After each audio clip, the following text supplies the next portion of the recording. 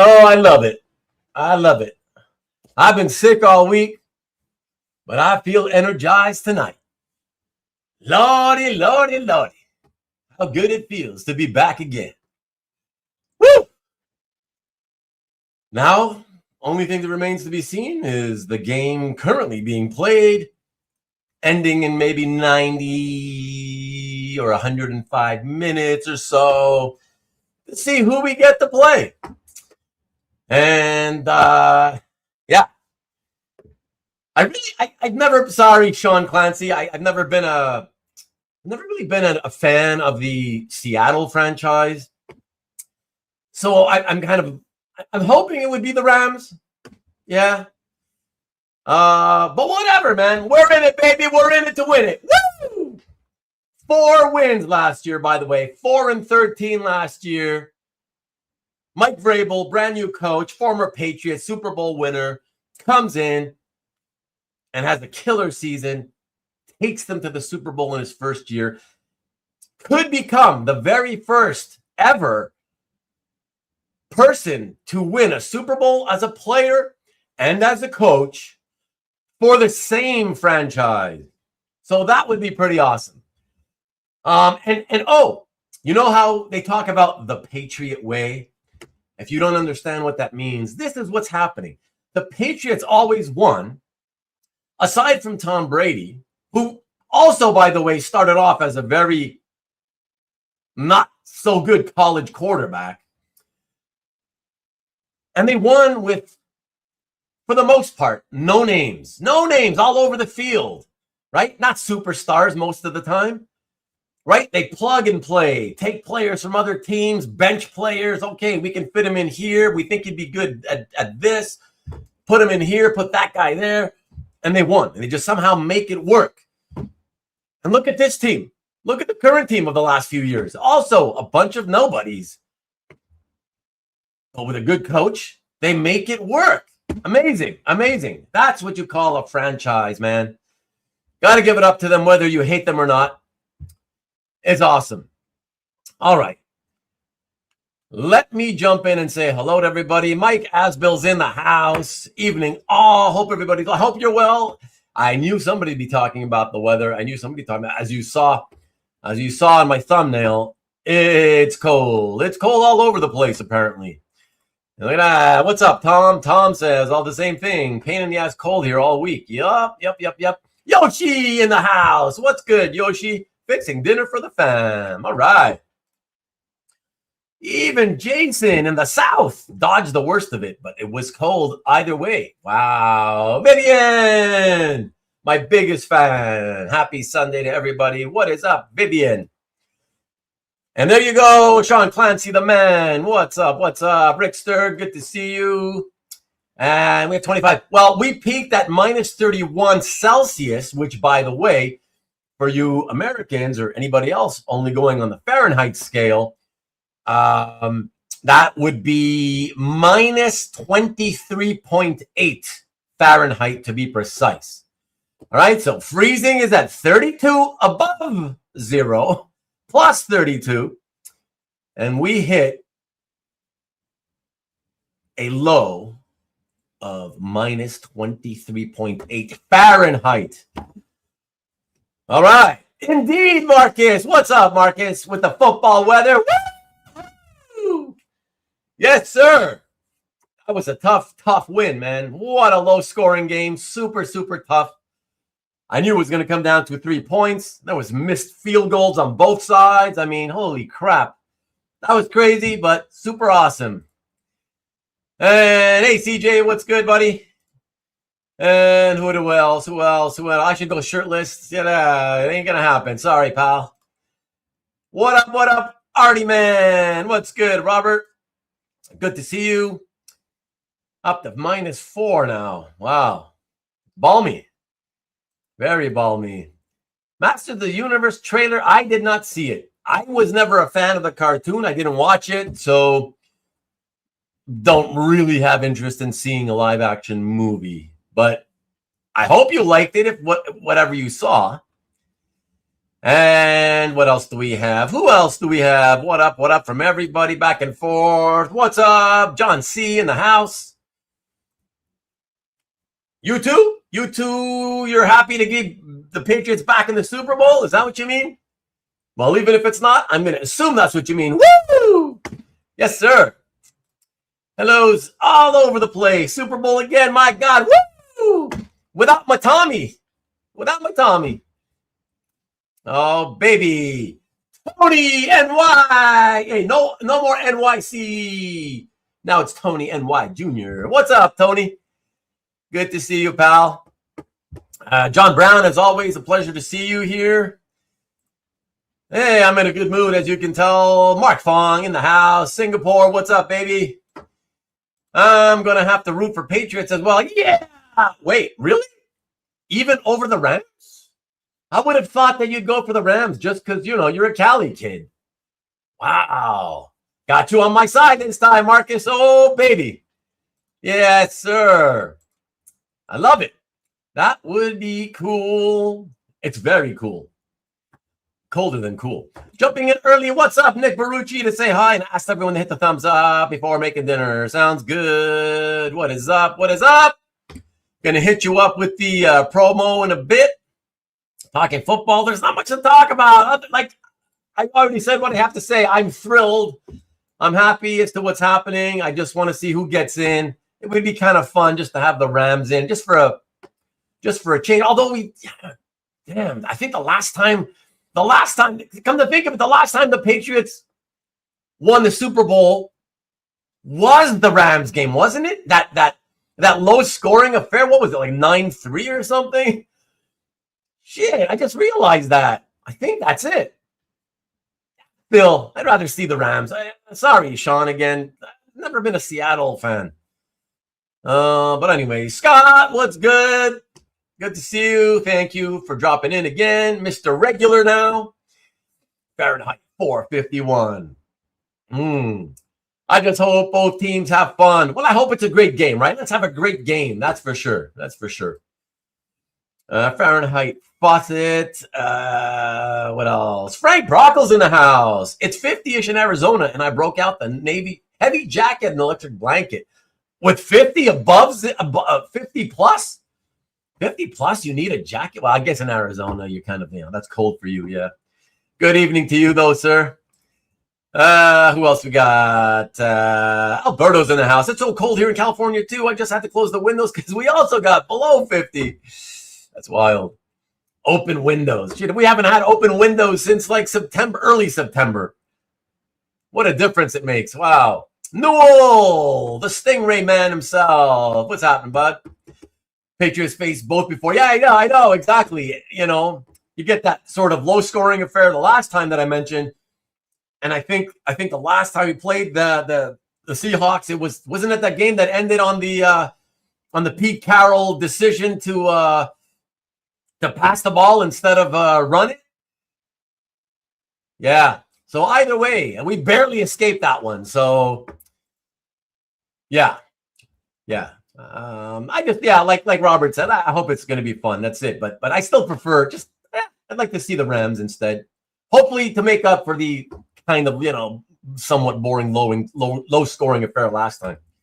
Does Ruben is happening since he broke out the new underwear? I know, John. I know. What can I tell you? Yeah. What's up? Woot woot. Let's see what else we got. Hello's back and forth again. Alberto hates both NFC West teams. Derek Neiman in the house. Happy Sunday to you, sir. And John Brown. I'm snowbirding in Florida right now. We were in the 80s today. Thank you for rubbing it in, John, and making us feel like crap. Thank you. Appreciate that. That's very nice of you.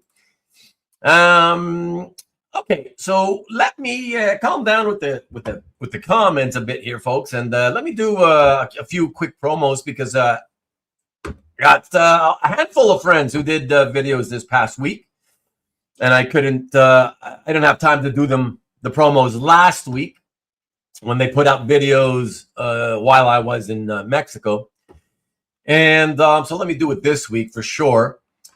And let me see. Okay, so what do we got? Who we got first? We got like 4 people.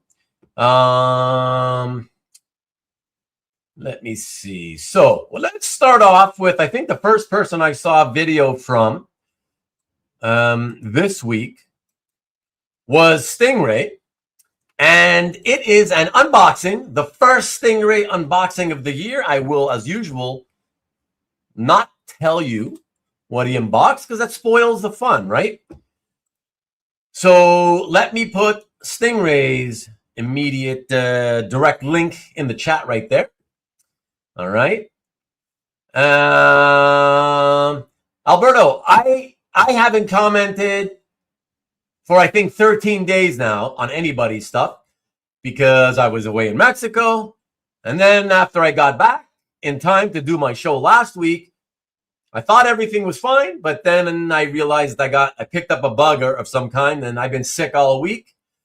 And super busy. Starting to put together the list of my collection, getting an inventory going so I know exactly what I've got. It makes it easier to see what I'm going to sell, what I'm not going to sell, what I have been selling, what I haven't been selling. So I've been working all week like a madman on that, plus dropping art, working on that. More art to drop this coming week for Mike Perkins, and so I'm working on that. So it's been a crazy busy week, and I had to do it all while sick. So yeah, there was no time for comments, and apologies everybody, but there's no way I'm going to be able to catch up on the past comments. There's probably well over whatever 2 weeks worth. I don't even want to know how many that is. So I will try to resume sometime this coming week. But yeah, no retroactive comments. Sorry. Okay. You're back. You're back indeed. Been a while for sure. Ruben, did you happen to see the Swaggle House video about the ComicLink? I did. I was just watching it like an hour ago. You know what, Derek? Let me finish my I'm gonna bookmark your comment, okay? And then I'll get back to it. Let me finish my my promos, and then I'll start with that, okay? Good timing. Life stops. No, life continues on vacay. It's just that life consists of only the vacay. Okay? I do not let anything interrupt what I'm doing. Just like when I'm working, if somebody wants to go out and have fun with me somewhere, I can't. If I can't, I can't. If I'm busy working, sorry, I can't go out to have lunch with you or dinner with you. You're going to have to wait. We'll make plans some other time. That's how it goes. Okay? So, same thing. If I had a phone I could take with me, Tom, I wouldn't take it with me. Because why? Guess what? Because I don't want people bothering me. When I'm out vacaying or having dinner or lunch with people, that's what I want to stay focused on. I don't want people bothering me. Whatever it is, it can wait till I get back home. And that's how it goes. So ComicLink is a small-time operation. No experts. Does anybody really have experts, though? Oh, that's the question. No, you didn't derail. Okay, I'm glad that you asked, you know. What's up, Murdoch? Good to see you. Boys don't want to have fun. Okay, so let me just finish off this because I also have a buddy coming in here and a little surprise for you guys. But let me just finish off these other promos, please. And let me see. So we got Stingray out of the way. Now let me do Lee. So Lee Parmenter put out a video, and he did a superhero and horror original art pickups. All right. So I am, it's an unboxing, FYI. Unboxing. So another unboxing here. And once again, I will not tell you guys what it is. He's got multiple pieces. So please do check that out on your own with the direct link that I'm sending you here to Lee's channel. All right. So check that out, please. And then we have Carl. Carl had a video titled Filling an Original Comic Art Collection Void. All right. And again, I watched it. commented. Please do so as well if you can. I'm not going to tell you, but it's a clever title. That's all I'll say. Clever little title that he put. Won't tell you what it's about, though, if you can't figure it out on your own. Oh, well, go and check it out. And the direct link to Carl's video is popping into the chat right here, right now. Right here, right now. Remember that one? 1991, I want to say. Jesus Jones. So, yes. And then finally, last but not least, we have Nikki B. All right. So Nikki B's show, I have a direct link for that this week.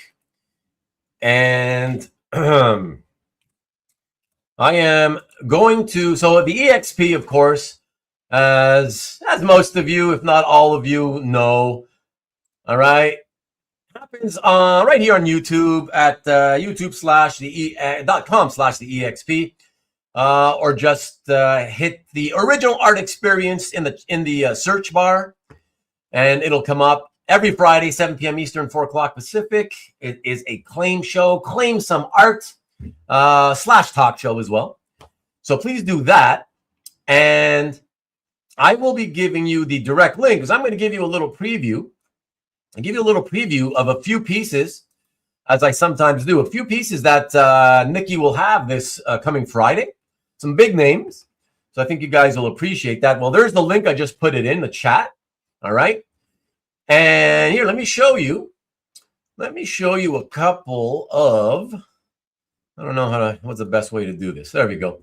Yeah, let me show you a few pieces. So first we have Captain America. He's going to have the Captain America Sentinel of Liberty #4 unpublished cover by Ron Garney. Check it out.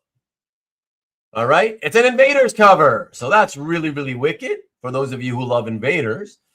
So he'll have that up for sale this coming Friday.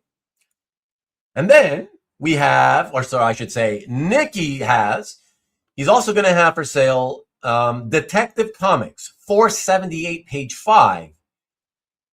If that numbering sounds familiar to you, yes, indeed it is, because it is a part of the Marshall Rogers run. And here we go. Marshall Rogers, Terry Austin, or is it? No, this one, this issue, I believe, was a Giordano issue. Yeah. So please go and try to stake your claim to that one. And then last but not least, I also have, or again, Nikki has, and he will have this Friday, The Batman Family, #20, page 3, a really kick-ass page, beautiful looking page by Michael Golden, featuring Man-Bat, Batman and Man-Bat. So really, really cool. Please check that out. This Friday, again, 7 p.m. Eastern, here on YouTube on the EXP. All right, let me do this. Let me bring in my friend who you guys haven't seen in a very long time. It's been ages. Everybody, please, welcome back. Welcome back to the show, my good friend and yours, Duke. Hey, guys. Oh, how's it going? Earl, Duke. Last time I couldn't see anything, so this time I've got the glasses going. I don't know if I can make it bigger. I'm glad you got the glasses so you can read stuff now. Yeah, man. Hopefully I can see something. Yeah, hopefully you see something. It's okay. It's good. Yeah. I didn't read the comments last time. Yeah. How's it going? It's going really well. The snow here is insane as everywhere else, I think. I'm doing already did one round, second round in about an hour. So I can wake up in the morning and do my third round so I can leave in the morning. What kind of temperature do you have? I don't know, but I know that the snow was definitely past the bumper of my vehicle. You know, it was pretty high. It was at least 20 inches. You know, and then right as we finished the first round, the snowplow came and left us a gift. The snowplow. That's always fun. We love the snowplow coming right after we finish. Yeah. Best timing. Yeah. It's always the worst timing with these the city snow cleaning crews and stuff, right? So, so then before we get into this, I just wanted to see Derek Neiman here brought up a question. He asked me, He asked me if I had seen a Swaggle. He's a comic book guy. Yeah, I know Swaggle. Oh, you know him? Okay. And he did a video a few hours ago talking about how a couple of years ago on ComicLink, they had auctioned a Ghost Rider piece claiming to be by Lopez Espy, the Spanish guy from Spain, right? Yeah. Who did those painted covers in the 70s and early 80s.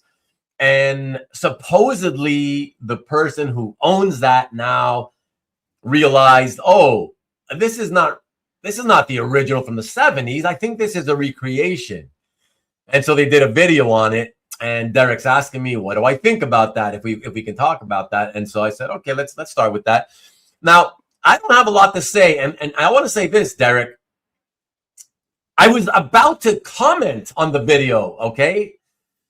But the thing is that my comment, I realized was going to come off sounding like almost like a bit of an attack.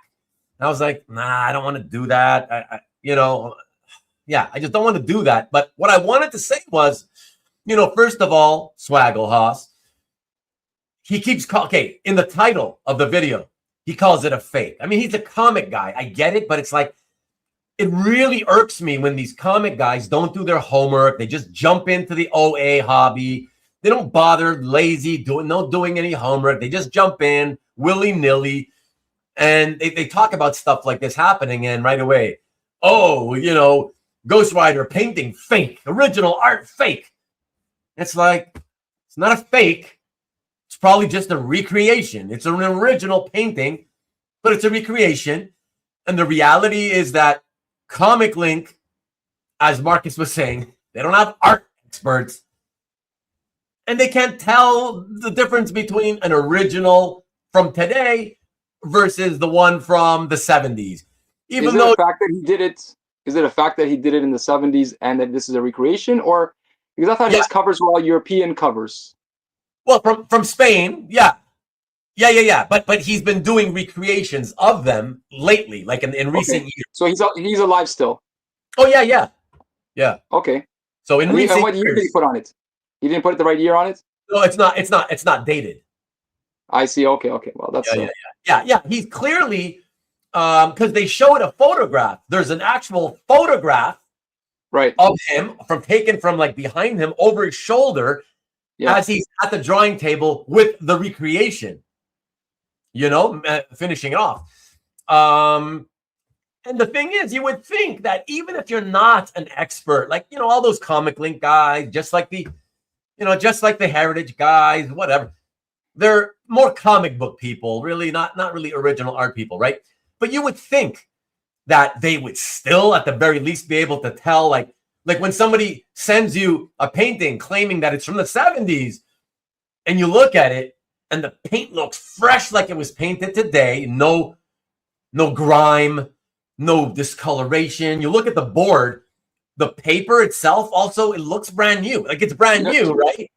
To be fair, I think you're giving them too much credit. I don't think they do any looking at any of the artwork. They just, whatever you give them, they'll just post it. And if it's a problem, they put it late. It's better to air and then ask for forgiveness later. I think so. I mean, I couldn't have been that expensive. Just reach out to them. Please, can I have my money back? And they'll probably pay him back, whatever, because it wasn't going to be expensive, right? I mean, listen, it's a mistake. They didn't know. They didn't pick because they don't pay attention. They don't care. If they cared, they would have found it, right? But like, it's too much work. They have like thousands of these things showing up. They're not going to look at you. Yeah, right. I know what you mean. I still have issues with it, but I do agree that there's a certain, there's a timing. How would they? Issue. They cannot do research into every piece they get. That's ridiculous. Like, there's no way. They have to trust the seller. No, but don't forget, Dan. Most art doesn't need to be researched, right? Like black and white pen and ink art. Sure. That nobody's really wasting their time. I understand. Most pages are not being recreated. Covers tend to be, but not really interiors very often, right? So they don't really have that much. And I don't know. It's just, to me, a brand new painting really stands out. Like it. I don't know that it stands out. Like, well, I'd have to see the two to be sure, because I have old paintings that look amazingly new. So maybe I have all recreations and I just haven't found out yet. You know, this could be the, you know, like I think like the question would be, how did they know? How did they find out there was a recreation? Because of this photo? This photo made it, is what proved it? Or could they tell by looking at it? I got to tell you, I was kind of frustrated with the fact that he called it fake and he was using terminology that pissed me off. I didn't finish watching the whole video. So yeah, well, I only watched some of his videos. Yeah. Maybe I'll catch up tomorrow. Today was too busy cleaning snow and, you know. Yeah. Everybody saying hi to you, by the way, Dan. Everybody saying hi. Hey guys. Hey, nice to see you guys, Stingray and Alberto. And I haven't seen everybody's name yet, but yes. Yeah. The Spanish guy from Spain. That makes sense. Statute of Recreations has passed. Sound weird to comic book. Your comment will sound weird to comic book guys. Well, what can I say, man? Not the girl from Ipanema. Some title are clickbait. What's up, Mike? That's what I was thinking. That's what exactly that was the word I was thinking in my mind, is like it's probably just trying to be fancy for the purpose of having people look at the video. It's very possible, because they certainly do that kind of stuff. But I mean, if you say fake, it sounds like there's a problem if you say it's fake. If you say it's recreation, it doesn't sound like a problem. I know, but I also the buyer's uninformed, you know. But I know, but I also having seen other videos of his where it's original art related. I can tell he knows nothing about original art, and not that he claims to be or anything, but you can tell. I have a question. I have a question for the audience, because you guys watch Swaggle House. Yeah. Do you guys watch Swaggle House? Because I want to call it Swaggle Puss, you know, because of that cartoon character from the 70s, not Swaggle House. So it's, right, whenever I see the name, I'm like, it sounds wrong. It should be Swaggle Puss. But anyway, if you guys watch it, he did the Dark Hawk cover thing where he got a Dark Hawk and he's like, oh, this is like the best cover ever. And here's my chart of 15 covers that I looked at before I chose this one. And I was wondering, is the one that's coming up in the next C-Link, is it on the list? Because I didn't go back to watch the video, because I knew one showed up in the next C-Link, and I'm wondering if it's in that top 15 of his out of the 50. If it is, he might be going again at it. Maybe it's a good chance to bid it up, you know, if you guys are, you know, looking to have fun with the guy. But I don't know that he's going for it, but it's on his list. If it's on his list. Anybody noticed? Wondering if you're out there and you notice, let us know. Yeah. Do what Dan says. Do what Dan says and let us know. What would Comics Den do? I don't know. I only watch West Coast Avengers. Actually, that's not true. I don't watch either one, but this is an interesting question. Marcus says, do you know if this was in ComicLink's hands, or were they auctioning it without having it in hand? I don't know the answer to that for 100% certainty, but I have to say, I've always assumed they would never auction anything without having it in hand first. So that's my answer to that. Yeah. So their exchange, they don't have in hand, but their auctions, you always have to send the stuff to them before it shows up on their listing. So it makes sense that they would have had it. But you know what? They're gonna get it. They're gonna go, okay, this is on the list. We're just gonna put it in. And you know, I wouldn't get too excited about it. It's a mistake. They can correct it. It's not that expensive. I don't know. Snagglepuss, yeah. Snagglepuss. I say Cookie Puss. I don't know what that means. It's a Beastie Boys reference. Beastie Boys. Okay, fine. Yeah, ComicLink sold it as an original. That's the problem. Well, no, we know that. It's an original. It's just not the original cover. It's original recreation, right? And they didn't know that it was not the 70s original. No problem reproduction, as long as you know that. Yeah, exactly, Derek. That's what I'm saying. Hey, Derek, are you the guy who got it? Because you seem really he's really all over it, right? Yeah, are you the one who wanted it, Derek? Let us know. Let us know if it's you or your friend. Look, if it was like $100,000 piece, I'm sure they might have paid more attention. I don't even. Yeah, maybe. Maybe. It's possible. It's possible. Maybe. I still say maybe that. Yeah. I wouldn't say yeah for sure, but I say maybe. You know. So the exchange section is where they can do that. Oh, that's right. They don't have anything on hand for that. Right. I tried getting something once and then it didn't work out. But I know people have succeeded buying stuff. Yeah. But I think it was auctioned. I seem to recall it being auctioned, not purchased through the exchange. You know. Right. Okay. And yeah, you can you get the refund. Exactly. You get the refund from ComicLink, like Marcus says. They are good with that. When you win something and you get it and you notice something was not quite like what they claimed it was, and you reach out and you have a way to prove it, right? That you know what you're talking about. They will have no problem giving you your money back. Yeah. Does anyone actually know like what the price was? What the ending price was? A little over 3K, I think. Oh, okay. So that's like yeah, that's not nothing. That's something you want to get your money back. Yeah, exactly. Yeah, but like just $300, you know, you go, okay, so chalk it up to learning. Eric B in the house. Eric Belanger. Look at these couple of punks, he says, watching and working tonight as long as I can. Nice. I was talking to Eric earlier today. Were you? So yeah. I was trying to give him a hard time because he's getting like a page that's going to be like 2 consecutive pages.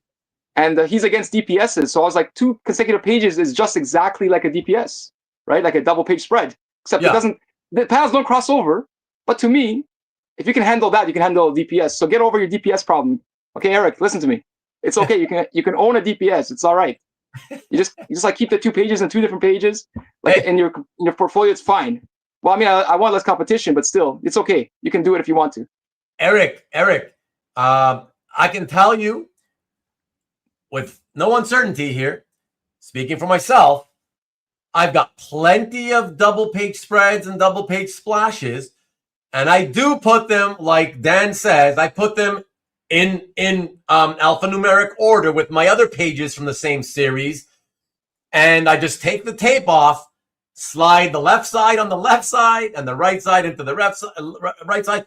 And I can look at them. Like, I love that. I love being able to do that instead of having to keep it either in a separately different portfolio or worse, what I used to do for many years, leave it folded into one, and it looks like crap like that, you know? So I remember at San Diego Comic-Con, Albert Moy would keep like double page spreads like folded like that in his portfolios on the table. But that makes sense because he's going to sell to somebody. He's not going to take it apart just to put it back together. That's a lot, you know what I mean? It's a lot easier to have it together. So it made sense for a dealer doing that.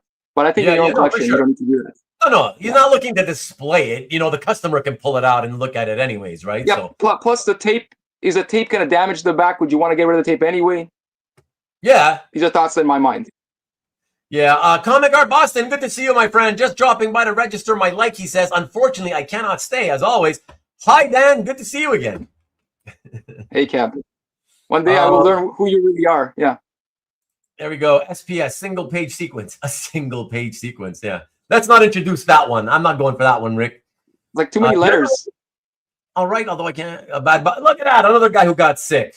Caught a bad bug. Me too. All sick all this past week, Cab. Is there any good bugs? That's the one I want to know. Are there any good bugs? Exactly. You had to add the word bad. Like it wasn't like. Well, they affect you in different ways, right? So the one I got was crappy, but like it could have been much worse. It was, yeah. I've never had a good one though. I've just never had a good one. You know, like, I got bit by a disease. I feel so much better now. Like, I can dance now or whatever. Nothing's like that. No, exactly. It's just, you know, it's different levels of bad. That's it, you know? Yeah. So are we done with the Lopez SP? You want to talk about it more? No. I was going to say that's what that's all I got to say, Derek. So I hope you enjoyed that. That's all I've got to say. I noticed he hasn't come back to say if he's the owner. Yeah, I was going to say. Did he piss you off? Yeah, like funny enough is that Derek, interestingly, has a habit of like he'll say things and he disappears. But he said 2 or 3 things. I've seen multiple lines that you. I know. But then when you asked him, right, he disappeared. He hasn't replied back. So. Look, if you don't answer during the video, I want you to put it in the comments below so people tomorrow can find out. Cab says, "Agree, Dan. We take our normal health for granted until it is not." Yeah. Well, he sounds a lot smarter than me. I didn't say that, but I believe you. I agree with that. Thanks for trying to make me look good. Yeah, I appreciate it. Stanley says, hopefully Duke is now a recurring guest. Well, yeah. I will be one after you are, Stanley. Stanley, you come on, and then I will be one. Yep. Yeah. Me and you together, Stanley. We'll like tag team. Come on, Stanley. He'll be back, okay? We'll make it a plan. I'll wait for Stanley to come on first. This might be my last time ever, so I'm going to retire from collecting comic art after tonight. This is my announcement. This your goodbye. Your goodbye to the hobby. Yes, sir. I'm moving to Havana before it gets bombed or whatever. Are you going to get bombed? I don't know. You're going to be dead soon. Okay. You're going to be dead soon. I think they're going to be I think something's going to happen there soon. Who knows? Yeah, of course it is. For you guys that are American, Canadians can go to Cuba anytime. We have no problem with Cuba. It's only you guys. So exactly. It's going to basically ruin. And what we like about it is that Americans don't go there in big numbers because it's a hassle for you. But so we have it all to ourselves and it keeps it cheap. But once Americans will take over, I'm sure costs will go up in Cuba. Yeah, Exactly. but they'll probably have better food, so it'll be worth going because the food there, they're really like missing food. You know, they don't. The people there just have nothing. That's right. Yeah, that's right. It's Okay. So, Now, okay. What do you want to talk about? Yeah. Now that we got our Cuba info in and out of the way very quickly, Sure. let's talk about. So you guys don't know, obviously, that Dan and I were talking earlier this week. Just having a nice long chat, long enough to have recorded it, as I joked with him and posted it as a typical show for me. If you could have done it as a podcast without any pictures. Yeah, look at Sean. Sean says, "Holy shit, Ruben! He talks as much as you do." That's the only reason I'm here. He loves to talk, and he admits it. There's nothing wrong with liking to talk about the hobby and other topics that you're passionate about, for sure. So that's fantastic. You know what it is? I don't like to comment in the comment section because that involves typing. No, typing sucks. I don't want to use my fingers for writing, or Yeah. So as I was saying, Dan and I were talking earlier this week, and about two conversations. Really, I forget the main gist of one of them, but one of the things. No, he's not into football. He is not into football, Marcus. One of the things I'm a nerd. I don't like sports. Yeah. One of the things we're talking about, and actually, Rick will enjoy this because, well, at least he'll appreciate this because, we kind of brought Rick up as an example, at least Dan did, and we were talking about how, like, sometimes, oftentimes, I guess, collectors, they want to get larger than usual, I guess you can call them, pieces in terms of the cost, right? Pieces that you normally wouldn't buy that are higher priced than your typical purchases are, right? Like substantially higher. And that a lot of collectors can do it, but typically we're not willing to pay the money to get there. So the only other way to do it is by selling off a bunch of what we already have, right? Whether that's private or just, like most people do, the easier way, just send a bunch of your stuff from your collection off to one of the auction houses, and so it's this whole conversation about, like, because Dan, obviously, like you guys, he knows that, like, a large part of my collection is made up of actually smaller price pages, right? And I've never minded collecting volume in terms of either titles or artists. And it's smaller price stuff. Whereas, at the same time, conversely, I would rather have that, right? Because I feel like it gives me, like, let's say, so the example that we used was again, it was Rick, right? Rick picked up a beautiful piece in the not too distant past. Rick told us, right? He sent in a bunch of stuff to auction to pay it off, right?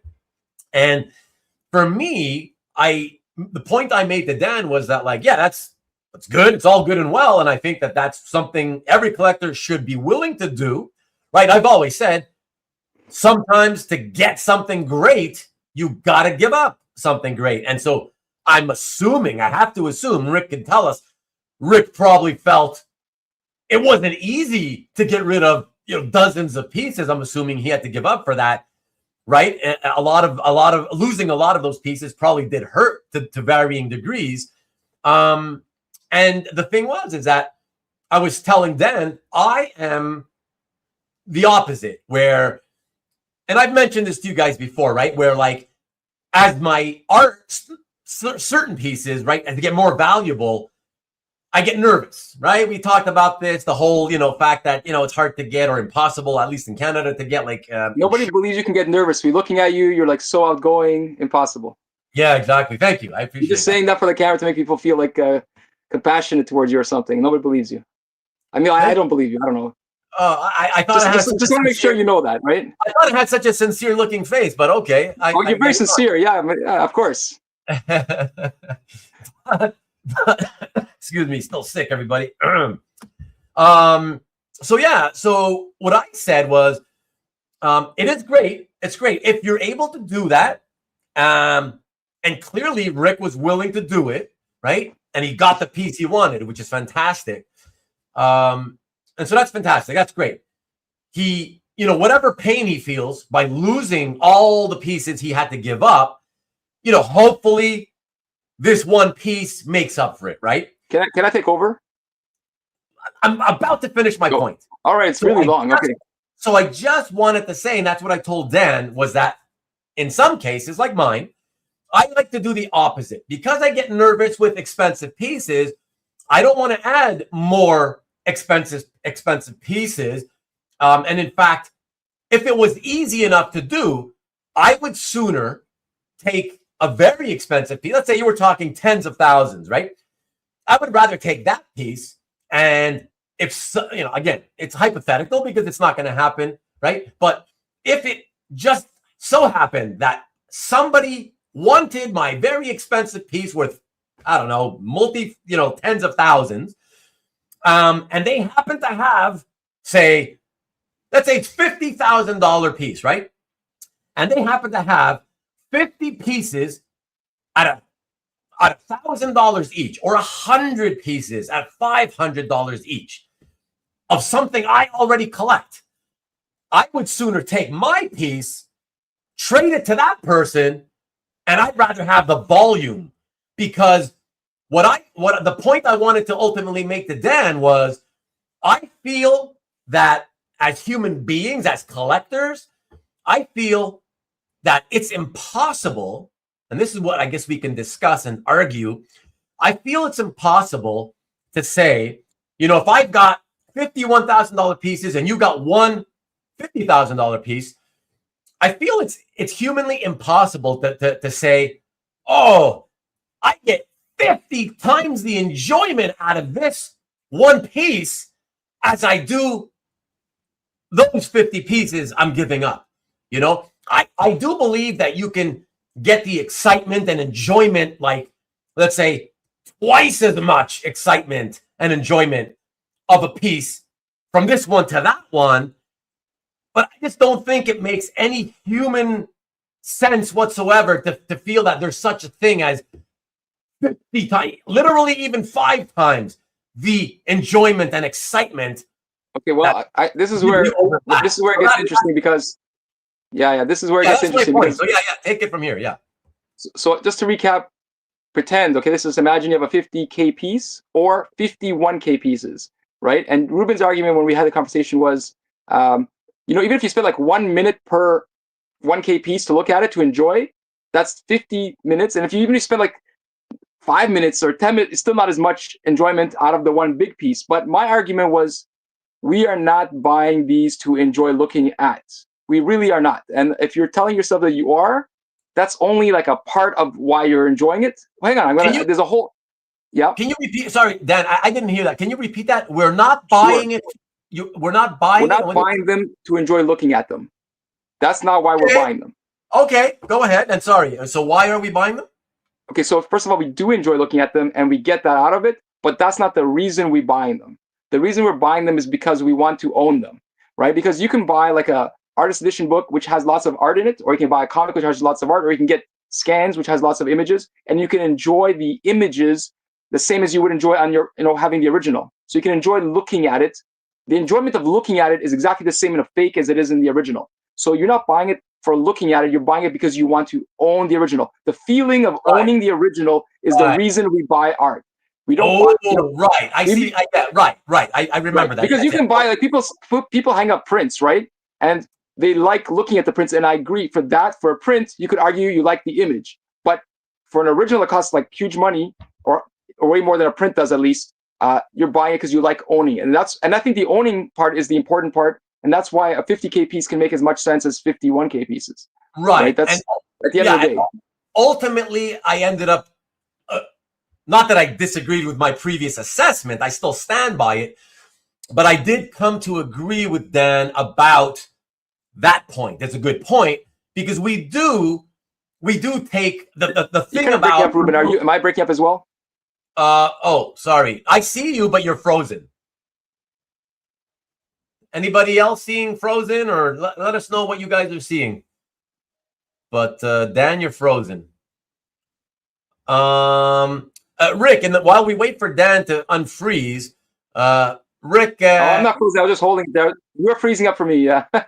Okay. Okay. I see Rick's comment at the bottom. Rick is claiming that it's his holy grail. Now, I have talked about this a lot. You know, the overusage of the word grail, because most people just say grail, right? It's just, they mean it to mean just another cool piece they like, right?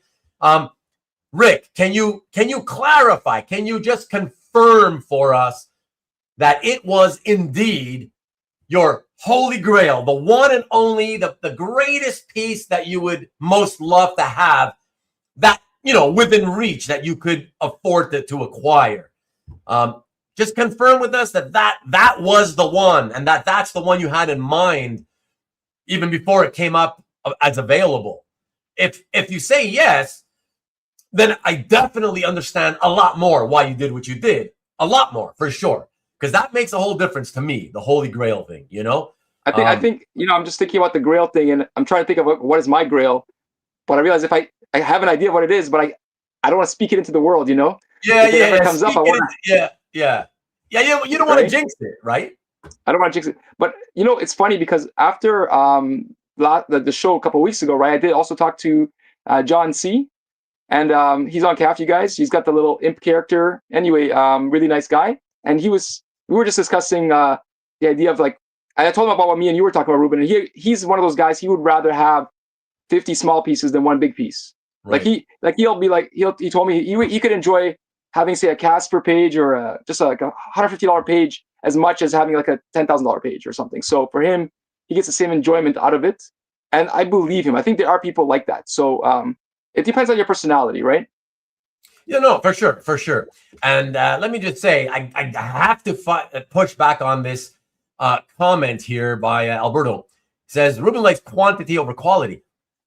You know, I despise that term, right? That term of quantity over quality, because everybody who says that is inferring that just because it's only worth a few hundred a piece instead of thousands, that it's garbage, right?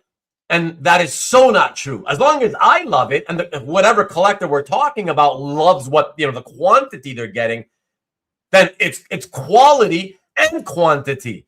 So no, it's not about quantity for me, quality. It's both. I'm getting both. So a lot of times people say quality, they mean expensive, and right, that's what they usually mean. That's the thing. And they do, but it's a misnomer. Like, they should clarify. It is. It really does make it sound, it's like insulting to people who like to collect $200 pages or whatever. You know what I mean? As opposed to like 2,000 every time. You know. So like my friend Jason D'Ambrosio, like this is like quite going back a few years now. Like, you know, we would always talk about like the page having like a low content page versus where there's maybe only one panel, the whole page that has like the character that you're collecting, and then the rest is like filler. I use the word filler. So if a page has a lot of filler, to me, it means that there's not a lot of the character that you like in it, or the characters, because I collect based on characters. So right. So for me, a low quality page is a page with low like a very high amount of filler, unless you're interested in backgrounds. Like you know, Daryl R, he loves cityscapes. So those don't add any value to a page as far as dollars, but they look, you know, kick-ass, look amazing all the time. So in that case, he's adding quality of art, but not quality of content, you know? So I don't know if that makes any sense. James Siegel says, what? Though he needs to back away from this camera. Oh, thank you. Oh, you're watching? Go watch it on the TV, dude. I got pimples like somewhere, I'm sure. First he said he agreed with you. So he started off nice. He agreed with you on this one. I can do the cavi. I can do the cavi. I don't know. Cavi's like this. Hold on. I don't know how you do it, Cavi. You have a really low chair. I can lower my chair a little bit. Something I can't. I thought I could. It's all background. I don't know how you do it. Thank you, James, for letting me know. I don't watch this on TV, so I'm watching this on a phone right now. So I'm close, so I can read the stupid comments. Because if I have my computer on and I have this on, I just can't. The delay screws it up. Look at this. Our new friend, Mr. Pizan, French background. Yes, I finally know that feeling now. Owning that original. It's something special. He just told me that he finally did the deal to get his first piece. He hasn't received it yet, but he did the deal to get his first piece in this hobby. So congratulations. Yes. Hopefully you get it, right? Because then you'll have the pain of not receiving it in the mail or delays or. But let me just say though that I agree with Dan too. Like don't mistake this for, oh, it's one take or the other. It can be both, right? So for me as a collector, that's just how I feel. I absolutely listen. Like I wouldn't mind having Barry Smith, whatever, or the greatest Neil Adams cover ever that I love, whatever expensive piece, right? I wouldn't mind owning it. To me, no, I've again said this many times over the years. No piece of art, to me, I'm not saying you guys have to feel this way, but just to me, no piece of art, nothing in this hobby, no collectible is worth the kinds of money that a lot of this shit's going for. Okay, the market talks, the market speaks, and so you got to pay what you got to pay.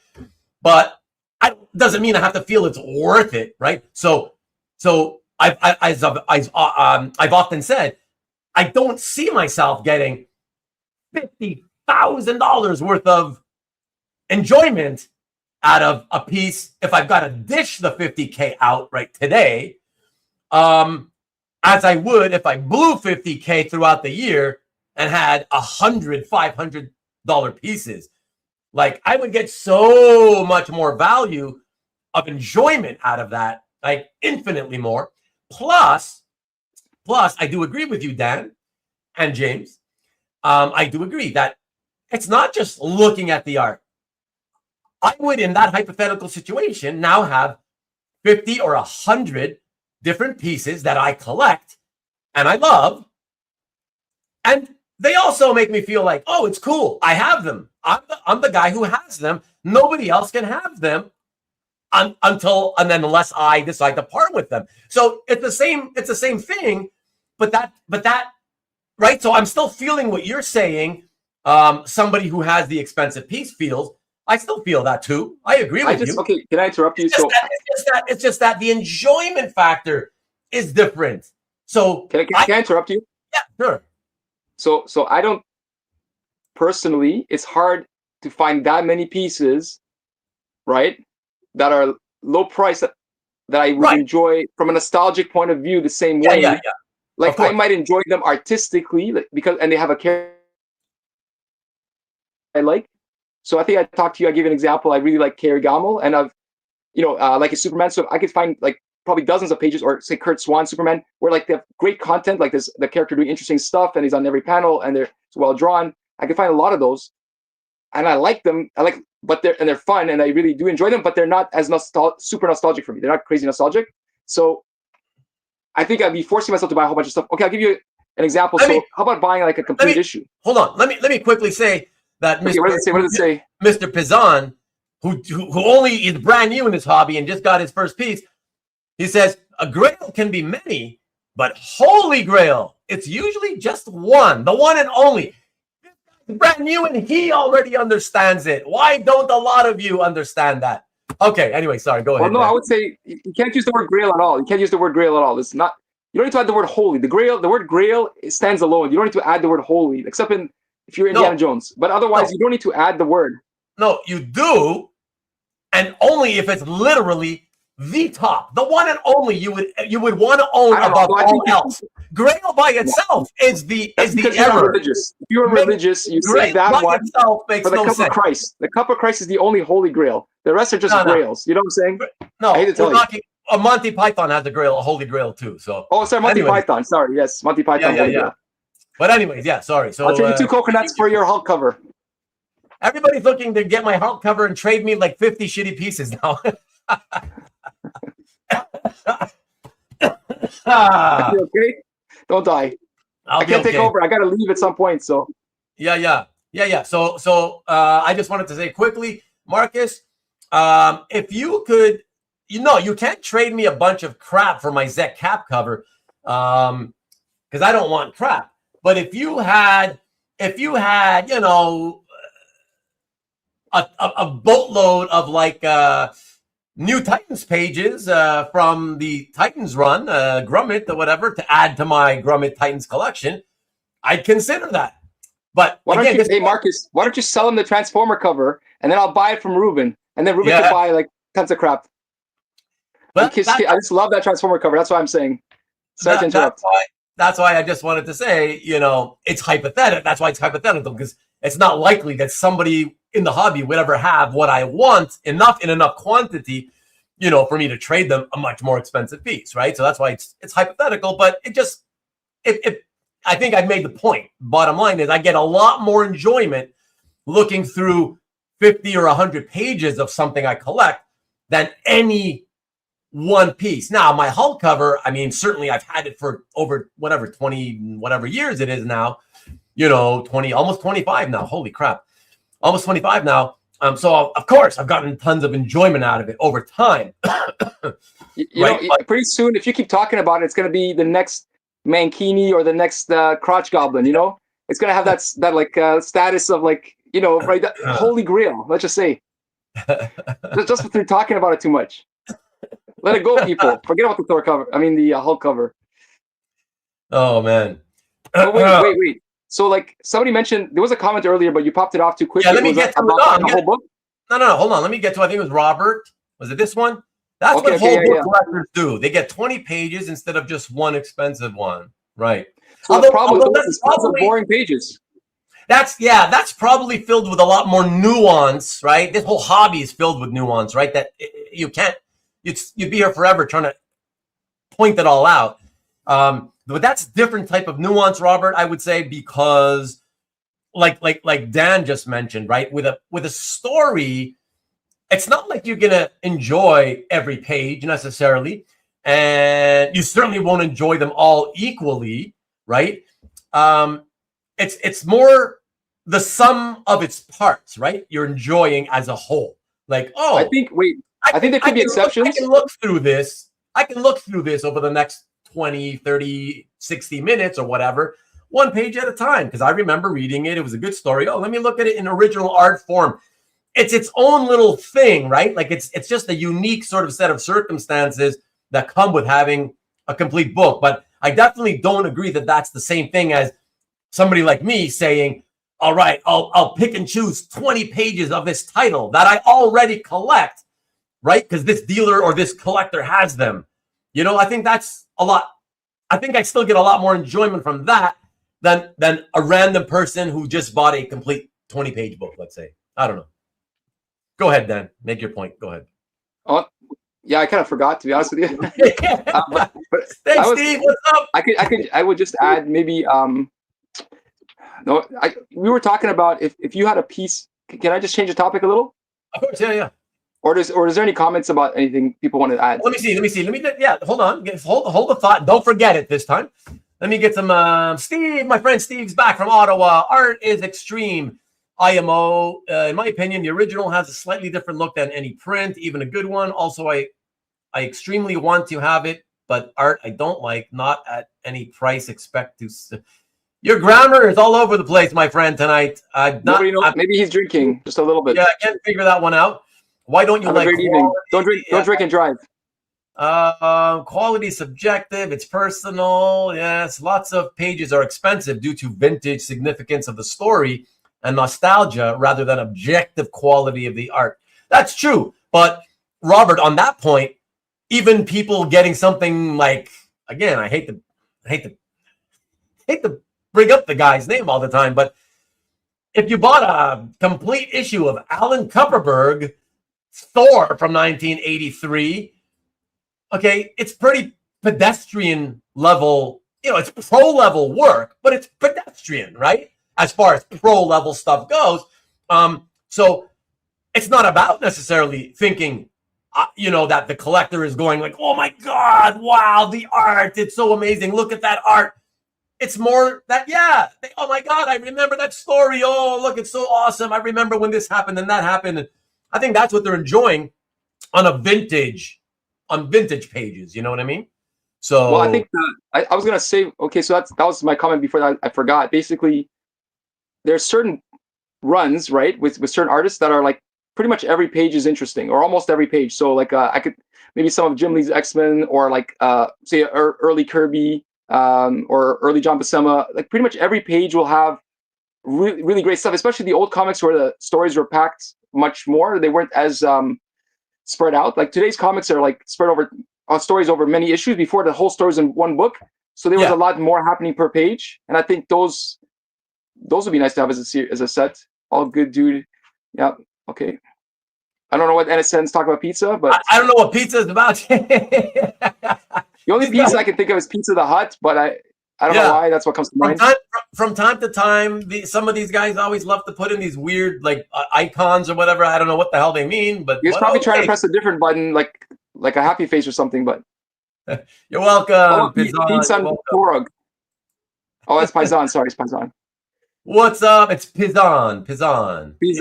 Okay, you say it correctly. I say it incorrectly. We'll be like correct, incorrect. You know. Yeah. Tricky Dropster. I don't care if I mispronounce names. You can mispronounce Duke if you like.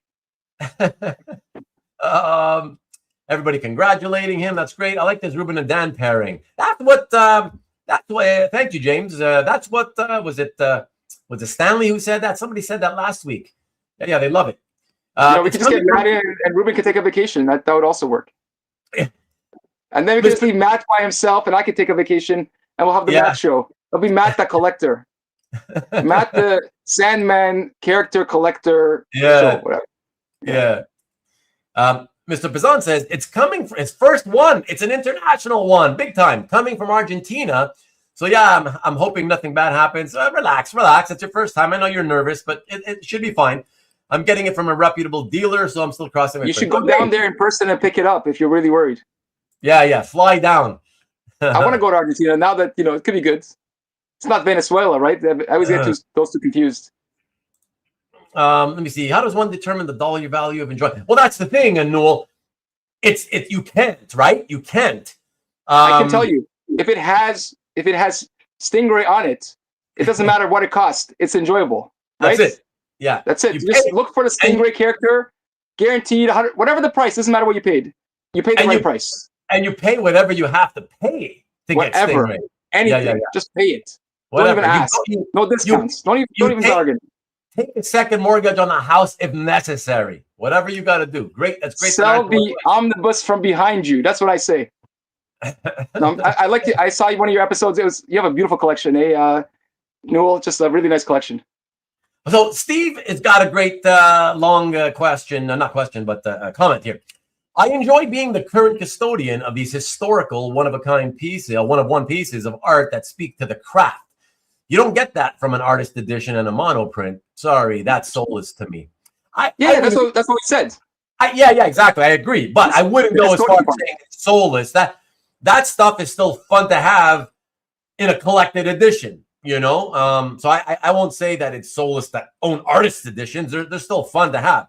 But I agree otherwise that, listen, I think that's what attracts, I think, everybody in this hobby. It is the fact that it's one of a kind. Wow. Like I'm the only one who can own this particular page. Nobody can have it as long as I have it. Like, it's cool, right? So yeah. Can I, what did you want to say? No, go ahead.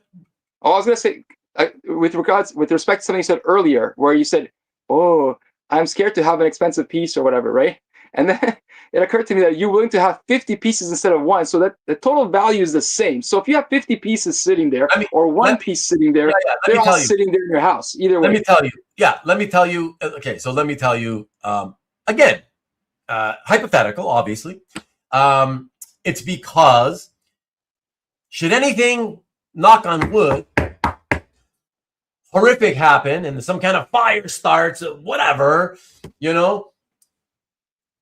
it's just easier, your one piece could go up in flames faster than the 50 or 100 pieces that are all, tied up in one of your, again, depending on that makes no sense. That makes no sense. But okay, all right. It does make sense to me. It does make sense to me. It does make sense.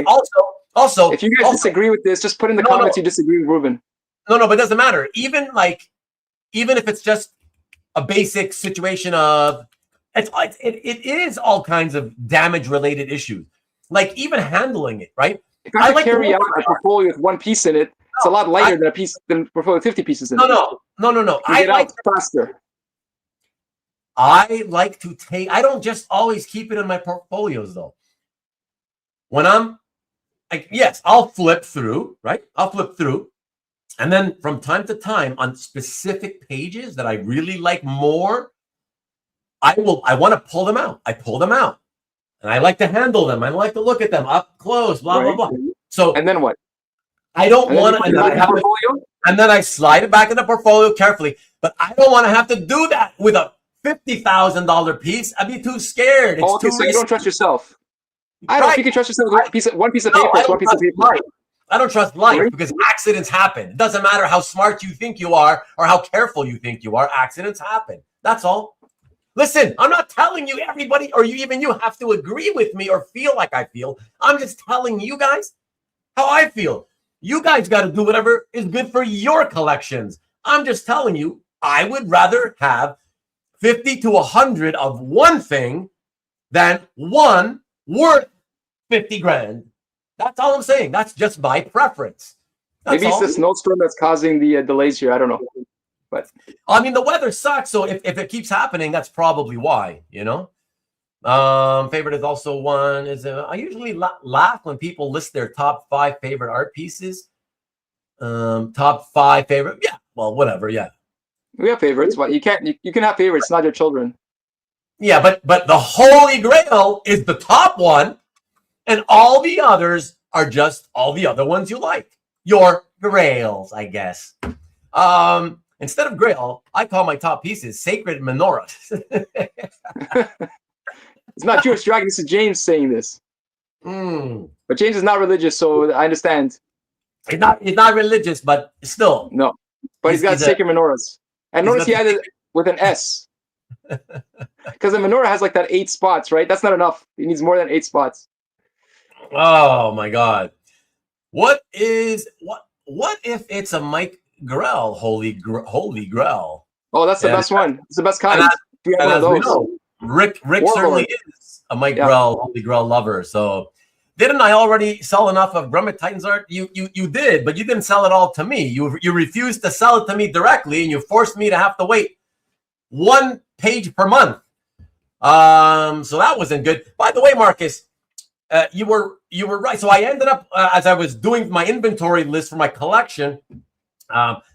Just yesterday, in fact, I was finalizing my Grummet New Titan stuff, and I figured out some of the pages that I had gotten from you back in 2016. So it was more than I had remembered. But earlier, it was because I was going by the feedback system on eBay. And what looking at it yesterday made me realize is that on several pages that I won from you back in 2016, you just didn't bother to leave me feedback. And because you didn't leave me feedback, I didn't bother to return feedback for you. And that's why there's no transaction history for some of the pages I got from you.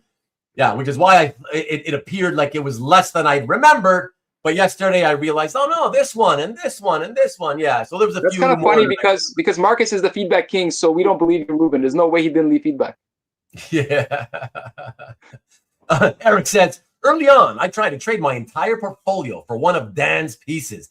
Really? I don't remember this. Man, wow. You don't remember? I have a terrible memory. I don't remember this, but trade me now. Trade me now. And he says, and I was serious. Unfortunately, I could not do that deal today. I traded up far too much. Nice. That's why I said I'd do it now. Look at Eric. You see how little that potential transaction meant to Dan, that he doesn't even remember a potential trade of one piece to acquire an entire portfolio worth, man. Wow. That's wild. His portfolio was not full, I don't think. What? It was empty. I think it was like only 10 pieces, and they were like half like unpublished, or I don't know. I'm just kidding, Eric. I don't remember the details. I have a terrible memory for this. Apparently, I had been interested in a piece that Ruben had a long time ago, and he had made it known that I could buy it, but I didn't realize he was serious, so I failed. What? Now I'll dream about it forever. They're making me cough big time. What are you talking about? The elementals? Oh, never mind. Yeah. Yo, I'm talking. You know what? I'm talking about your Holy Grail that is not your Holy Grail.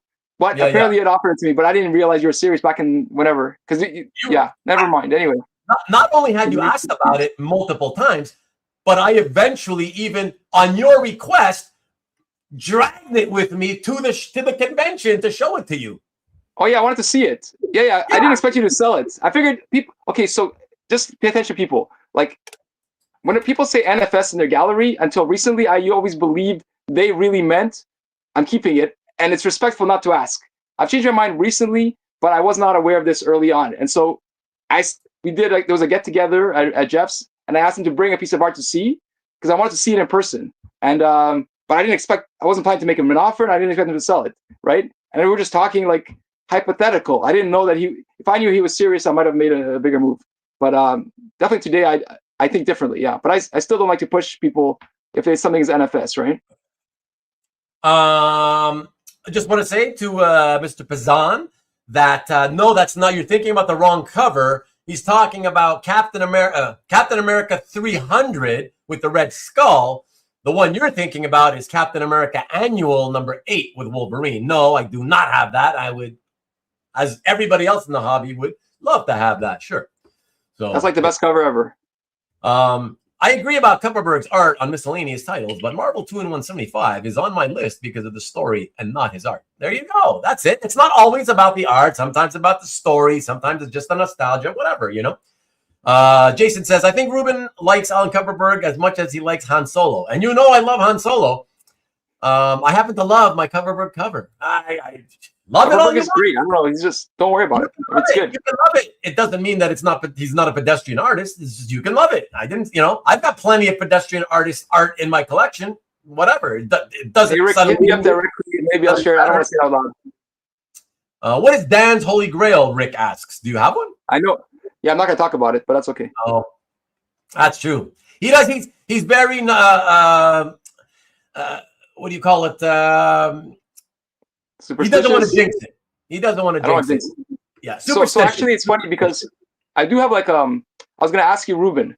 Well, you're not actively now collecting, but so this is a question to everybody else. Like, recently, a collector wanted to get something from me, and he offered to do part cash, part trade. And then we started going through what he had, and nothing he has because we have almost no overlap. And I sent him a list because I have a list that I wrote down of characters I like, artists I like, and maybe specific issues I wouldn't mind finding something, right? And that's how we discovered he's got nothing in any of those things. And my list is really, really broad. Like I listed 20 different characters. He doesn't have any of those characters. Like just pick a Marvel character that's a major character, and he didn't have it, right? So it's just really, really funny. But I was wondering, does anybody else keep a list so that they can share with people if they're in this kind of situation? That's my question to you guys. I was so busy looking at and trying to monitor your comments, guys, that I didn't even. I only heard half of his question, so I'm not even able to. Oh, my question is: do you guys keep a list of artists or series or titles that you're looking for that you can share with people if, in the event of somebody wanting to trade something or get something from you, and you can tell them what you're looking for? But you mean specific pages from those issues? You mean, is that what you mean? No, I don't know. Well, I'm not like you. I'm not that specific. But I might have. You mean in case you have if you have any pages from this issue of this title, like that kind of thing? No. I'm far. Okay, so I have a specific list of about 10 items, but it's more general than that. It might be like a Daredevil cover or something like that, right? It wouldn't be a specific Daredevil cover because I want to see what's available. If it then appeals to me, that I'm not so picky that I have to have a specific one. Because it's too hard to get a specific thing. But at the same time, I have a list of I like these are my characters I like Spider-Man, Elektra, Psylocke, Wolverine, whatever, Punisher. So if somebody has something in those areas, I'm interested in seeing it if they're selling it, right? If they're reaching out and they want to show me something. Let's see if anybody answers. And if you notice, let me know. I'll just keep going through the comments. Ruben explains his pullout game.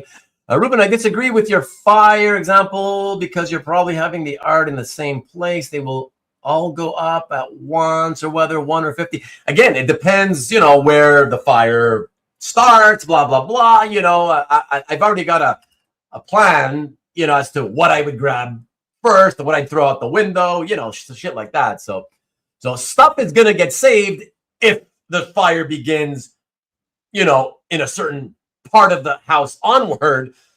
which is very, which is more likely. So, anyways, I heard one person they keep their thing in like those giant plastic bins. So they keep their portfolios in the plastic bins. So you can just grab the whole bin, drag it out. I mean, maybe you have multiple bins because you have a huge collection. I don't have that big of a collection, but that's an idea. And no, I don't use bins. Sorry? I mean, I don't have. I know you don't. No, I'm saying to the audience. I know you don't, Ruben. I didn't when I was there. I didn't see that either. But no. Yeah, yeah. I mean, I just stack most of my portfolios are in front of me on a very short. What is it, like a 3 to 4 foot tall bookshelf, and I have them all stacked. Most of them are stacked there, and then there's a few in my walk-in closet on a shelf standing up. To rob his house, pay attention to what he just said. Just pay attention. And also in carry cases, like just sitting inside the, so yeah. I think somebody mentioned also using like luggages with the wheels, with the handles. Those are good because you can again drag those out easily or put those out the window. Sorry.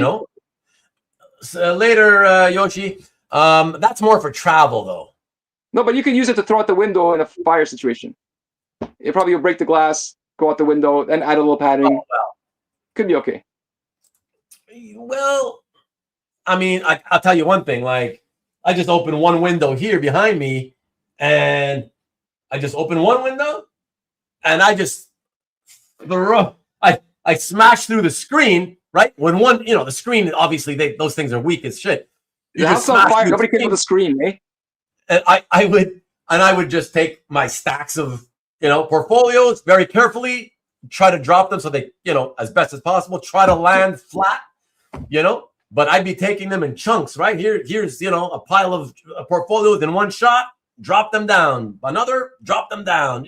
That's what I would do. I would rather they were like contained in something because I don't want the pages to like bend or something. It's better than a fire, I guess, but still.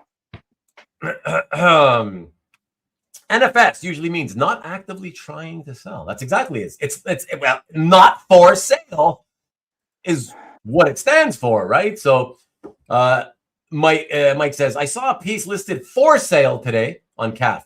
In the description, the seller wrote, from my permanent collection. Oh, is that Jordan J? Because he's got that not for sale thing. But it could have been one of those situations where he bought it. Oh, wait, you're saying I saw a piece listed for sale today. But it may have been posted, right? Posted, but then he switched the status to for sale. Right? Yeah, he didn't change the description because he's too lazy. Yeah, exactly. He right? He had it in his collection and posted for a while and then decided, okay, I'm going to sell it now. I'm willing to sell it. And then forgot to delete the that's the best person to buy from because they're wishy-washy. They can't commit to permanent. So yeah, cool. Copperberg did the A-Team art. Well, wow. A-Team was the best. I got those in the 3-packs back in the day. Wow. Remember those 3-packs for like 3 comics for like $1 or whatever the hell it was in like the convenience store and the. They never sell it in the supermarkets. We never used to get them very often where I live. Yeah, those not very often, but they always had the A-Team in them. The A-Team, and they had the guy with the bike. I don't know. Can't think of what it's called now. It's like an Evel Knievel looking comic. I don't remember. Not Evel Knievel. No. It's like what's this thing called?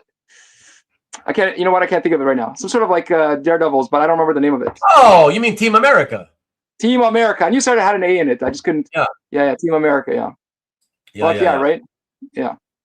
Yeah, and Sean has answered, and he says, I have specific want list that I send to other collectors. Right. Yeah, he actually sends it out, Let me see. Look at that. Tom Tom says for you and me together, he needs to take a Xanax. Okay. But then he's the first guy. Take 2, 1 for me and 1 for Ruben. He's the yeah, exactly. Tell us how you feel right after you take it. Take it now. Exactly. We'll wait for you. Go ahead. Look at that. Corey says my Holy Grail coming up for auction next month. Yeah. Okay. Don't tell us. Tell us after you want it. Yeah, exactly. Let us know what happens. And sell everything to make it work. So Sean says, for instance, I state I'm looking for a nice representative Bob Layton Iron Man piece, depending on the subject. Okay. I mean, is that? I don't think that's possible. Is there a nice Bob Layton Iron Man piece? Ooh, that's a tease. It's called a tease. I love Bob Layton, and I also like his art. So I would say that was a tease. In case you took me seriously. You don't have a fireproof safe? Come on, Pizan. You honestly, is that a serious question? I know you're new, but like, do you really think that the average collector has a fireproof safe in their home? Anyway, they're not very big. Most of us don't have anything like that. Very, very few of us will truly have that. Yeah. Let me see. Bins are good to protect against water too. Yeah, I agree. Never use that term because mostly holy grails are unattainable. My holy grail is by an artist I'm not a giant fan of, but I've always loved the look of Vampirello. Oh, the cover to Vampirello 1 you're talking about. See that? Sorry, Corey, I mean Frazetta? Because if you're talking about Frazetta, that doesn't count. Because if you can't at the very least sell your entire collection and afford to get it, that doesn't count because that's just fantasy. No, that's fantasy. It's still a grail. No, whatever. No, that's childish talk. What if you work hard, earn millions like the people on YouTube, and then no. That kind of conversation is no different from 2 6-year-olds. And who do you think is stronger, the Hulk or the Thing? Oh, the Hulk and the Hulk because of this or the Hulk is stronger. Everybody out there who agrees with me, put a thumbs up in the comments. Childish. No, it's nonsense. It's nonsense because it can't happen. Okay, because if you want to say that and think it's a realistic way to have a conversation, then half of the collectors in this hobby are going to be like, well, my holy grail, okay, I'll let you know what it is. It's the cover to Amazing Fantasy 15. I mean, okay, so we're using like logic, but collecting is emotion, not logic, so I disagree with you. No, that's ridiculous. But anyways, let's move on. James says, if you use a bin, make sure there's a silica packet in there too. Yeah, there's all these tricks you guys got to know. It's true. There's all these things that can happen when you think, hey, I'm going to put my art in this container, whether it's a plastic bin or a safe, even a safe, a fireproof safe, Pizan. You have to do research because there's things you have to put into the safes along with the art. Otherwise, bad things can still happen to the art. It's crazy. Yeah, it's not as simple as just getting the container, throwing the art in, and closing it, So Jewish Dragon says, Chuck Costas was saying that the fireproof safes are only good for a limited amount of time. With huge fires, they are kind of worthless. Right, that's another thing too. They are not. That's true. I've known that for years, even before the LA fires last year. They're only helpful in terms of fire penetrating up to a certain temperature. And on top of that, even if the temperature of the fire stays lower, right, within range of the fireproof safe standard, you can still get the fire bad enough that the smoke can destroy your artwork. So keep that in mind, Yeah, it's not a foolproof. It might be fireproof, but it's not I may be a joker, but I don't take Xanax. That's all. I got to point that out. Water damage is 10 times more likely than fire. And like I said, Rick, I'm hypothetical, right? It could be fire, me damaging it on my own. Put the fire safe in a bin. Yeah, whatever. That's the both worlds. So from my permanent collection probably means negotiable because it's too. No, I think it's what we thought. It's probably what, but he just probably forgot to remove that. Question back, Ruben. So guys, if you want to talk about anything, feel free to leave comments. I can't read them at all. Look at the one. Let me see. Eric says, the trade was for my favorite Campbell that Dan had just picked up. It would have been 45 pieces for one.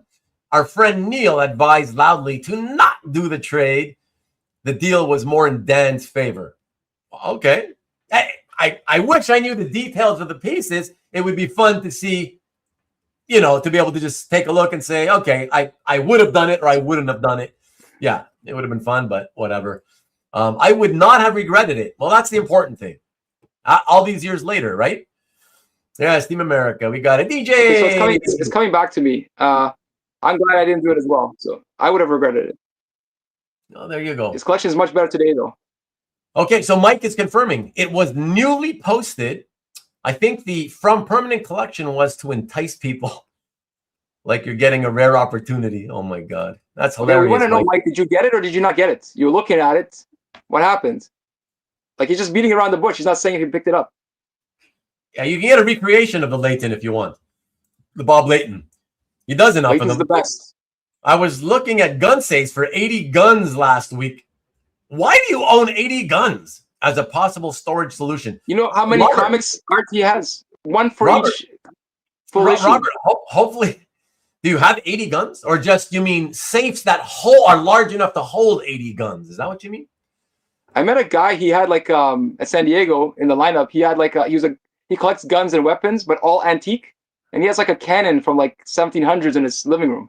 You know, so you can own all sorts of crap in America. America's the best. They have everything. Yeah, for sure. Yeah. So Pizan says you don't have, in terms of me not having a safe. He's like, I can't believe he's surprised. But you say your collection was in the 6 figures? I may have heard you wrong. I actually said 7 figures. I wasn't sure. I assumed it was probably around, verging 6 to 7, whatever. And I can tell you, after finally completing my inventory yesterday, it's very likely, yes, 7. But again, that's not rare in our Canadian hobby dollars, so it doesn't really matter, Yeah, I'm hoping that once I pay off the income tax, let's say I sold it all off and I paid off all the income tax, I'm hoping that it could still, and I think it should still be enough to keep me in 7 figures. But I don't know. Whatever, it is what it is. But trust me, Pizan, because of how large and how quickly this hobby grew over, well, honestly, since the internet, started, the World Wide Web, a lot of people who have been around at least 10 years or longer, whatever, our collections have all, gone into the 7 figures. Listen, there's guys in this hobby with 8-figure and 9-figure collections. So yeah, I know it's shocking, but yeah, it's crazy. I'm off the hook. Let me see. Look at you, shit disturbers. The Hulk, no contest. Childish. You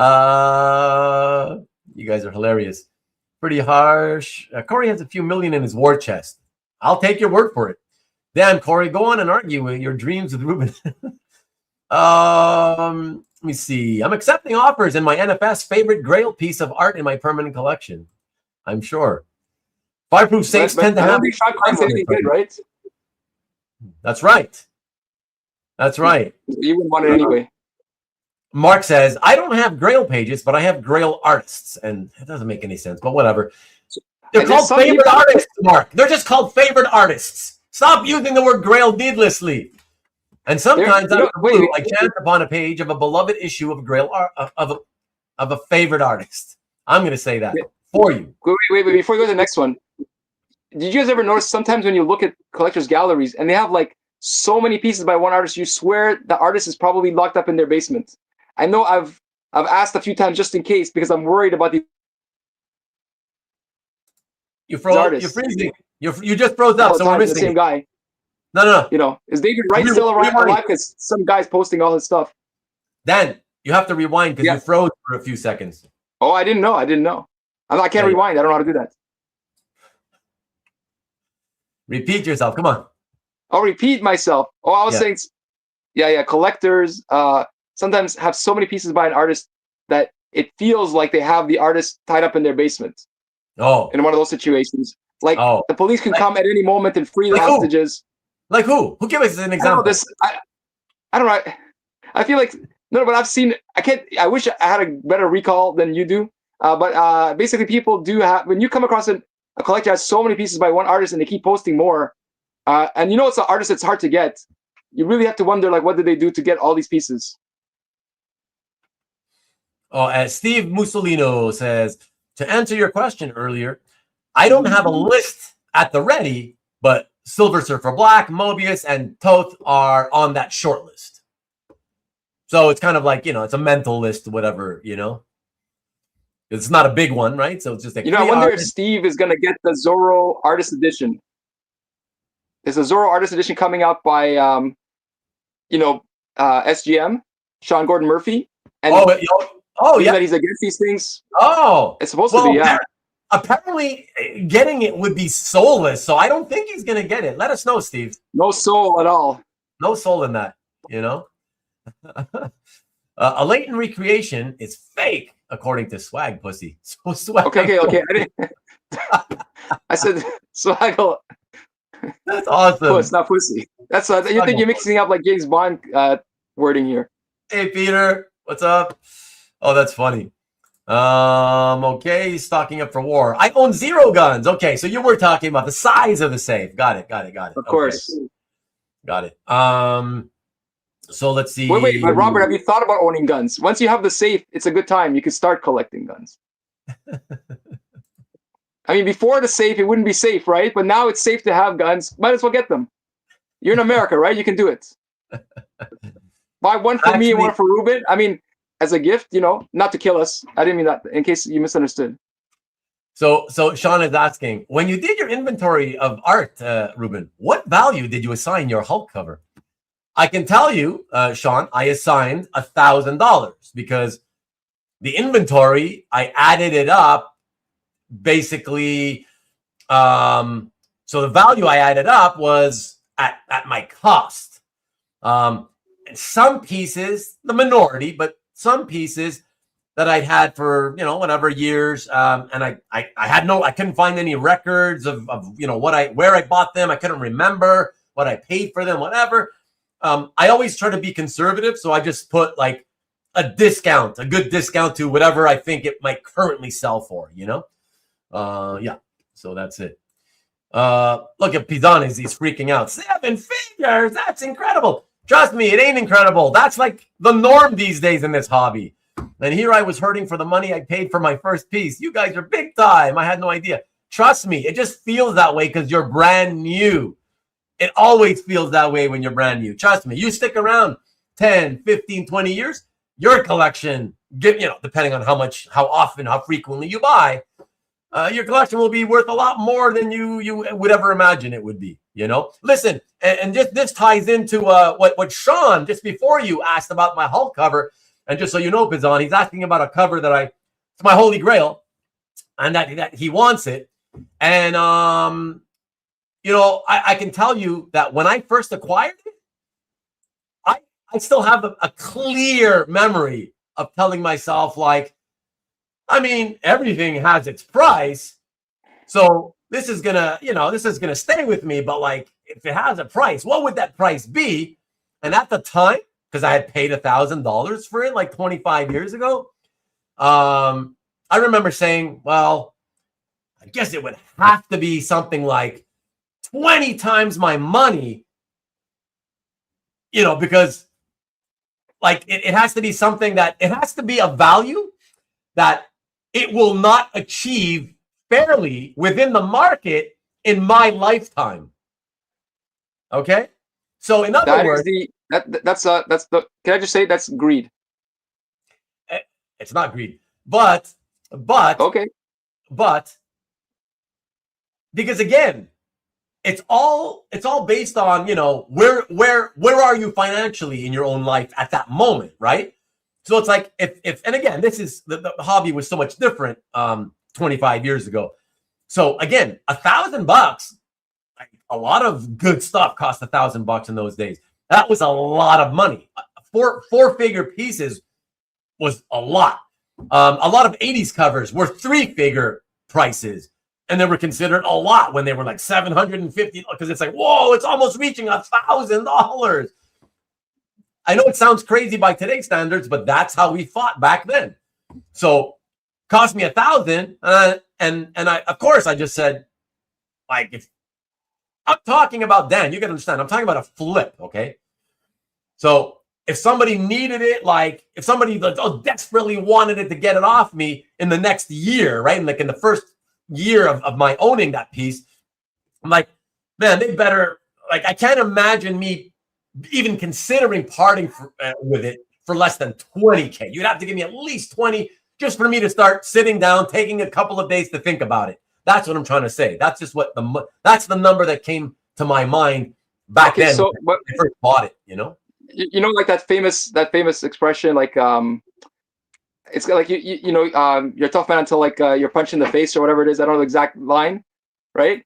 Until someone makes you a real legitimate offer, you don't really know. No, right? that's true. That's like true. if you got offered 15, you might have said yes. You don't know, right? You just don't know until somebody actually does. It's all like an imaginary idea. Hey, Scott, what up? Yeah, no, of course. But you know, you can have a sense of what you feel in that moment. But of course, it's hypothetical, obviously, right? Obviously. Let me see. Ruben's framer framed Ruben's many grails. That's he framed a lot of my art. We'll just leave it there, you know. Gun room and art room are two separate rooms. Scott will tell you about that, folks. He's got the art and he's got the guns. So he can talk to you all about that.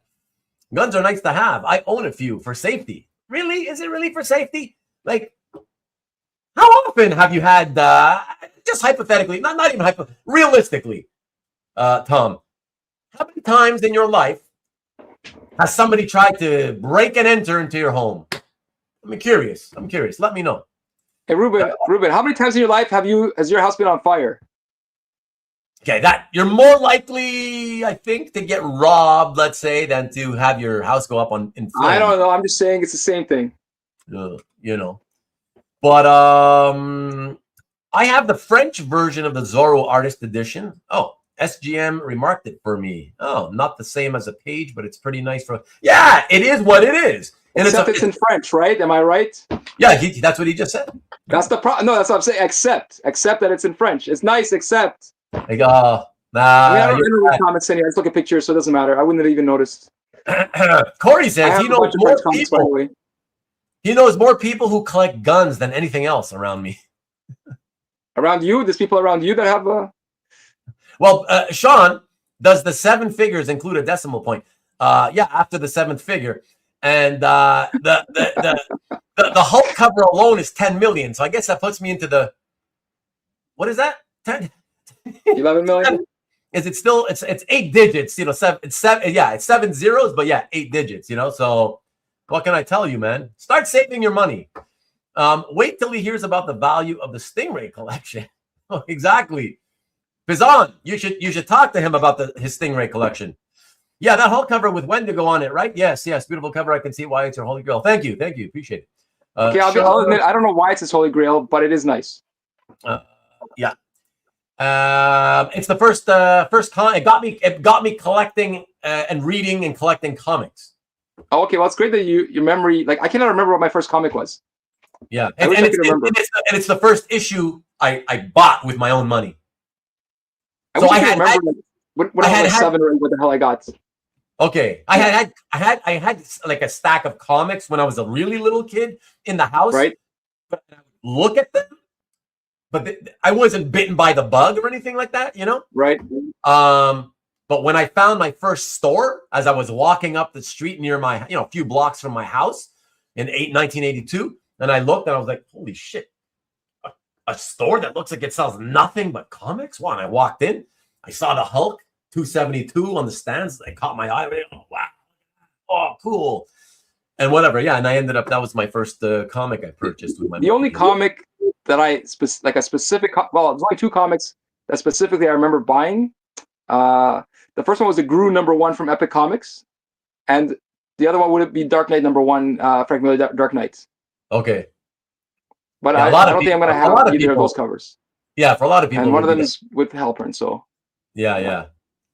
Pizan says $1,000. Are you broken up or? Am I broken up? I don't know. No, I'm good. You are? Maybe? Yeah, you keep breaking up for me. I've never seen myself break up. So, but you're okay. You break up for me, so that's fine. Okay, sure. I'm gonna get out soon, and I gotta go shovel the snow. Okay, no worries. I'm sure 20 years ago that was like current 8,000 with inflation. I mean, the thing is, Pizan, is hobby inflation is grows way faster than normal inflation. So you can't compare it to regular economy's inflation, you know. So that's it. And again, you could think of one comic. Yeah. No, I was just gonna say it was a tiny. No, I was gonna say like back then. And now I think you need to refresh your browser. I think you're now behind. You're on a delay. I don't have a browser, but Oh yeah, Am you're I on still your on phone. delay? Yeah. It seems like I'm talking and Yeah, suddenly yeah. you I'm not using a start browser. talking in the middle of my sentence. That's why. So I think you're behind somehow. I probably was cutting you off. Yeah. Pizan says he paid I four just wanted to figures say, for like, his first piece. I paid, I what does think, 4 figures mean again? I paid $60 for my first piece, but that was 1990. And then after that, my next three pieces were like $33, $69, and $76, something like that. But again, that was 1997 or 98 or something like that, you know? I bought my first piece $15 $15. in the 80s, but I don't have it. But it was a June Brigman Conan page. And I also bought an Iron Man page by somebody for $10 or $15 from a dealer. I wish I still had them. So. Oh yeah, those are the ones you parted with since then, right? I only have one piece that I used to have, and I had to buy it back. So. Yeah. At my house, 3 times. Holy shit! You live in North Carolina? You said you've been robbed or breaking and entered 3 times, and your stores 22 times have been robbed. You've got 5 stores, right? The 4 comic shops plus the furniture store. I think you said. Is that the sum total of it? 5 stores total? Because like 22, that means over on average, each one got robbed 4 times. Holy Christ. Okay, everybody, this is a lesson. Do not live in North Carolina. Get the hell out of there if you do. Holy shit, that is insane. Wow. Hey, David, my buddy David. Are you back in Australia? Of course, you were there last week. Yes, back from your vacation. G'day to you. G'day, Dan. Oh my gosh. If my phone rings after 12 a.m., I've got PTSD. Oh my gosh. Yeah, it's awful, Tom. Sorry to hear that, by the way. That's like outrageous. I can't even fathom that being real, to be honest. It's so out of the realm of reality that one person has his businesses broken into 22 times plus his home 3 times. I can't even fathom that. I can't wrap my brain around that. Yeah, that's wild. Sorry, something. Okay, Vivian said that she keeps all the art in the bedroom. Nice, Frank. No fire there, he says.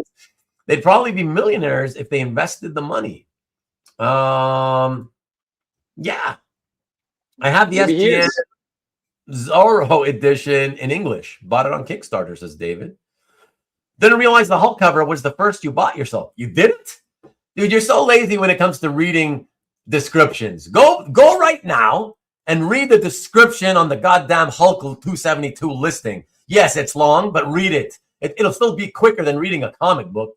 I mean, about the same time, probably. But go and read it, man, so you understand what it means to me, okay? Start taking Ginkgo Balboa or Rocky Balboa, Dan, before it's too late. I'm not sure what he's saying, but okay. I'll talk to you about it later. Either. Ruben never breaks up. He never weeps. What? Oh, they need an intervention to prevent the breakup. Then the delay. Yeah, I think so. I think. Oh, okay. I got delayed. Okay. Ruben, stop making Dan upset. So Steve says, sorry, guys. Had to take the dog out. Ruben, to clarify, the monoprints are sold. Oh, the monoprints are soulless. No issues with the artist edition. Okay, thank you. Thank you. To be honest, Steve, it really surprised me like that you would say something like that. I was like, geez, you can't even appreciate what an artist edition is all about? That's crazy to me because the comic book is a print of the original art. You know what I mean? So, yeah. So thank you. Thank you for clarifying. That makes a lot more sense now. Yeah. And I agree with you. That came out in December 24. The art all got sold to a gallery. Oh, interesting. Okay. Marcus's first Kelly Jones pieces were $90. And Marcus, for all of you who don't know, Marcus has been collecting longer than almost most of us. I think only Mickey has been collecting longer than him. Mickey's since the late 70s. But early to mid, the first half of the 90s for Marcus. So also, Marcus is the youngest person here. And look at that. We got Jeff Moy in the house. He bought his first page for $75, a John Byrne FF page. And you know what? But Jeff, let us know. I'm gonna assume, because I remember clearly, was this back in the first half of the 2000s when Jim Warden had all those? I think at the time he still had like, I don't know, 5 or 6 complete FF books by Byrne. Not not content wise, not the best ones, obviously. And they sat on his site for like $3,000 for the complete story. They sat there for like ever. And I remember individual pages you could get for like 75, 85. And for those of you who haven't been around that long, so Jim Warden, DOA, Distinctive Original Art, John Byrne's representative for many years. His website, the way he used to price things was he priced it not by individual page, but he would say, for example, okay, pages with from this many panels to this many panels with this type of content, this much money. Panels that look like this, that much money. It was crazy. I despised it. Everybody hated it. But, John Byrne being popular as he was, you had to do it if you wanted the art, right? So it's pretty funny. So let me know, Jeff, if it was back then in the early 2000s.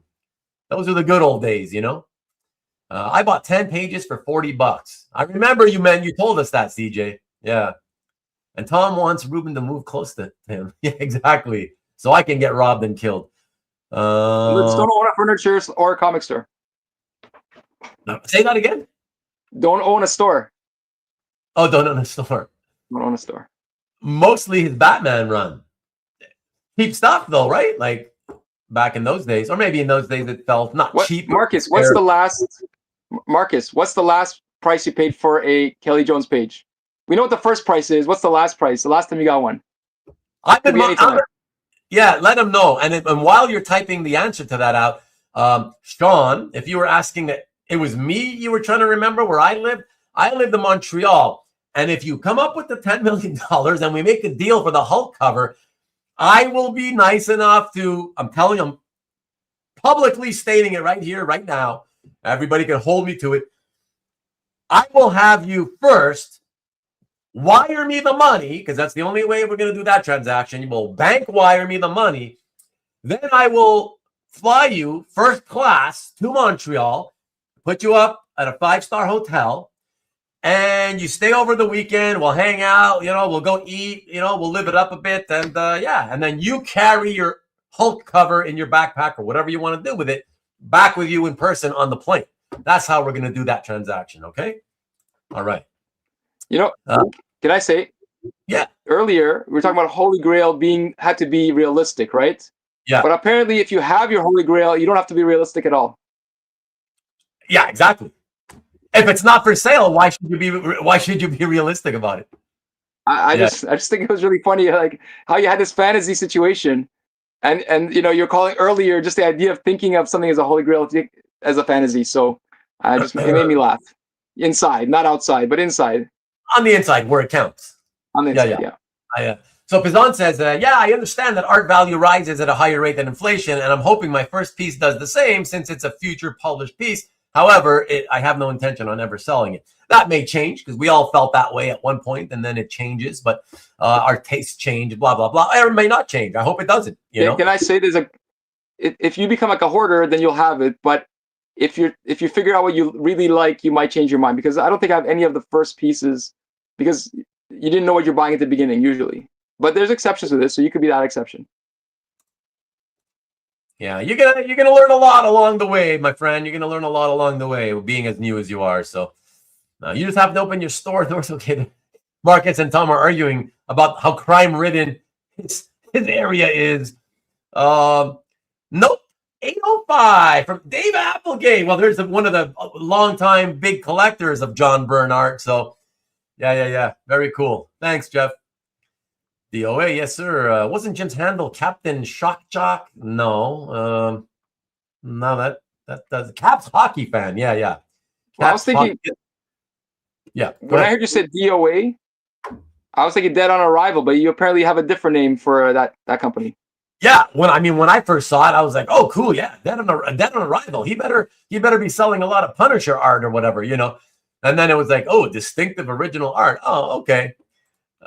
Mickey, there we go. I think it was 1980 for my first art purchase. Okay, whatever. 79.80. Still, you're probably the longest tenured collector of us here. So, yeah, it's pretty awesome.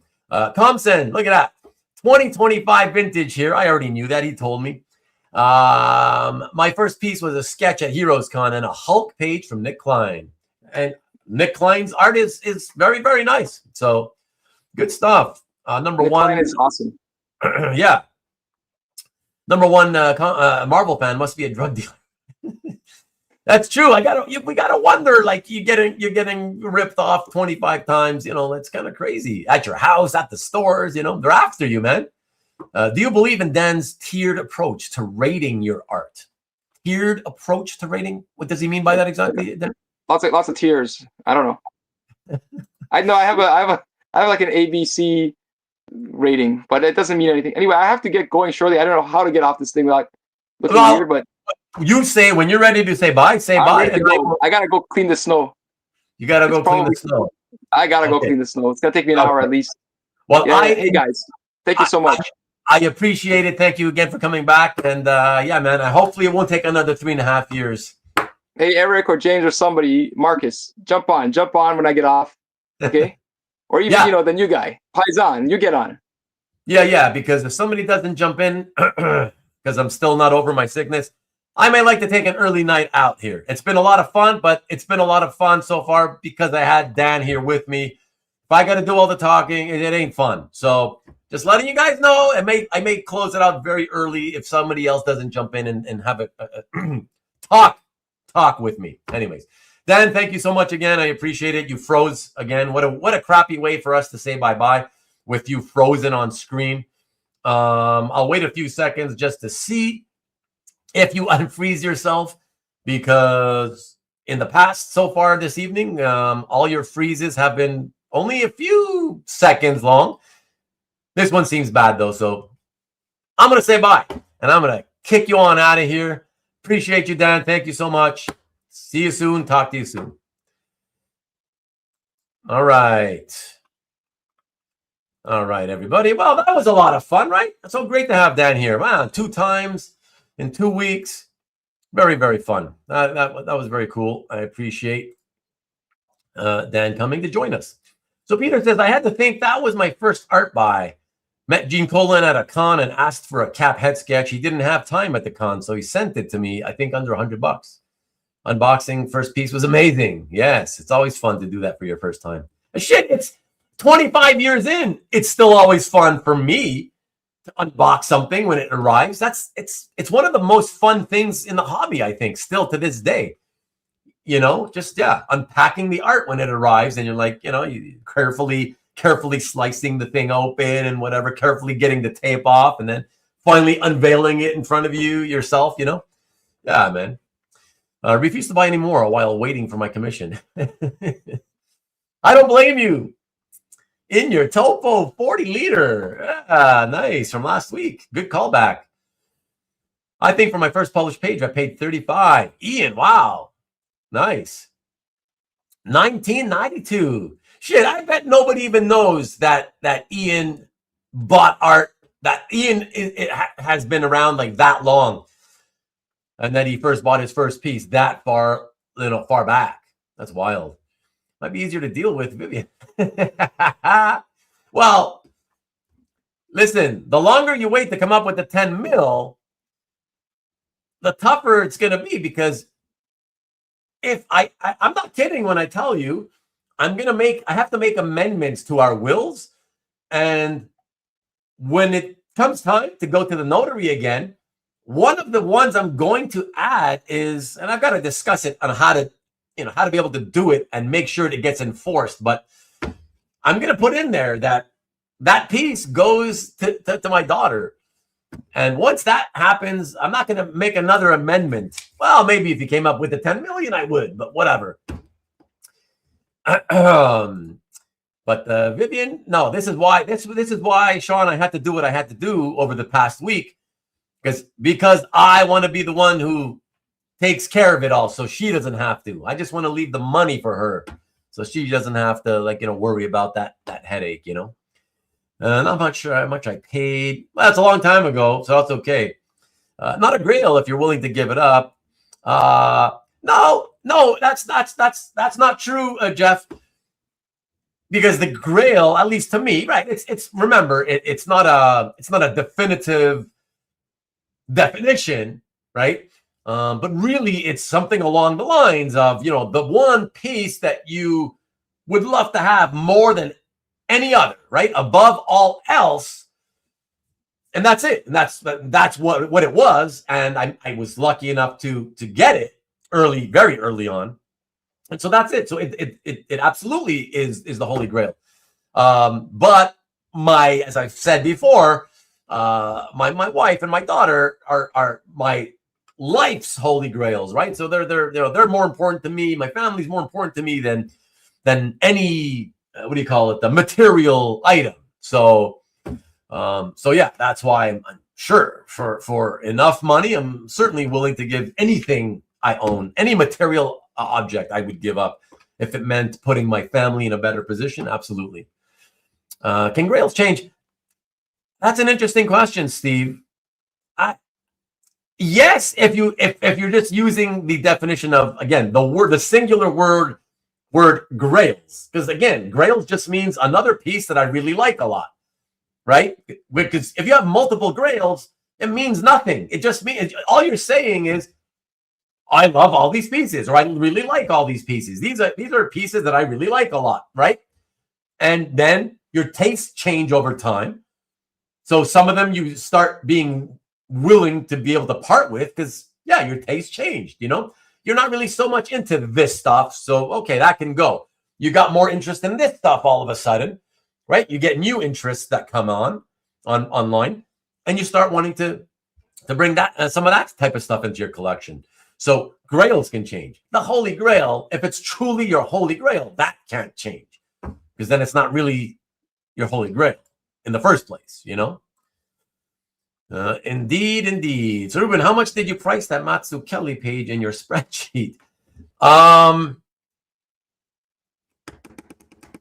don't remember, but like I said, whatever I paid for it back in decades ago when I got it. So very, very little. Very, very little. And yeah, everybody, please, everybody, welcome our friend, Steve Musolino. What up? What's up, buddy? I didn't want to see you go to bed. Oh, no rest for you. You didn't want me to go get some rest, and not that I go to bed, but you didn't want me to go and just relax and not have to strain my throat, which is all clogged with mucus and stuff, Right. But oh my God, 2 hours into the episode, are you here to talk about that topic? You keep. I don't know.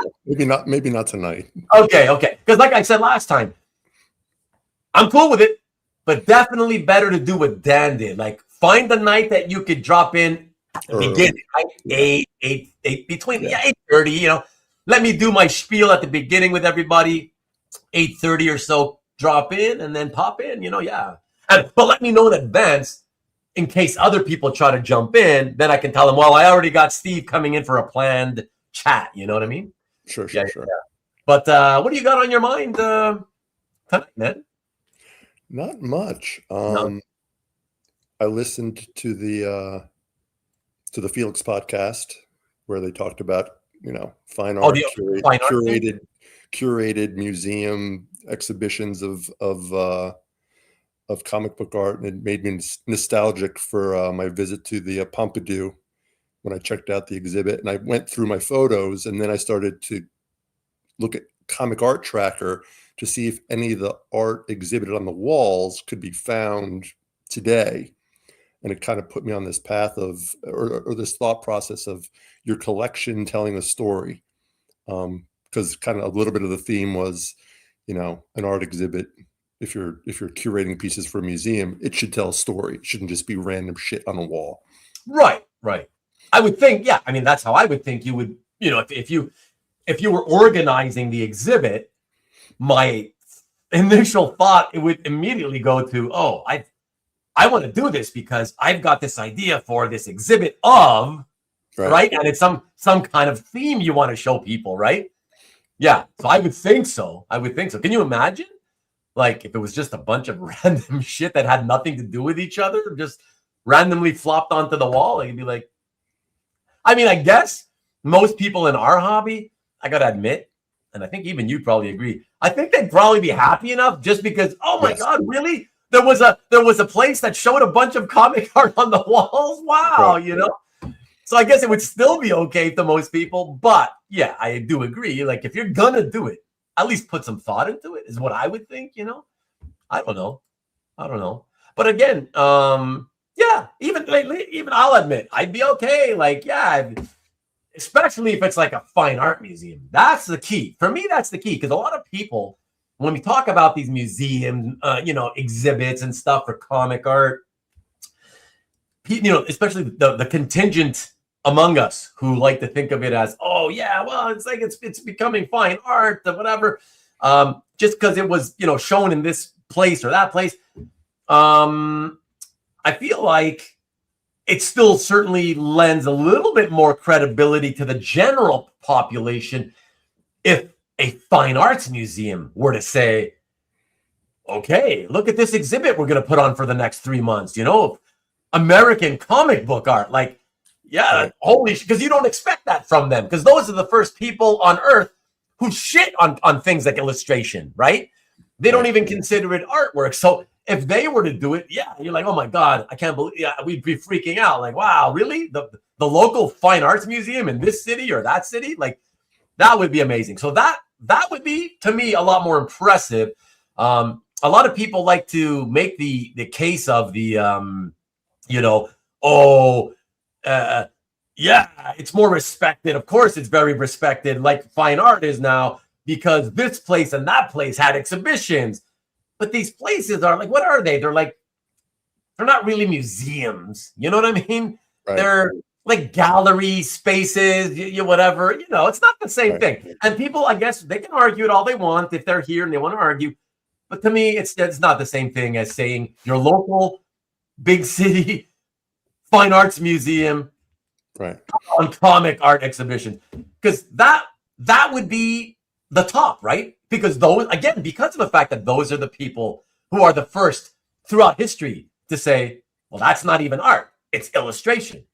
Right. You know what I mean? Right. So I mean, I've been to Paris a bunch of times and I've gone to the galleries. And sure, there's comic book art, but it's a gallery and they sell the art. So it's not the same as, going to the Louvre or the Pompidou where you see the crap that we collect hanging on a wall. Yeah. Yep, I agree. And hi, Chad. Hey, Chad. Al's son, my daddy says hi. Thank you. That's very sweet. Thank you. Tell your dad I said hi, Chad.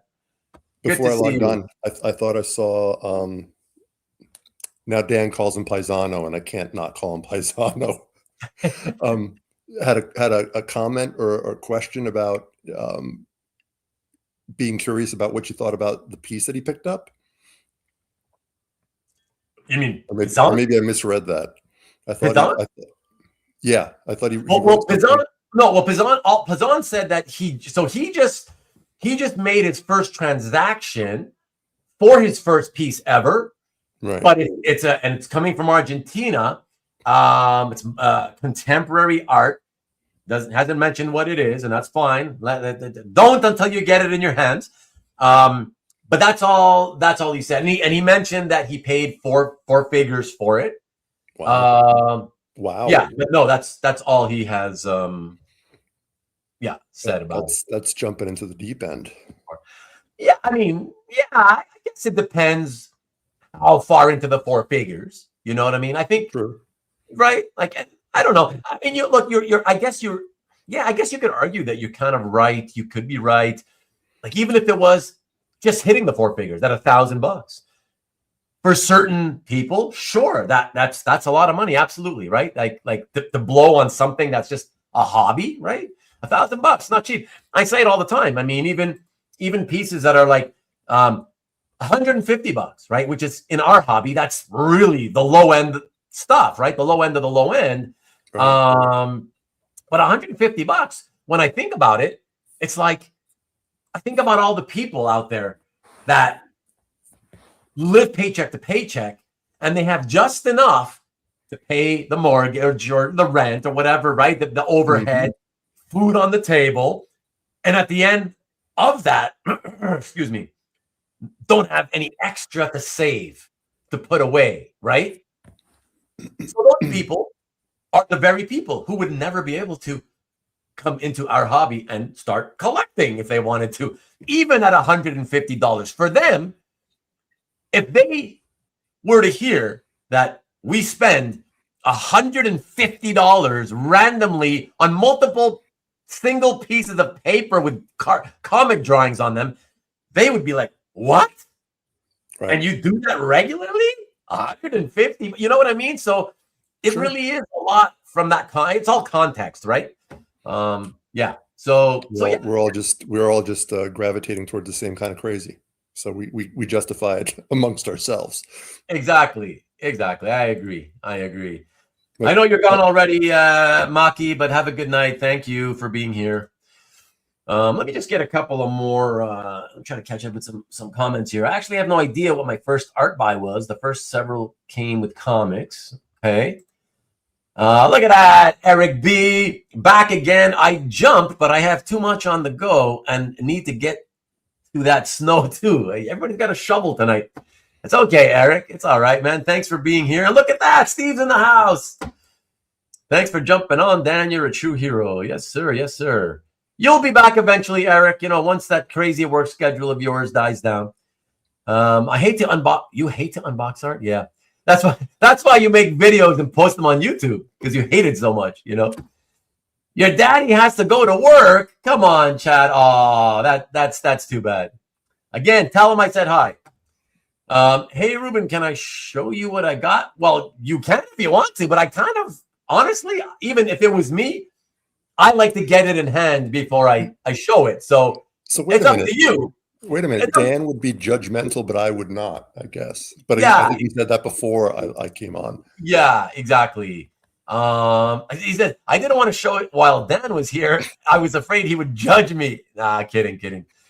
But if you're serious about actually showing it to me privately, I can't stop you. Do it if you want, but I suggest keeping it secret until it's in your hands, and then you can email me. Okay, I prefer that. Some people post on CAF before they even have it in hand. They'll post. I know, and we've talked about that before. I know, like literally, I've seen people within minutes of the thing just ending on the auction, and then I go to CAF. What?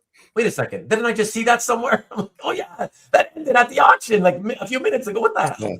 Yeah, that's insane. Like I know getting excited, but like, I don't know. I've never felt. I always felt that if I did that, like, I'm just bringing on some kind of bad juju. You know, it's like, yeah, like, here's what I got, guys. Check it out, right? And then something bad happens on its way to me, and like, well, I never owned it. Right? I never owned it to begin with. Like, but a bunch of people thought I did own it because I told them I did. You know what I mean? Yeah. So I've never been a fan of that either, but whatever. Rick says he bought his first piece from Sean Clancy on eBay. Nice. Valmyra Kazar color pinup. $35 if I remember right. Well, back in the 90s, my friend. So yeah. Oh, you were 2000? Okay, well, close enough. It was late 90s for most of us anyway. So look at that. Al Alfonso's son, Chad, he's giving us messages. My daddy says hi to everybody. Tell him thank you. Pizan says, I'm interested in your thoughts about my purchase. It's not old art. That's okay. It's actually brand new, but there's a big book behind it. That's why I'm excited. That's okay. But still, it won't be much longer. You've made, according to what it sounds like, you're saying you made the payment. Now it's just a question of waiting for it to come in the mail. So just wait. It's like, it can't be, excuse me. It can't be that much longer. So did Pizan read the book? Does he like the story, or is he buying this preemptively? Do we know? We don't.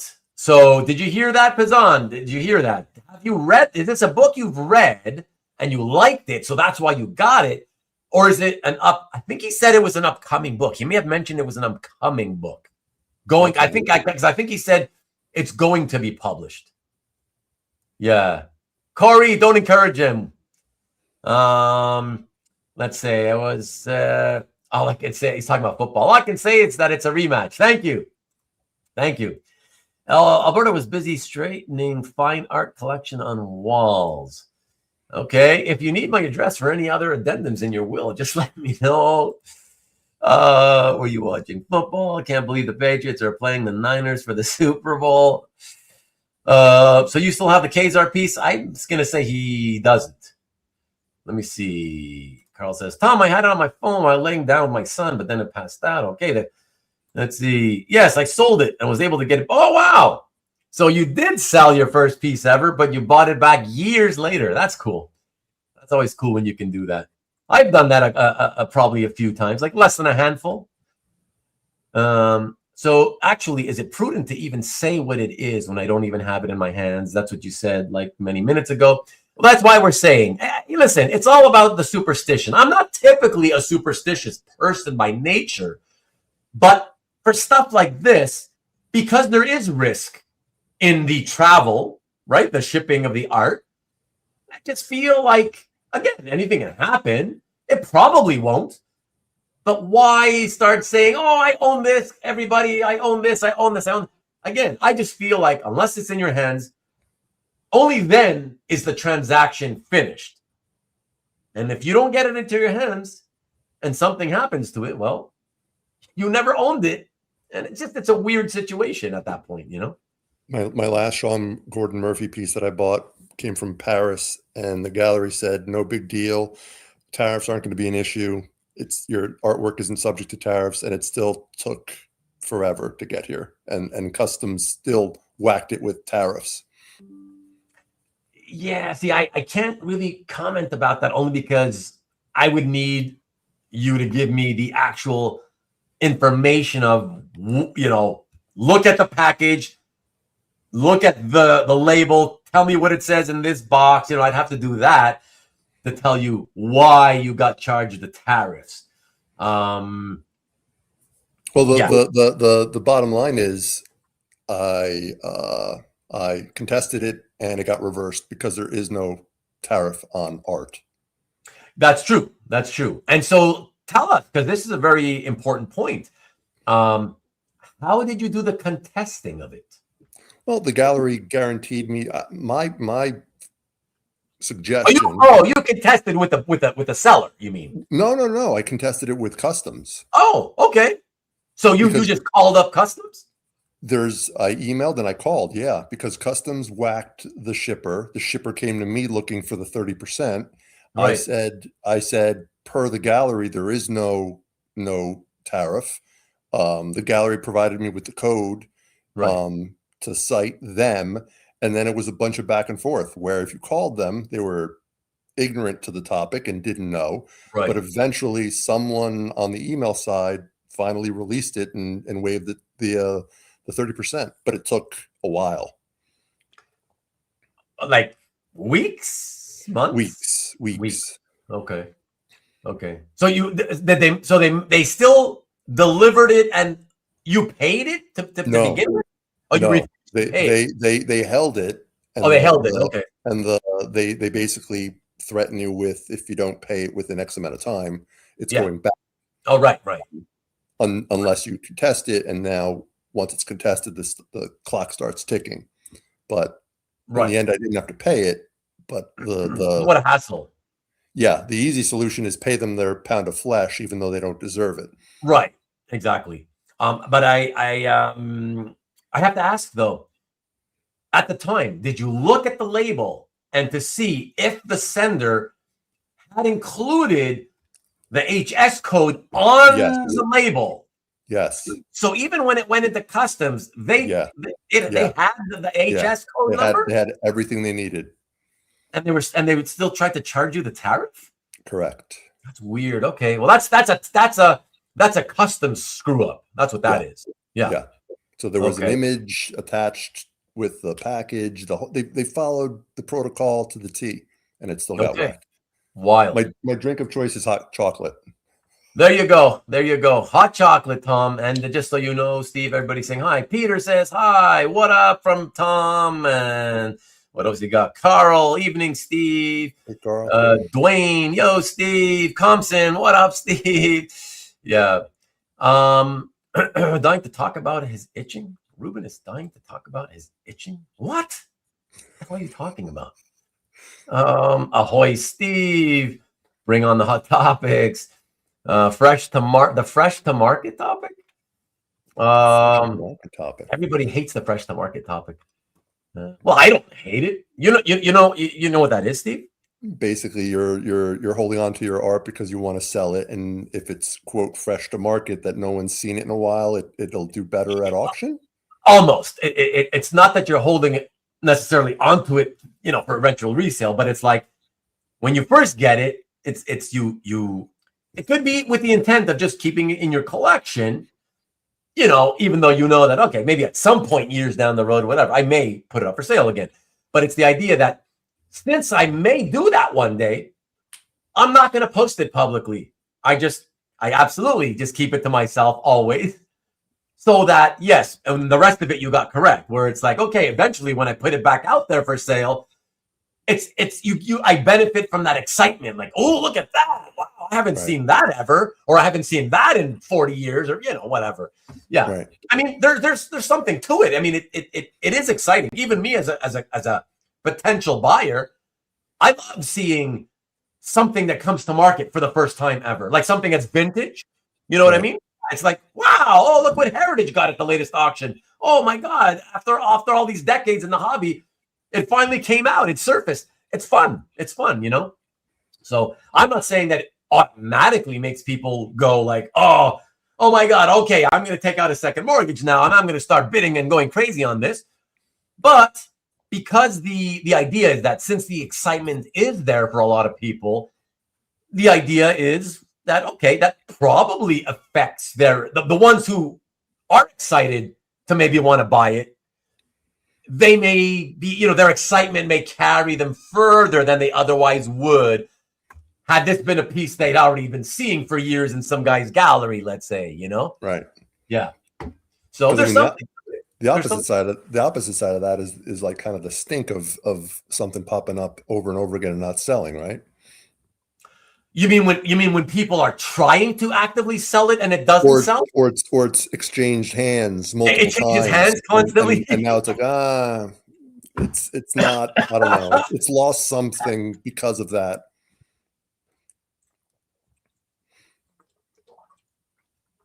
Sorry, everybody. Oh. So yes, that's another thing. Everybody hates that. Everybody definitely hates that. And people always blame like the dealers, because admittedly, back in the day, decades ago, there was a few dealers who seemed to be, I don't know what they were doing. Even all these years later, I still don't really know what they were doing, like what they were thinking in their minds in terms of like what they think is going to happen. But yeah, there were certain dealers who would like, you'd see the piece on this guy's website, and I don't know, like a month or two later, suddenly you'd see it on that guy's website. And you knew that they were friends. You know what I mean? And then a while after that, you might see it back at the first guy's site. Like, it's like, what are you doing? So, yeah, whatever. So because of those shenanigans, if you want to call them that, a lot of us long timers are kind of like, well, not me, but a lot of guys are always thinking that when they see people, when you see the same piece trying to be sold by different people, they always think that there's some nefarious bad thing going on or whatever. Look, I don't know what it is. I don't know why it would keep jumping from one to two people. Okay, but why does it keep jumping to more people after that? Like, which I have seen, I don't know. I don't know. Is there a term for it? If there's fresh to market, what's the opposite side of fresh to market? Stale? Stale. Right? Stale to market. That makes sense, right? I mean, adding the to market, yeah, you wouldn't do that because it sounds bad, right? Doesn't make sense. But this is fresh to market. But are you kidding? That thing's stale as hell. Right. It's stale as 2-week-old bread, or you know what I mean? Like, yeah, that kind of makes sense, right? It's like it's been around, Although you don't really hear people use the stale term, but it does make sense, you know. It tells you right away that that's been around. Everybody's seen it a million times, you know. Ruben, I think a Dan, Steve, Eric show would be very spirited. If you're talking about our friend Steve, who's with me right now, and you're talking about Eric as in Eric, you and Dan, sure. I mean, it's easy to come up with the idea. A lot of people reach out to me with ideas. I'm not joking here. Always with ideas. But then I quickly realize they don't even include themselves as wanting to be a part of the idea. Like, well, what do you mean? Like, are you going to be a part of it, right? And they're like, oh, no, well, I'm just giving you an idea. You know, I just thought something you could do. It's like, what's the point? I need people. I've got a billion ideas. It's just doing them by myself is no fun, you know? I just need bodies, man. I need fresh bodies or even stale bodies. Yeah, man. I just need bodies, people who want to hang out and chat a little bit. That's it. You know, that's what makes it more entertaining. I mean, it's really a chat show. Even when we're doing, what do you call it? A show and tell. I mean, we chat a lot, even on show and tell. So that's what it is. The key is the people. That's the key to these hangouts. Whatever show I do on Sunday nights, my channel, that's the key. It's always been the people, you know, having the people. That's what makes it more interesting, you know? Eric and I chat daily. Daily, man. He told me you guys chat a lot. I didn't think it was daily, though. Wow. It's daily, yeah. Wow. Well, I hope your wives are not getting jealous because, you know, that could be, well, but that's cool, right? Like, and wouldn't you say this could become another topic? It's not needed for a topic, but just as a basic statement, wouldn't you say, Steve, wouldn't you agree that is also one of the best parts? And you've been around since what, 2017, was it? Or 16, 17? Yep. Wouldn't you say that's also, aside from the thrill of the acquisitions, that is one of the best parts of the hobby is when you meet other people with similar likes, similar personalities, and you get friendly with them and you get to shoot the shit about, like, look at you guys. That's awesome. You talk every day. Like, that's awesome, right? Like, yeah. So, yeah. You don't have to be buying art every day and you don't have to be, swinging for the fences, but you can still sustain the hobby just by the connections. Exactly. So these guys are talking now about, man, you could talk about this if you guys want, but you guys are going to have to do most. Well, Steve's going to end up having to do most of the talking, and somebody else would have to maybe jump in because I haven't listened to it yet. So I don't know anything about what happened on the Felix podcast. But yeah, I don't know what to say. Steve, did you say you listened to it? Did you mention that earlier? Yeah, I did listen to it. And remind us, what's the general theme again? I forget. He had a museum curator, I forget his name, out of Switzerland. Who they discussed the definition of fine art and whether comic books fall in the category of fine art. They also talked about, the Lucas Museum and whether the Lucas Museum, I think Felix was trying to feel out the notion that maybe the Lucas Museum and their curated pieces in the comic book hobby would maybe spur the hobby a bit with new blood.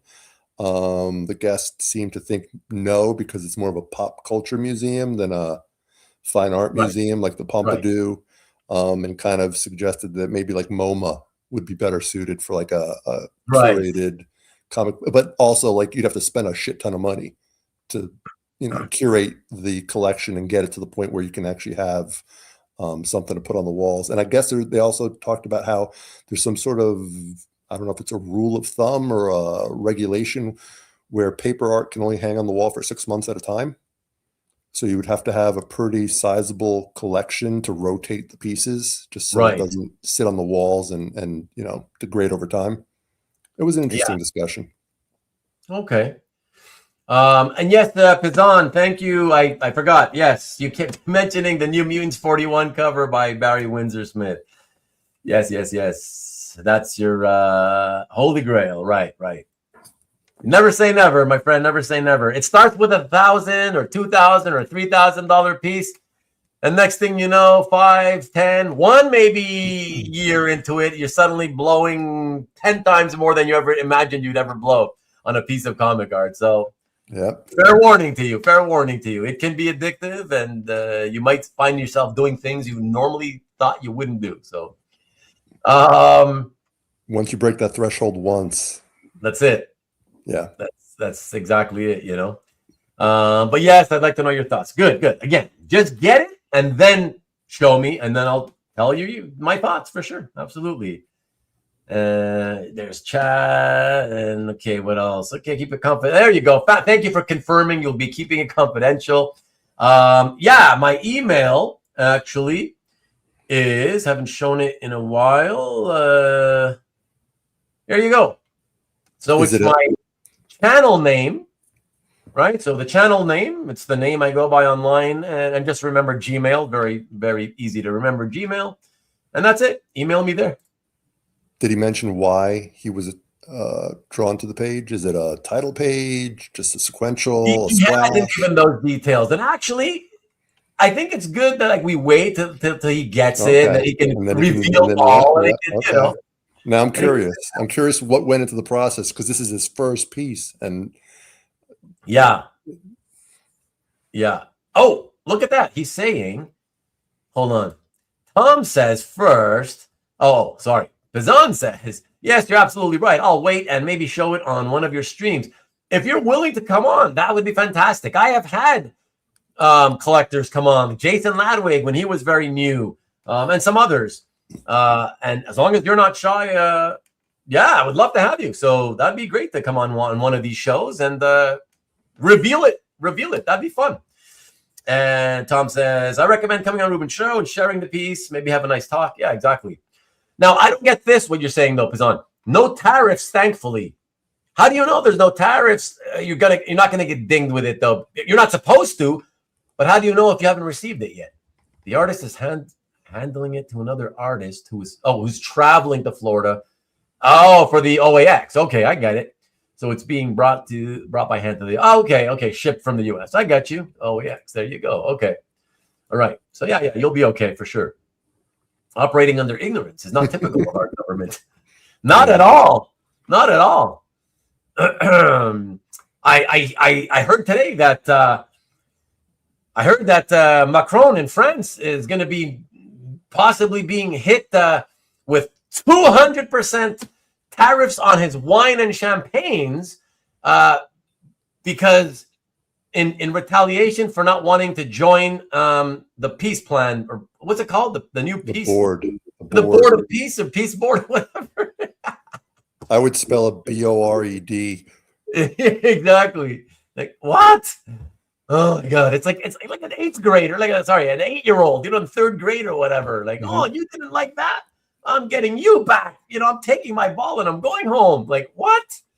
Oh, look at that. Zero Kiori back again. Last month I received some original art from Japan, and luckily I didn't have any tariff charges. Good. You're not supposed to. So good. So but it probably depends on where you're getting it from and if it's insured. Because if it's from a gallery, they're going to have to declare a value because it's their job, it's their business. But if you're getting it from a dealer and it's not being insured, then you don't have to declare a value with the carrier. No, and they're not going to. No, that's not. No, that's not really true.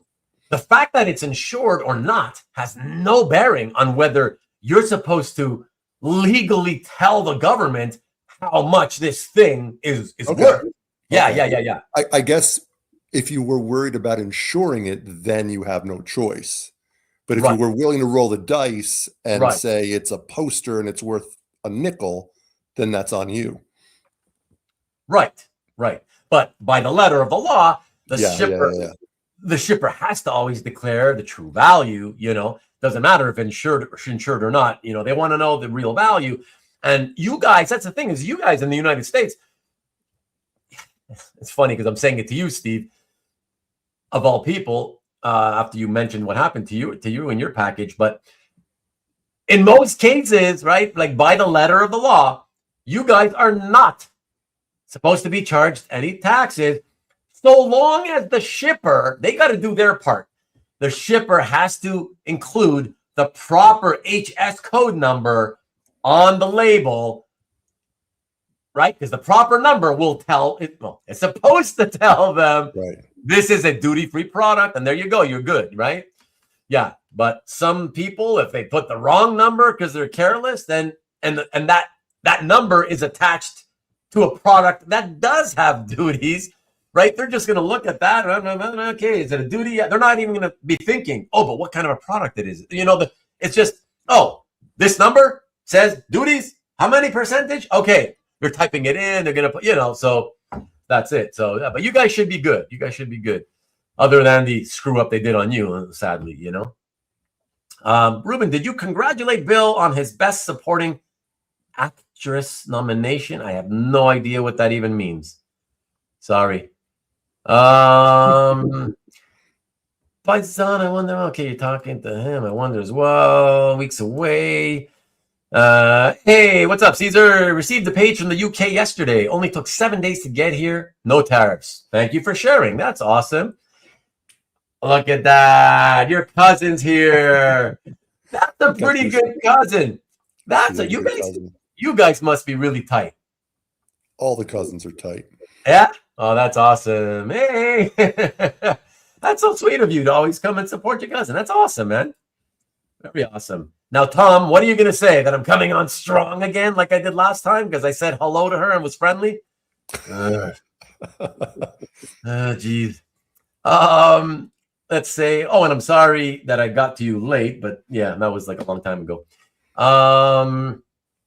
Let's see. Yeah, let me jump ahead here a bit. Let me jump. I'm waiting. Okay. Whoa, Jewish Dragon says, I'm waiting for a page from Croatia. Seems to be lost, so I think I won't have to pay a tariff. I wish you the best, Ian. I hope things turn out better. How long have you been waiting? That's wild. Wow.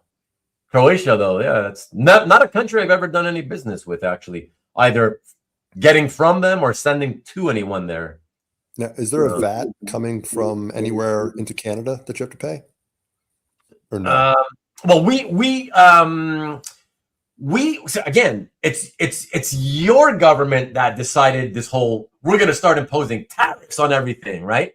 Right. So we don't have tariffs on art, but unfortunately, every product that comes into Canada still has to have the federal and the provincial sales taxes applied to it. Okay. Which totaled anywhere from as little in a couple of provinces out west. They only pay the federal. I don't know the reasons why, but they only pay the federal, and that's 5%. The rest of the provinces have to pay the 5% plus a variable provincial tax, and that ranges typically between, when you add the 5% to it, the federal, it's anywhere from 13 to 15% total. Crazy, that right? Adds up. Yeah. That adds up, man. Yeah. That's just sales tax. Yeah, that's just sales tax. Right. No different. Like for me, it's 15 where I live, you know? So no different than like when I go to the store. I got to go buy a pack of gum or a pair of shoes. Doesn't matter. Whatever the price is showing, I'm paying that price on the price tag plus 15%. You know? Yeah, it's pretty crazy. So artwork, same thing, you know? Yeah, we have that same duty-free thing about like, oh, because it's a cultural thing, no duties on original handcrafted artwork, right? Yeah. But that's different than sales tax. But the sales tax killed you anyway. So like, you know, yeah. Alberto, about the conversation earlier. The worst part is when the piece keeps switching from dealer to dealer with price increases every time. That is that is definitely awful for sure. Dealer to dealer pieces I've seen where the pages are cheaper than at another dealer, even more cheaper, all in a year. Interesting. I've probably seen that once or twice over the years, but generally it's higher, not cheaper. But yeah, interesting. When a dealer continually reposts the same piece. Yeah, Rick, that's true. When a dealer continually reposts the same piece, what is up with that? I see. The thing is I wish I knew the theory behind it. Like, is there like there's got to be a theory.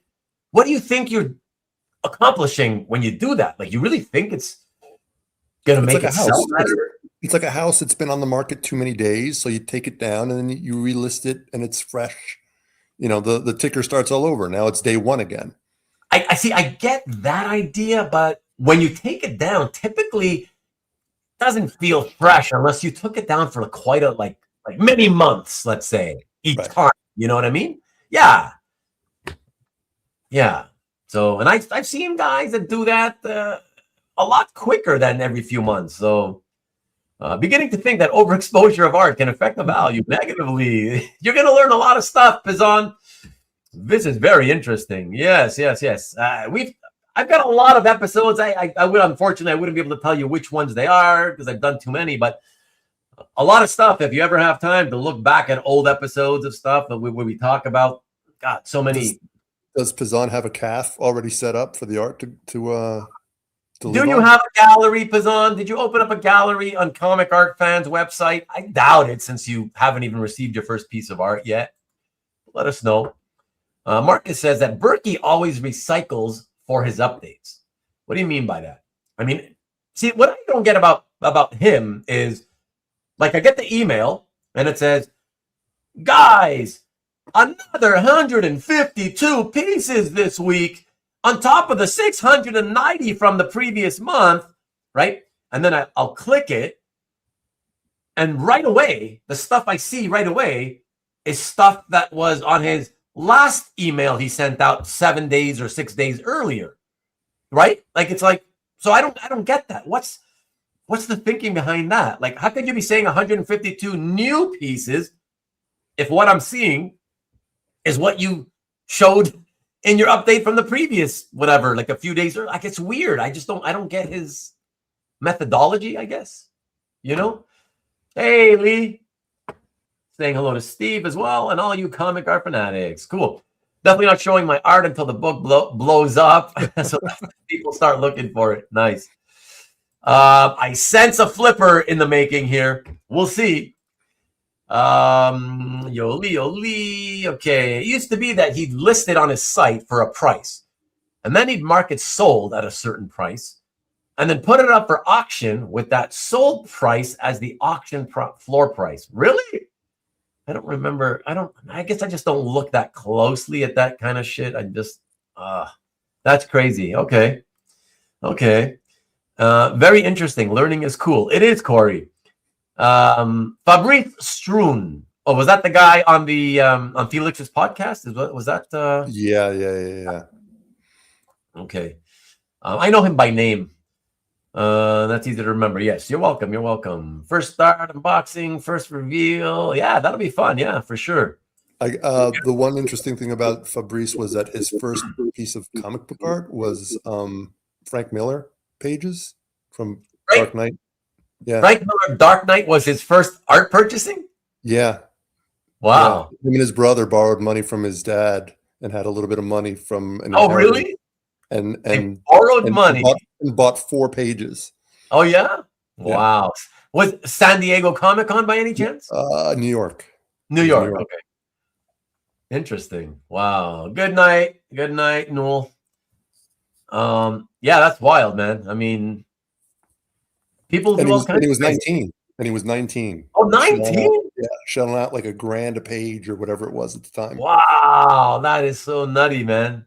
It's crazy that they had a dad that gave a 19-year-old kid and his brother that kind of dough to buy comic book drawings on paper. You know what I mean? Like, father had to have been thinking, like, what? But he must be loaded, because it must have been one of those, you want to get what? Whatever, here, take the 1,000, 2,000, 5,000, whatever. Leave me alone, you know? Yeah. So some people are I'm assuming Swiss. Yeah. Corey says that my wife will be in Tokyo in 2 weeks, trying to get her to find me Yamazaki 25 Sherry or Karizawa. That's not my wheelhouse, but good luck to you and your wife, I would say, Corey.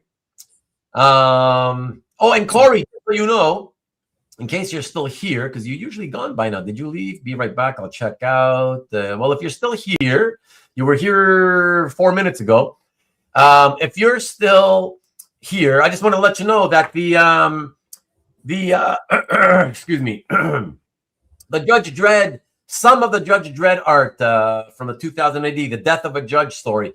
I'll be putting it out on the website this week.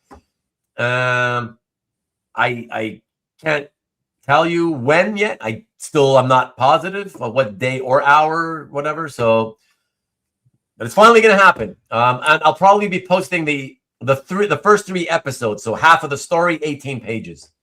All right. A weapons reference. Not taxes, tariffs for winning. Got a page from Germany a few weeks ago. Arrived in about a week and no tariffs. Good to hear. I'm the only lucky one. Yeah.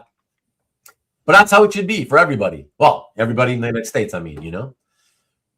So Ian says even with the Croatia package, waiting for around a month plus. Not a lot of money. Okay, that's good. But it's an escrow basically. So I'll probably get it back. Oh, that's good. That's good. Rather have the page, obviously. Oh, of course. Kind of a cool cover. No, for sure. Listen, certain countries, their postal services is they're not like first world countries, right? So shipping between them, it gets wonky at times. Doesn't mean that you're absolutely going to lose the piece. So have some faith. I think there's still time. If it's only a month plus or whatever, I know it wasn't Croatia, it was the United States, but remember early in, a year ago, I shipped 2 packages to the United States on the same day at the same exact time. They both went missing for 3 months. The post office even told me, that's it. We're closing the case. We're considering it lost. And I don't know, less than a week later, they both got delivered to me. They both got delivered to the customers that I sent them to. So have faith. They usually will arrive. One of Dynamite's. Oh, it's one of the Panther covers from Dynamite. Well, like I said, have faith still. It ain't over yet. Universal health care ain't cheap. That's exactly. That's not only that, guys. 15% sales tax, 13 to 15 across the country, but we hit the maximum income tax rate threshold, which is like, I don't know, 52%. It only takes making something in the neighborhood of like $106,000 a year, and you're basically giving away half your paycheck. But exactly, that's what the free healthcare. We got to pay for it somehow. That's how it is, So I think it's Panther issue 4. Look at you giving it all away. You're jinxing it now. Now it may never arrive. I don't want to say that though. Let me see. If we repost the same piece, it'll bring new eyes to the piece for your legendary update. Legendary update. Oh, but it's always the same eyeballs, so that doesn't really make sense. I mean, not that you're the one, doing it, Marcus. I know that, but that's what I just think, right? Like the same people. It's always the same people for the most part. It's not like you're getting like 100 new collectors joining your mailing list every day or whatever, every week. I don't know, man. I don't know.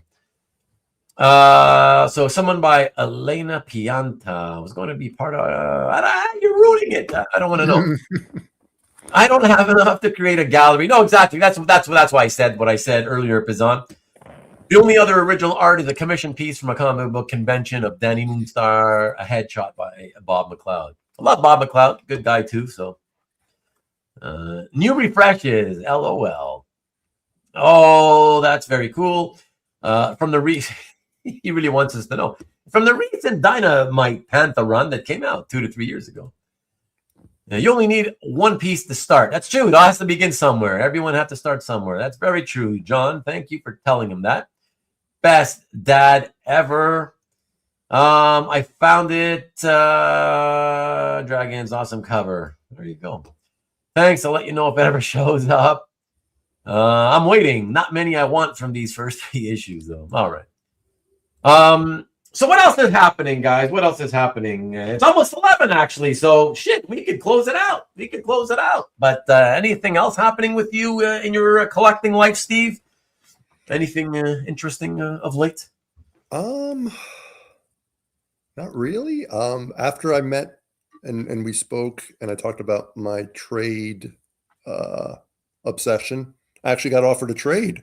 Really? Yeah, and it made me have to think really hard about my collection. In the end, I didn't go through with it. Okay. But it's interesting how, you know, you put it out in the universe and it manifests itself, right? Here I am talking to you, and that same night I got offered a trade. So, any idea if the guy had maybe seen you, had been watching? yeah, He mentioned 100%, it? 100%, yeah. He mentioned it. Yes. Oh, okay. He messaged me while we were talking. And While said, like, okay. like I'm watching you, and you know, yeah. you mentioned trades and et cetera, et cetera. Oh, interesting.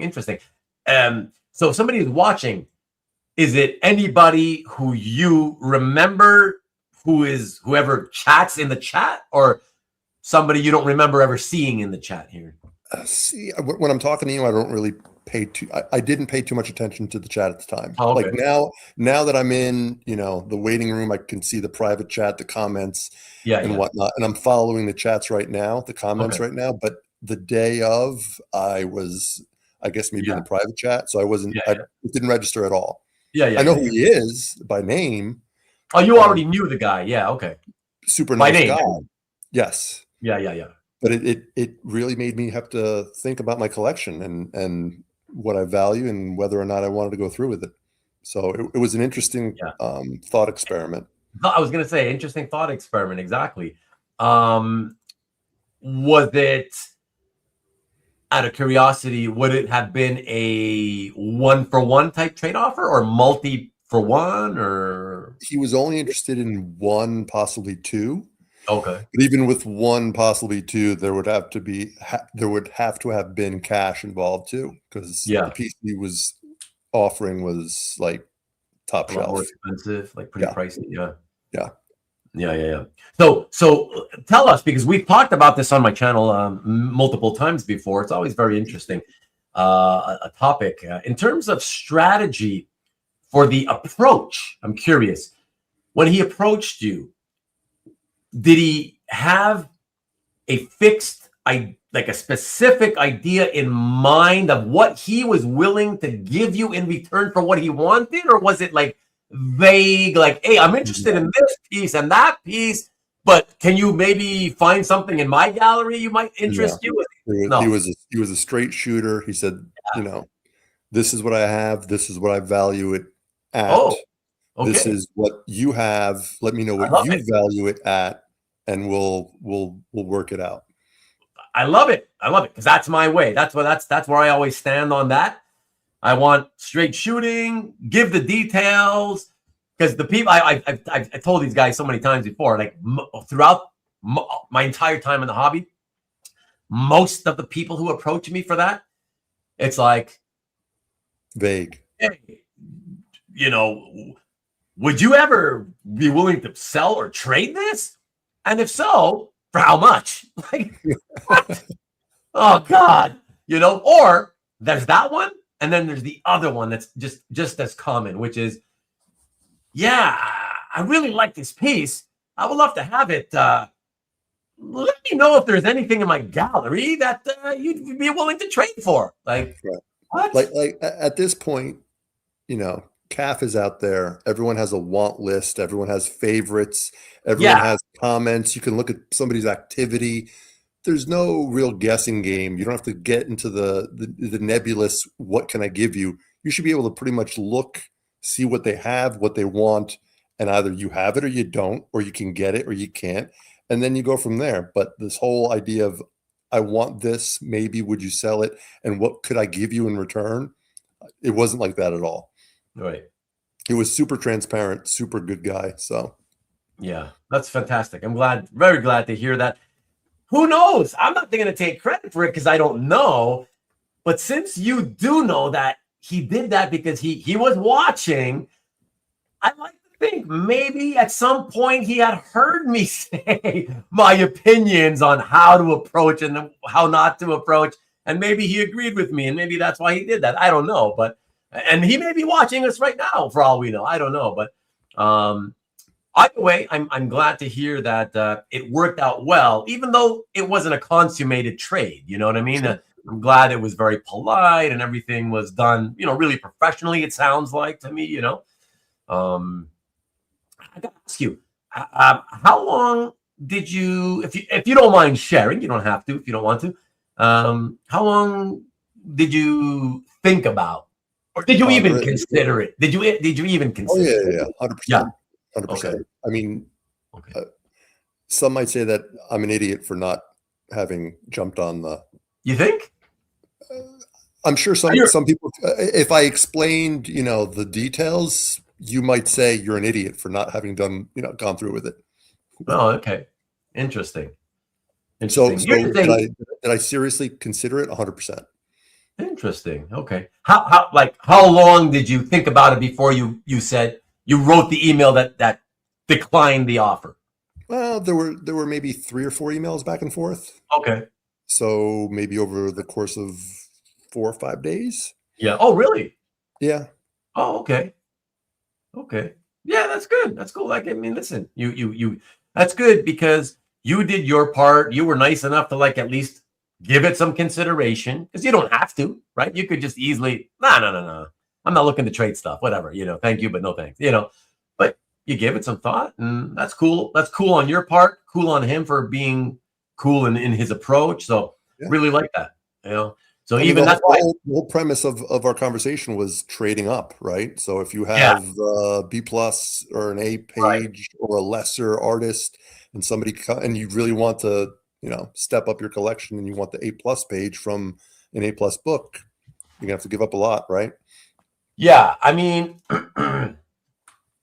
it's true. The thing about that though is see, that's the thing about trading up. It's hard, I feel, because just at its root, you want to trade up, but everybody would rather have a better example than what they already have. So therefore, it's not easy to how do you, when you're doing it through trading, how do you offer something that, I don't know, maybe your piece is 7 or 7.5 on 10, very solid page, right? And you'd love the opportunity to maybe swap it for an 8.5, a 9, or let's say, but in order to get that one from another collector, I mean, it seems to me it's impossible. If you got to be giving up something that's also, they have to feel is really, really up there. You know what I mean? Because, just because of the idea of, well, why would I take your very solid 7.5 page and give you in return my 9 out of, you know what I mean? 100%. So, that's why in theory you could, if I gave you the specifics, you'd say, Steve, you're an idiot. You should have made it happen. Right. Yeah. It's interesting. And look what Rick's saying. He received one of those vague trade proposals yesterday. 3 correspondences later, and it's still vague. You see what I mean? You know what I mean, Rick? That is so funny. Oh my God. Some people, man. I mean, what can you do? Can't put a price on a heated pool this time of year. Oh man. Organizing portfolios of best pieces, i.e. curating, yes, that's the word, helps one decide what to sell and trade. That's true. I mean, the more organized your collection is, especially if you have a lot of pieces. Remember, Peter, Steve's more of a very focused, barely buys a couple of pieces per year type collector, knows what he wants, and when he finally finds it, he goes for it, right? So he doesn't have that kind of a problem like most of us who, we have so many different likes that we just buy whatever we like, and we got hundreds of pieces or whatever, But yes, you're right. For those of us in that situation, definitely. That's why I always say you got to curate. That's why people, it's funny, my friends, some of my closest friends laugh at me. We have a conversation and they start laughing at me when they found out that all my stuff, okay, let's say my New Titans pages by Tom Grumman, okay, good example, because I have a lot of that stuff. or Iron Fist from the Mike Perkins Iron Fist series, 2016, let's say. And like I said, like I have, let's say, my Iron Fist portfolio, right? It fills up the portfolio, and it's all alphanumeric. So of course I have them starting from like I didn't get pages from issue 1. Started with issue 2, and so I have issue 2, page whatever, and then issue 3 you'll have a page or 2 or 3, and then issue 4, right? It's all alphanumeric. Because that's how I want to look at it. Because that's, I mean, just like when I used to collect comics. Of course, all my 35 boxes were alphanumerically placed. Because if you ever want to find something, you want to be able to find it immediately. So it never occurred to me that art collectors who have volume, it never occurred to me that anybody did anything different than what I did, which is when you add new pieces, you pull out the stuff from our portfolios so you can shift and make space for the new additions, and then replace the pieces you pulled out. I mean, that's what I always do. I shift. That's what we call it. I shift a lot. I pull out and do the shifting. And my friends were laughing at me. They're like, "What? What kind of a maniac? What kind of a maniac does that?" I'm like, "What do you mean?" I go, if you don't do that, I go, you guys are telling me that if I go to your house right now and I look at your collection, I'm going to pick up the first portfolio randomly, and I'm just going to see a random smattering of pieces that are in the order of what you bought when you bought it. So in the order that your art came in, that's what you put into the next page of the same portfolio. That's what it sounds like you're saying. They're And like, is that the answer? They're like, yeah, pretty much. I'm like, what? I would never do that. Insane. I know Yeah. I have a sort of obsessive compulsive nature about me about certain things. I get it. But I really don't believe that doing what I do is part of that obsessive nature. I think it's just proper curating to keep track of your collection. You put it in alphanumeric order. You know, when you collect multiple pages of the same titles and, you know, whatever. Yeah. To me, Right. that's normal. I don't know. Imagine you go to a museum and they've got your collection on the wall, and you ask them, how did you decide to put this up on the wall? And they said, based on the order of the year you bought it, and not in the order of the book or anything, or the artist or the period, but just in the order of the year that you bought it. It would make no sense. So just as somebody looking through your portfolio, I would want it to have, you know, kind of tell me a story. Yes. Yeah, exactly. I find it crazy to think that anybody would just randomly, okay, my next piece is into the next page of my latest portfolio, like having especially, you know, collectors who are not narrowly focused, collectors who have a broad focus and buy lots of artists, lots of titles, and, you know, yeah, like I just can't imagine like what a mishmash of shit you've got. It's weird. I don't know. That's just way too weird for me, you know? Oh, Marcus, you're such a silly man. I would like to be the bottom. Oh, my Lord. I prefer a cash. Hey, what's up, Ian? I prefer a cash offer. That trade better be amazing. Oh, I wish it would be cash offer. That's another thing, Ian. I got to tell you, not only has my history in the hobby with trades been crappy for the most part, in the way that I'm approached, but on top of it, I rarely get people, when it comes to money, I get inquiries, but rarely do the people tell me what they want to pay. It's always more of the variety of, would you ever sell this? And if so, how much? It's like, so you want me, clearly it doesn't say it's for sale, so you know it's not for sale, but you want me to tell you yes and come up with the price that I would sell it for? They want you to say, no, it's not for sale, but if it were for sale, this is how much I would sell it to you for, even though it's not for sale, which is even stupider. That's even worse. That's so stupid, man. Like, oh, that's crazy. Like, that's, yeah, whatever. But again, to Ian's point, I also wish, I wish more of the people who wanted my stuff just came out and said, politely, hey, I really love this piece. If you can ever see yourself parting it, I understand if you know, it's not for sale. But if you ever could, I just want you to know I'd be willing to pay you this much. That's it. That's all you have to say. Please, please, people, do that to me. I don't care. I don't get annoyed by offers. I don't consider every offer. You know, whatever. But at least to me, that's professional. It's you're being honest, straightforward, and professional. You know, they're afraid of over committing. Like I know that. I know that you would take 2,000, but they've offered you 4, and God forbid. I know, but see, it's not a valid reason to not do what I'm saying you should do, because this falls to what I always say.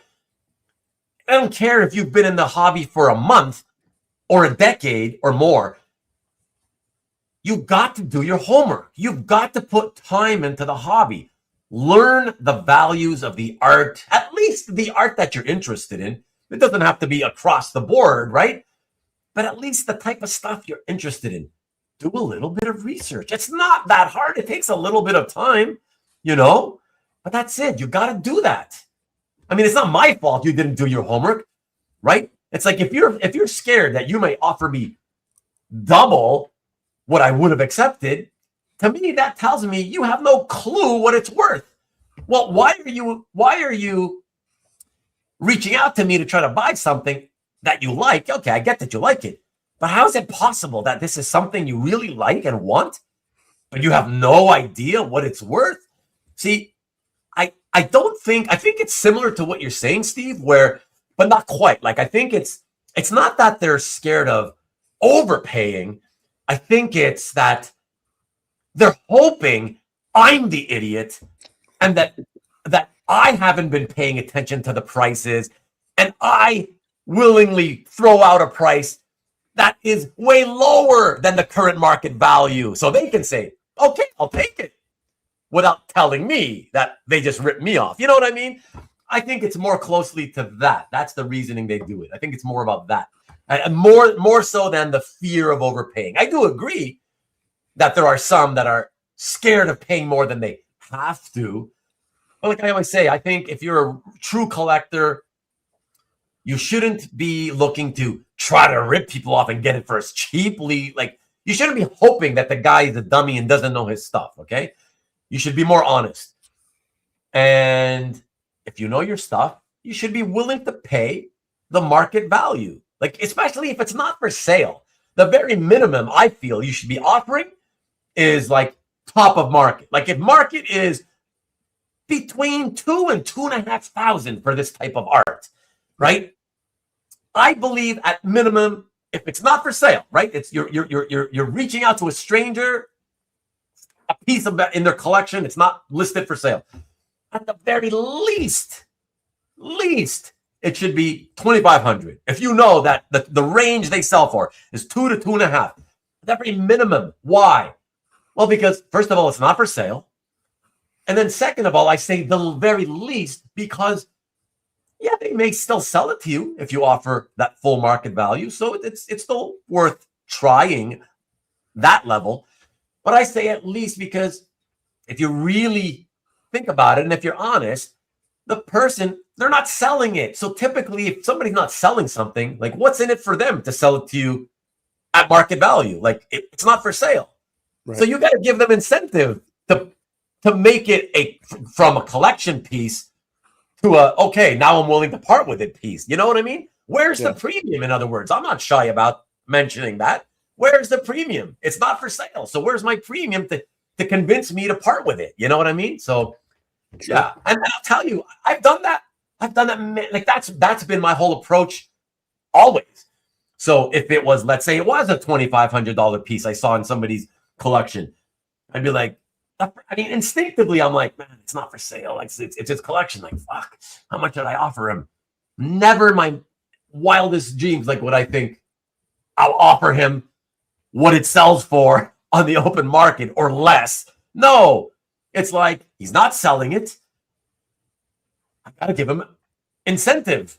So maybe at 2,500, if that's the top, you're like, hey, what I said earlier, hey, I don't know, like, hopefully you're not Don't take this the wrong way. I don't mean no offense, but blah blah blah blah. I'd give you 3,500 if you'd like to. You know what I mean? Like, so yeah, I'll give you what it's worth, top of market, plus an extra grand because I know it's not for sale. That's my approach. You know, and yes, I get the fact that it may, I may have paid more than I needed to. Like, who cares? But that's part of the game. Like, you know what I mean? I'd rather just pay the fair price, do the right thing, than try to treat somebody like hoping that they're dumb and trying to take advantage of. I don't know. That's just me. I know not everybody's gonna be that honest. Whatever. That's just my approach. That's how I prefer it. You know. Need to organize like Anthony does. Is he organized? God, no. Okay, he's being facetious then. Okay. I haven't seen him in person like at a con like in many years, so I just remember a disaster. So lots of bins. Would have been shocking to learn that he had suddenly organized. You know, hardly ever organized. Oh boy, I just found the Walking Dead #1 and a Mouse Guard 1 Comic Express. Are those you're talking about comic books? That sounds like comic books you're talking about. But wow, okay, so people like you do exist. Apparently so, because like I said, my friends that were laughing at me, they were like that. So why do you shift? Just add art as you go so you can tell when 5 years are up. Yes. Nice. Forget I had extra of those. That's funny. A random piece of art would drive me insane. Okay. I also organize prime examples in ring portfolios for presentation. Helps me a lot. That's good, Peter. I like that. Lee says, I do the same as you, Ruben. I reorganize to be chronological as long as the pages fit in the same portfolio. Yeah, good to hear that, Lee. To be honest, though, Lee, I'm shocked that you're like so far the only person who says, yeah, of course, I do that too. Maybe we are in the minority. I don't know. I mean, you know, as humans are typically lazy by human nature is such that we're lazy. No, you know, we're busy with our lives, our families, work, blah, blah, blah. So I know people don't want to have to spend more time than they have to do certain things. But I guess in my mind, this is not just another thing. It's the hobby that we love. You know what I mean? So it's like, isn't this the one thing you should be willing to sit down and spend the time to like curate and pull stuff out to make space for the new editions and put them in order again? Yeah, like to me, like it's like a no-brainer, you know? That's part of the fun. I actually find it fun. It's time consuming, but it's fun. So there is a focus in collecting, Jason. Tell us a better story of your collecting journey if you just keep adding page after page. Well, so be it then, Marcus. If that's what you do, I mean, God love you. What can I say, man? Good luck with your collection, your randomized collection. Have to be in order. Be crazy if just random. Okay, so Tom, sounds like you're on my side and Lee's side of that. I also organize my art by theme or character. Yeah, that's fine. Whatever. Yeah, for sure. You can tell if you've had a good or bad year. Oh, my art is arranged in portfolios by size. That makes sense, right? You can't fit every type of page into one portfolio. By publisher, by style, e.g. pencils versus ink. Yeah, whatever. But that's what I'm saying. Not everybody has to follow my exact way of chronological doing it, but like there's different ways of keeping a track, keeping a theme or whatever, right? Like themes with your portfolio. Yeah, I mean, that all makes sense to me, Robert, for sure. Peter says, I have a ring binder each for World War II, Marvel, and Batman so far. Well, sure, because you focus on those things. So that's what I would do too. Does the Grail go in the back or the front? What's that? Does the Grail go in the back or the front? Or is it because chronological, it could be in the middle? You mean the Holy Grail? Yeah. Well, he picked it up. He showed it to us. He shared it on the All-Star episode, first episode of this year on the 7th of the month, the Kubert Sergeant Rock cover. So why don't you let us know, Peter, where do you have that?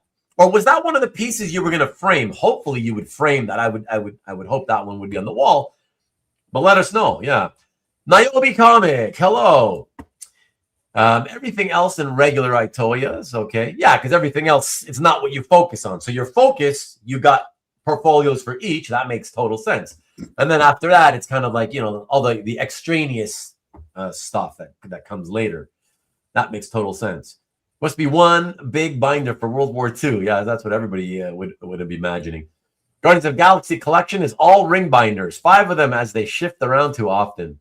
Nice, Ian. I would think you would have multiple ring binders for that.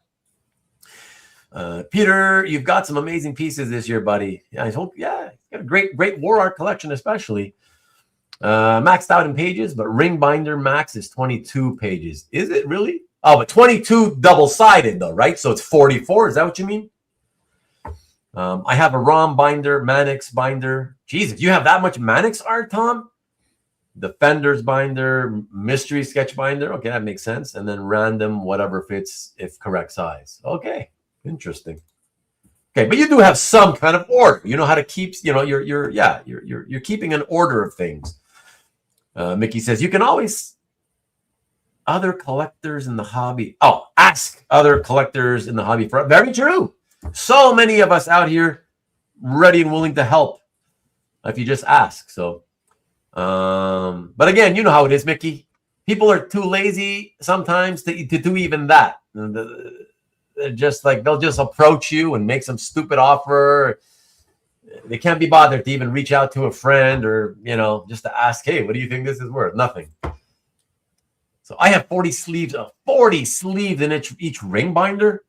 Wow, those ring binders fit 40 sleeves. That's double-sided, right? That's 80 pieces per binder. Holy crap. Once it's full, isn't it kind of like this? Isn't it like 2? Like it's not flat, like it's opening that way? Yeah, Ian. Man, that's pretty nutty. Damn, all of those on CAF. He's probably got most of it on CAF, I would think, if not all, Corey. Still need ring binders for the Twice Up complete issue projects. World War I. Paul Piro, JSA. Get to it, buddy. Get to it. Have two Mannix due, and we'll probably get 2 more ready at AOX. I didn't know you were such a Mannix fiend. I mean, everybody tends to think of the Mannix fiends as, you know, Lance and Marcus and a couple other guys, but I didn't know you had that much Mannix. Wow. No more homages. I just want Mannix to just do his thing. Much more special. Okay. We're on the same page, LOL. 22 pages equals 40 up. Okay, so 40 up. 44 sleeves. Yeah, 44 slots, we'll call them. Each issue of Dampier takes 2 Itoyas. Wow. Well, those are long, Robert. You got so many pages per issue, right? Hey, what's up, Yevgeny? Mannix Mania is real. Apparently so, especially at Tom's house. Love Mannix. Wish I got more years ago. A long wait now. I need to get Oolongs. Mark Fong says, NFS, not for sale, but open to indecent proposals. My Mannix collection is growing thanks to the cover pickup at the end of the year and the sketch card. Yeah, all you OAX attendees seem to be falling under the Mannix spell. It's like if you go to OAX, you're going to fall under the Mannix spell. Ulan is off the charts. Yeah. At first OAX, I seen her first pieces, then Manny at second. I've been slack on getting an Ulan. Thank you, Tom. I have many pieces of art by my daughter, though, says Tom. Nice. Your daughter draws. Cool. Can't wait to see John do his Dynamite covers. Nice. What's the day count for OAX? No, yeah, I'm surprised you don't know, Tom. I would think you would know the days, minutes, hours, seconds, 26 days. Ian's apparently very hyped to be there. Of course, my pages are in alphanumerical order. There you go. Thank you. Thank you, Mike. I mean, there you go. Another person that makes sense to me. Excited to see your folios this year, Robert. Holy Grail in the front, says Peter. Not on the wall, Steve. Wow. Oh, okay. Wow. That's an interesting one. Interesting. Okay. Because I thought when we asked you, when you showed it, Peter, I know that I asked. I don't remember the answer, but I thought the answer was that you were going to get it framed and on the wall because it's the Holy Grail, for Christ's sakes. That's interesting. That's interesting. Thanks, Ian. I'll bring a mix of things I have not posted on CAF yet. Oh, that's always good. Only prime examples in the ring portfolios. I think I met Robert at the first OAX at the Gerhard table. I think he was wearing a hat. He does have a hat. Yeah, those of us at OAX need to meet up at the hotel bar area and come on Rubens and just say hi.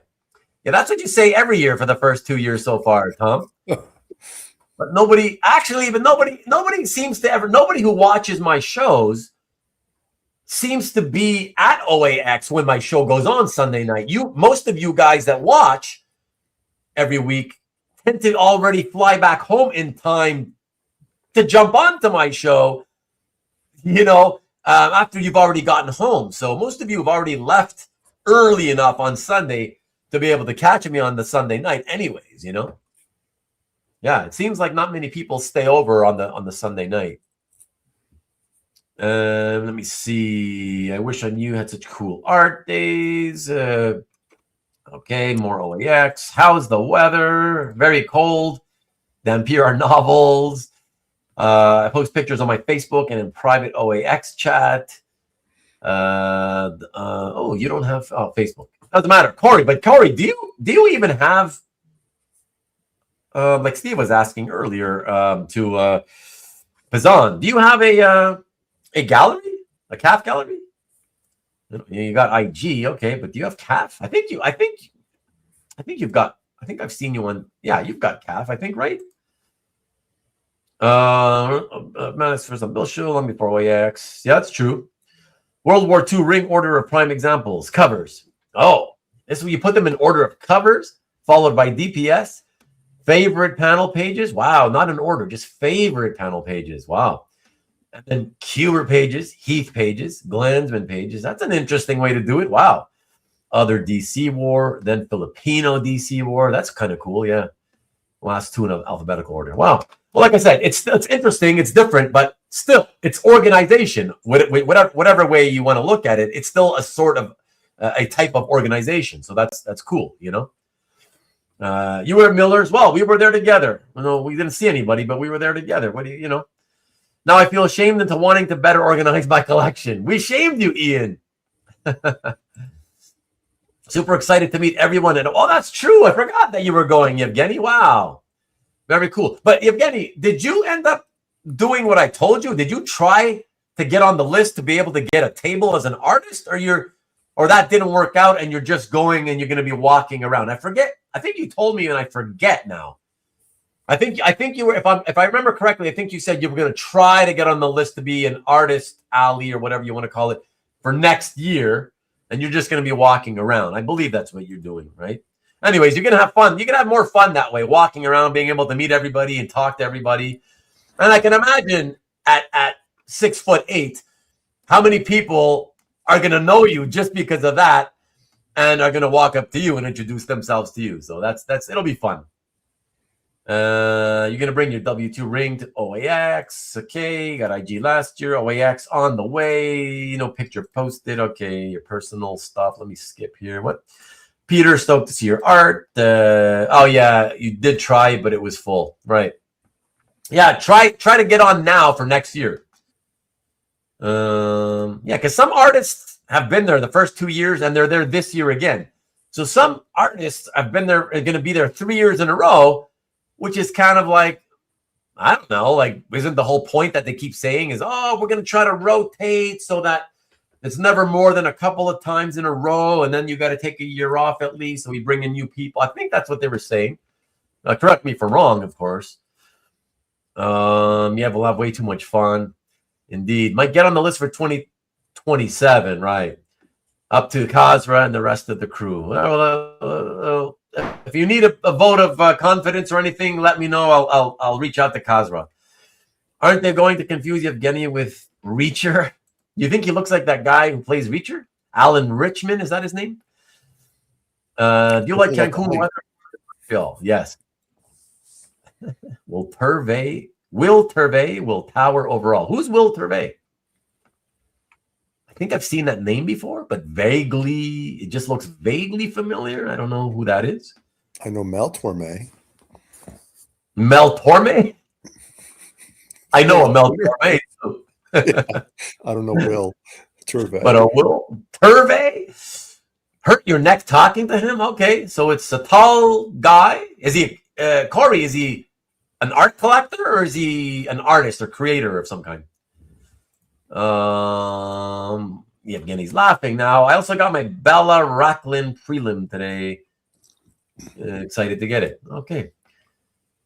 Yeah. And Steve, I believe you said you are going, correct? No, never. Oh, you weren't going to OAX. Oh. No. Oh. I thought when we were last together, No. I thought that you said, okay. I feel like that kid that's inside the house on a summer day and everyone else is outside playing stickball, and I'm both jealous and annoyed that everyone's talking about the game and playing the game, and I'm stuck inside. I get it. That's okay. I mean, did you want to and just couldn't, or you decided you just weren't going to go? They've positioned this thing between my wife's birthday and our anniversary, so okay. Yeah, some things are more important. Yeah, for sure. Absolutely. At least from my point of view, for sure. I do like my Patriots quarterback. Thank you. Yes, Stanley. Just got in from shoveling. Was listening in. Thanks for you were listening in while you were shoveling. How does that work? On your phone? Oh, on your phone with the earbuds. Thanks for keeping my mind occupied. Time for Advil. Oh, my shoveling was 4 hours today. Oh my! Was it? Yeah. A 4-hour shovel to get yourself clean and open? Yeah. Wow. You must have that's with a very big driveway? It's a very long driveway. Oh, one of those. Yeah. So it was an hour between 8 and 9, and then it was 3 hours between 11 and 2. Ooh.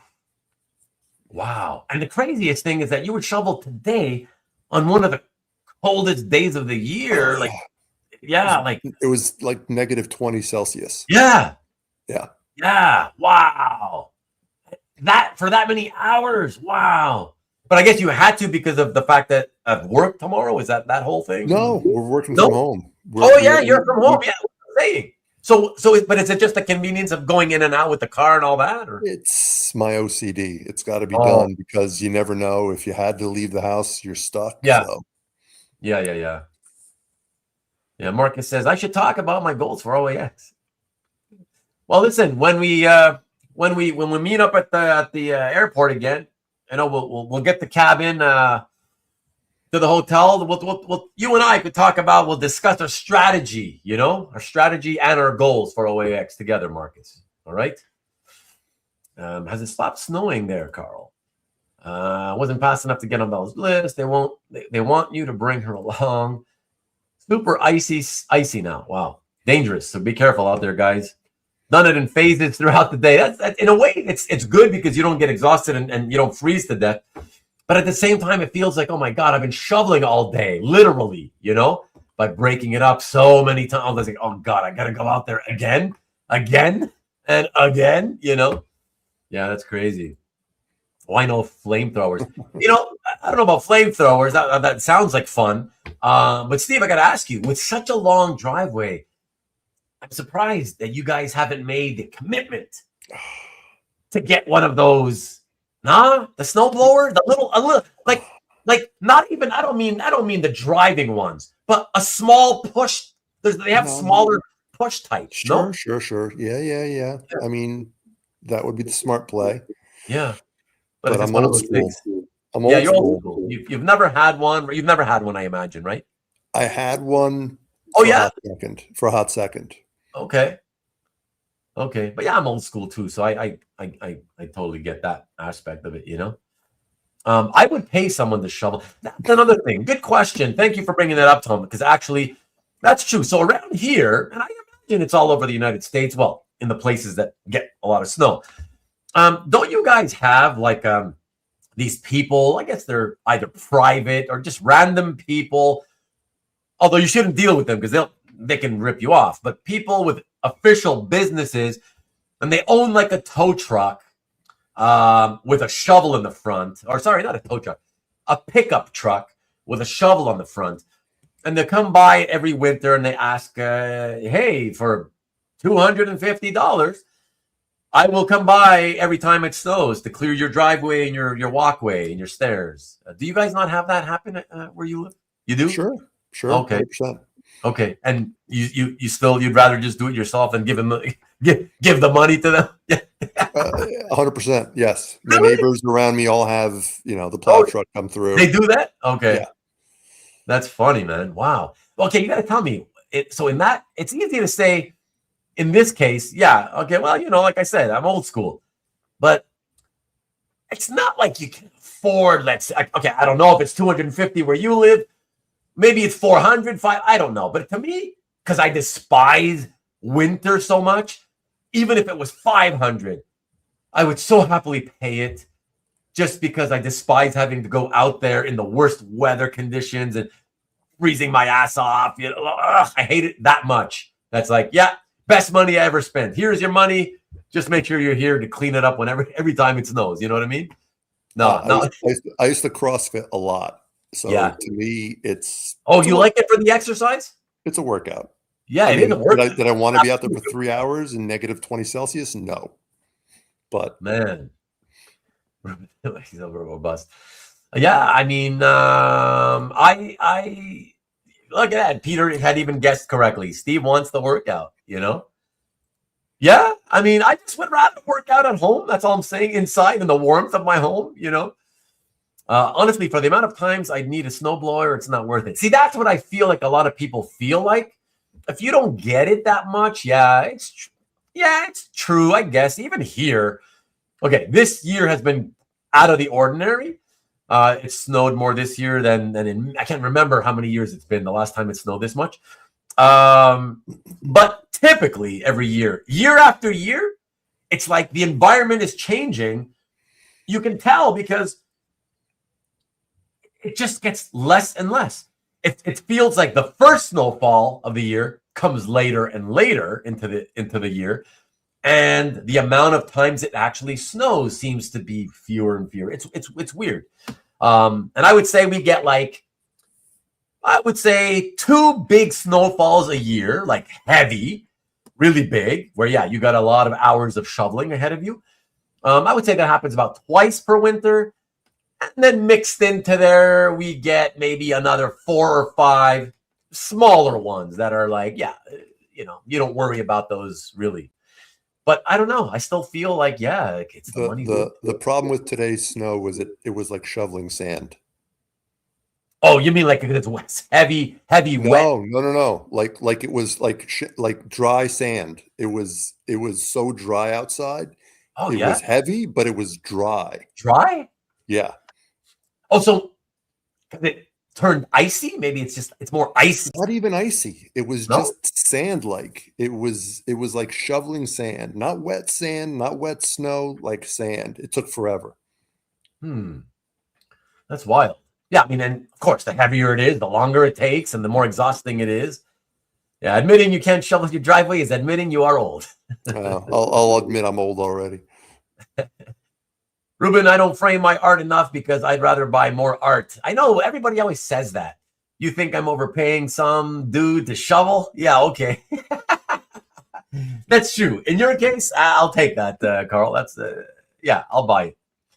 Steve can buy a nice page. Another guy, a nice page of art on the money saved. I know everybody says that. I could frame a piece of art for the money I saved. I don't know if I can buy a piece of art. See, and that's like another thing that a lot of people always tell me, right? It's like, oh, like not a lot because most people have scanners, thank God.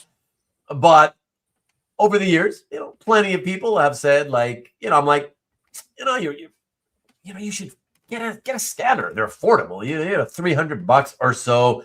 Get yourself a good quality scanner, and man, it looks so much better than your shitty photographs. And it's like, yeah, but with the money from the scanner, I can get more artwork. And it's like you've got a multi-$100,000 collection. Are you honestly telling me you're worried about $300? You need that to go into your art collection? Like you can't spare it for the scanner to make much nicer images to to present online. I mean, I don't know. I find that crazy. I find that very crazy. Whatever. That a boy, Steve, admitting. Oh, that's the same one. Okay. Let me see. It's going to be 10 Monday night, so I'll pay. We know where you stand, Tom. Snow blowers are like collecting guns. Nice. I use skid steer. Took me 10 minutes. What's skid steer? I love the way guys sometimes will throw out these random product names as if we're all going to understand what you're talking about. What? Do you know what that is, Steve? No idea. No. Skid steer, and it took you 10 minutes. Clearly, it's some kind of gadget you can buy, and it wipes out all the snow on your property in like 10 minutes. You might want to tell us all about what the hell it is, or give us a link. Or no, you can't put a link into the chat. There was that year that Elon Musk was selling flamethrowers, and you could and people were posting they were like flamethrowing their driveways. But he didn't really sell. No, yeah, he did. He sold flamethrowers. He sold flamethrowers. But isn't that illegal to even own them? I have no idea. Apparently not. Like, how long ago was this? Maybe 5 years ago. What? But Yes. The point of selling them was what now? It's Elon Musk. Who the hell knows? Yeah. With him, who knows, right? Yeah, man. Feels good doing it yourself. I know that. I mean, that's why I guess that's the similar thing to Steve, Tom. You know what I mean? Tomorrow, says David, in Australia, it'll be 43 degrees Celsius. Holy shit. It never gets anywhere near that. In the craziest of heat waves, David, here in Montreal, in the craziest, like we have hit, like last year, this past summer, we hit 35, I think. And you're 40, that's 8 degrees more. Oh my God, I believe that's it's into the 100-something range in Fahrenheit. So yeah, that's hot. That's crazy. Wow, man. Never know when you'll need one. Yeah, the flamethrower to burn your art collection, maybe. Art Addicts Anonymous offers counseling, Carl. Never mind the driveway. I had to shovel my roof 4 times so far this year. Oh, shit, that's true. Some people have to get on the roof because it's dangerous because the weight of the snow will cave in your roof. Shit. That's true. That's true. I forgot about that. That's if you don't have the V or whatever you call type roofs, right? Even though when it's sticky, heavy snow, even V type roofs, they can hold thick, like 2 feet thick piles of snow, you know? But because of how gravity works, right? It's not straight down that it's pressing, you know, so the weight's not the issue. But yeah, on a flat roof, yeah, it's dangerous. Here's the gun value. Roof 4 times. Yeah, that's nutty, Peter, right? I'm sure there's a utilitarian value. Almost like sandy, dry ice, Izan says. Sure, that's what it sounds like you're describing it as. Yep. Except you said it's not really icy, you know? My daughter went to Burlington, Vermont to ski all week, and she said snow was like powder, a weird feeling. Oh, she went to untouched Vermont. Yeah, they should have untouched powdered snow. My friends used to be big-time snowboarders when they were younger, and they always raved about there's nothing like skiing or snowboarding on untouched, that powdery snow. Yeah, it's just untouched, man. It feels like you're, I guess, similar to how those guys who surf on water feel like. It must feel really cool. Yeah. Weird feeling. It's got to be a cool feeling, though. Eric, you're back. The damn snow is as high as my knees. Just got back in and you're still on. Now you can join for the last 10 minutes. I know, exactly. Like you're surprised. You of all people, like you're surprised. Like as if you don't know. As if you were shocked we're still on. I'm thinking, what do you mean we're still on? It's only 11. It's not even midnight yet. Like we've gone to like 2 o'clock in the morning on several occasions, you know? When are you going to have your framer on the show? Never. I wasted a lot of time trying to get good photos before investing in a scanner. Exactly, Robert. Exactly. I'm glad you finally learned the lesson. Thank you. Thank you. In all honesty, I really do like having the art in portfolios to enjoy it up close, and that really is what delays the framing. I believe that, but I'm just saying, Carl, like, as a guy who also, for many, many, many years, never framed stuff, but always wanted to, but then also thought, it's so expensive because I want to frame a lot of stuff. When I finally did, I never look back in the sense of, I don't regret it at all. It was a lot of money, yes, but it was worth every penny. The enjoyment I get of every day, always, I walk into the living room, and I kid you not, I walk into the living room, even if it's just I'm looking for something, I'll stop and I'll look at some of the paintings on the wall, I come into my office all the time and I like to take a quick look at all the paintings behind me, it really, it's so worth the money over the long haul, in the enjoyment that you get out of seeing it every day and how nice it looks on the wall. But it's not to say you got to fill up your whatever every square inch of space on your walls. I'm just saying, like, I recommend every collector, yes, for the most part, even me, right? Like, all my comic art is in portfolios. But I still recommend, if you've got a little bit of space, take your favorite piece that you feel like you're never going to sell it, at least one piece, and frame it. Man, you're going to see it looks so awesome when it's on a wall. You really start to appreciate it. And then really, because of the presentation, it makes you feel a lot more like it is almost like it's fine art. It's our version of fine art. It just makes you, like I said, it feels like you appreciated it even more. But yes, I'm a tactile type person though, Carl, too. So I totally understand the portfolio thing. I love being able to slip them out. Like I was telling Dan earlier, slip them out of the sleeves. And then, because I want to touch it and look at it in the light, different angles and stuff. I want to see the ink, the gradations in the inking, So I totally get that. Yeah. And those of us who have like volume, of course, you have no choice. You gotta have it in portfolios anyways. But I'm just saying, if you do have some wall space, at least one piece. Yeah, it's awesome. A mini bulldozer. Oddly enough, the price of scanners remains kind of the same as it was years ago. Exactly. That is very odd, right, Marcus? Everything is shooting up in price, especially since COVID. Of course, as we all can agree, I'm sure we better all agree on this. Initially, the price rises was because of the supply chain issues, hard to get stuff, prices going up. Okay, in the first year and a half, whatever. But ever since then, it's just been gouging. It's all price gouging because every company that produces a product realizes, well, everybody else is doing it. Nothing can happen. Nothing's ever going to happen to them. What is the government going to do? Nothing's ever going to happen to them. We're going to do it too. So everybody that not only creates a product and sells it, but offers a service. Everybody the rates are jacked up, right? Why? What's the reason? There's no supply chain issues we're going through right now. It's because people are taking advantage of what happened with COVID, and they're just continuing to snowball from there. It's all a scam, but they're doing it because they can get away with it now. All these, everybody complains about our groceries. Yeah, me too.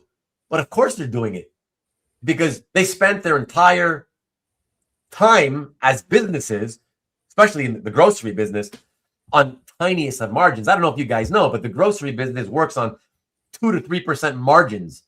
Okay. Excuse me. So they have to do volume. That's how they make their money. It's all volume on tiny, tiny profit margins. So all of a sudden they're like, oh my God, for the first time in history, we can jack up our prices and actually make decent profits, and that's why this is all happening. But yeah, you're right, Marcus. It's strange that you can still get scanners for about the same prices as you could 20 years ago.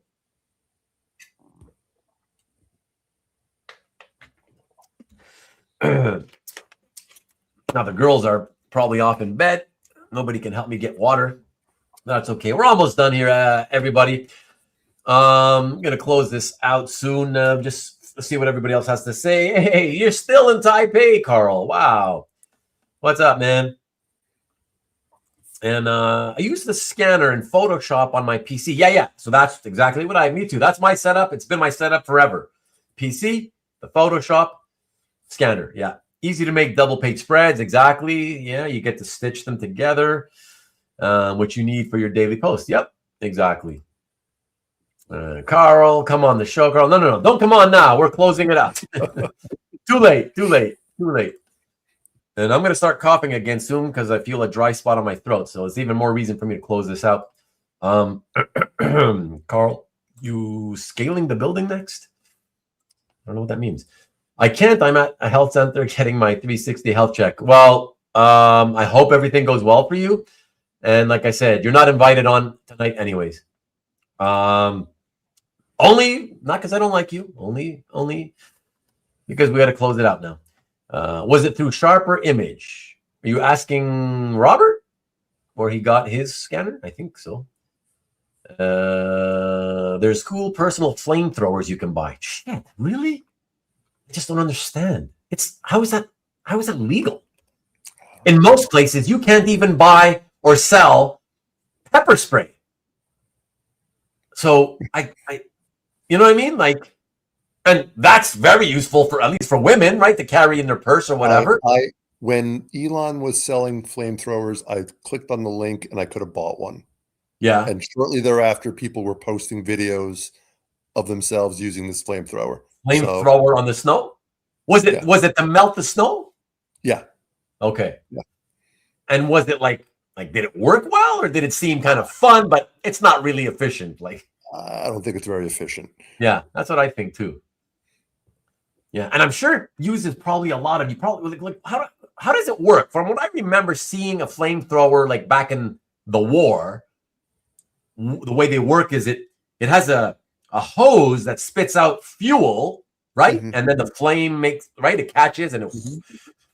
So that thing, to use a flamethrower, it must pour through a ton of fuel, right? The tank was maybe like the size of what you'd see for like a paintball gun. Okay, that's it. Yeah, it wasn't a lot. Okay, so I don't know how much you could actually get out of it in terms of.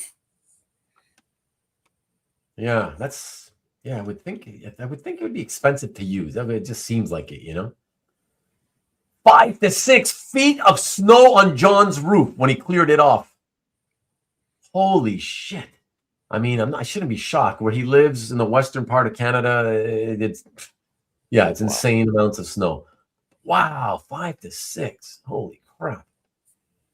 43 Celsius is okay. There you go. Thanks, Ian. 109 Fahrenheit. Yeah, I mean that's like desert. It's not unheard of. I know in parts of California. I know Nevada, whatever. I know, but it is pretty unheard of for a lot of the United States. It doesn't get that hot in a lot of states. So yeah, that's crazy hot for sure. Were the trusses starting to creak, John? A few farmers lost their shops. Their shops? Maybe framers? Because I don't live in the West Coast, and I feel ignorant about this, John. Don't know much about the farming community, I gotta say. I didn't realize that farmers had shops as well. I just thought they farmed on the farm, and they had a barn also, and then whatever they're farming, they put on trucks or whatever and ship it off somewhere to sell to people or whatever. So lost their shops. So because of the snow, too much snow, and I don't know. I don't get it. How do you lose your shop because of a lot of snowfall? Sounds terrible though. Once I met my framer, I never looked back. That's true. I need to get a lot more smaller pieces framed and mix it up. Yeah. If you got the space, do it. Do it, Tom. What I would suggest is if you're going to do that and you have a blank wall, take pieces of paper or cardboard, create templates of the frame size and mix and match it on the wall and leave it there for a little bit so you're comfortable with like your setup. Yeah. Yes. Well said. And Marcus is saying that I had him take out a framed art before he shipped it to me. That's true. But that's because I don't want the risk of damage, right? Plus, it's not only just that. Actually, that is the most important thing. why risk damaging your art, But also it's because any framed piece that I've ever purchased, I'm not going to just take it and then, let me find a spot on my wall and hang it. Like, you know what I mean? I still intend to put it where it belongs in its proper portfolio, Plus, even if it was a piece that was like, I loved it enough that, I want that to go on the wall, I would still ask the sender to get it out of the frame because I still want to frame it myself. You know what I mean? Like I want to be the guy who decides on the presentation, not just whatever it's already in, that whoever else had done, Yeah. So that's it. The most just frame up copies, though. I don't know if that's true, using the word most, Tom. I know more and more. I've been hearing people do that. Some friends of mine are doing that. I'm not a fan because at that point, I feel like you're just investing because, well, I don't know. Why look at photocopy? Why even bother to continue to hold the artwork? Because now, and here comes something for Steve, if you've got a nice collection of art and you got a bunch of it on the wall, and one day you say to yourself, you know what? I'm a little concerned of, safety, security, whatever. I'm going to make high quality printouts and I'm going to swap out the originals and put the printouts, in the frames, right? In my view, at that point, I'm not talking about whatever you may have in portfolios, okay? I'm just talking about the walls now. At that point, what you have effectively done is you have effectively said, okay, all this art all over the walls of my house, I don't need it anymore, really. I don't want to look at it. I'm happy looking at the good quality copies, and I'm going to put these away in wherever you decide to put them away. But at that point, you're no longer a collector of those specific pieces, but rather, in my mind, an investor. Because at this point, if you don't look at the stuff, I mean, listen, if you're saying you're just going to shove it into portfolios, well, that's another thing. But the guys I know who are doing that, okay, typically the stuff on the walls tends to be their most valuable stuff. The guys that I know are taking it out, putting copies up, and the originals are going into like vaults, whatever, safes, that kind of shit, right? Where they're not really going to ever look at it. And that's why I feel at that point, you're becoming an investor. It's like you're a holding company for original art because you're not getting any enjoyment out of the originals. You're getting enjoyment out of the high quality photocopies that you have on your walls, right? What's the point? Since you're going to stare at your photocopies every day, why not just sell off the originals since you're not going to see them anymore? That's how I see it. And that's where Steve and I at some point, and maybe other people, if they want to come in, we'll bring up a topic on another visit that Steve makes here. And we're going to talk about artwork.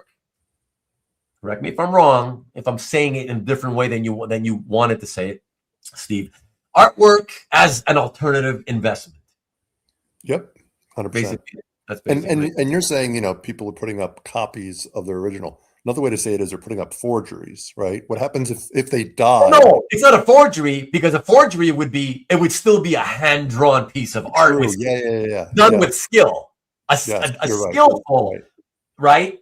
That's a true forgery. A copy is just a copy. It's a photocopy, really. What happens if the collector dies and now the family takes those copies from the frame, not knowing the story, and sends it off to Heritage, and then they find the portfolio, 3 years later in a vault somewhere? I know. Yes. I mean, I would hope that these people doing this are letting their families, know, you know what I mean? I would hope. You never know. Some of them probably not, but all we can do is hope for the best. That's all I can say. It's not, I'm not the one doing it, so whatever. Let them do what they want. But I would hope they would plan for that eventuality or potential outcome, Right. Yeah, Marcus, the price of how much did it cost? Because the last time you sent me the ice cream, don't forget, you bought Haagen-Dazs. Haagen-Dazs is a ripoff. You know, I could have done just with a regular 1.5 liter, anything but Breyers. If you ever do that again, anything but Breyers. I don't know what the hell they use in Breyers ice cream, but like I've taken some, thrown it, like it got freezer burnt, right? So I was like, okay. I dumped it into my sink. Yeah. I blasted the hot water on top of it, trying to melt it to go down the sink, and it wouldn't fucking melt. It's synthetic. It wouldn't melt. Yes, it was like synthetic. It would not melt. The only thing that was happening was, yes, it was getting smaller because the water pressure I was blasting on it, right, was breaking it up or whatever. But it would not melt. I was like, this is what I've been people ingest this. This is crazy. What is in this stuff? Wow. Xanthan gum. Yeah, it's crazy. Yeah, so that's it, Marcus. But other than Breyers, it's any other regular ice cream brand, whatever. I shouldn't even say ice cream brand. It's not even ice cream anymore. Look at the packaging carefully, guys. I don't know because I haven't looked at an ice cream box in the United States because I haven't been there in a few years. But I could say here in Canada for many years now, it doesn't even say ice cream. They are not legally allowed to call it ice cream anymore because it's missing certain ingredients that they used to use for ice cream. Probably buttermilk, because I know that used to be a key one and it's too expensive now, and maybe one other one. And so it says in small letters, frozen dessert in very small letters. Yeah, you'll never see ice cream on it. So anyways, have a good night, Corey. See you later, bud. And snowball, appropriate word in this weather. I bought a box of Nestle drumsticks, $9 at Walmart. Even at Walmart. And that's for a box of 4, I'm sure. Tiny profit margins wouldn't matter if you drank more root beer floats. I'm not here to keep them in business, though, you know, Jason. Never seen Ruben drink like that before. Fine, I'll buy a scanner. First, I got to organize. Now I have to scan. This hobby's exhausting. You're going to thank me after. You're going to thank me, Ian. We are wrapping up 2 hours later. Okay, and you know what? Oh, my God. Jason, oh, my God. Okay, I don't want to say it yet. And I frame my favorite grommet piece. I could. All excuse to look at your art again. Exactly. Because while you're curating that way, you get to look at it. And it's fun. You spend hours looking at it, you know? It works on propane, those flamethrowers. Okay. Okay, propane. Still, that's not cheap. Propane, I don't think. You know? Cool designs, runs off propane. Okay, propane torch is bigger. Okay. Everybody seems to know. Like, these guys probably own one. They all got flamethrowers. I don't know about my inventory spreadsheet. Hey, that's cool. Hey, Peter, if you've got one, that's good. Everybody should keep good track of the collection. Well, those of us who have, you know, larger ones. Swaggle has did a commercial where he uses Elon flamethrower to burn up a pile of his comics to ensure it was a limited edition. Oh, boy. Oh, boy. ML and Jeff Wedding, excellent advice and Kath interview on curating collection.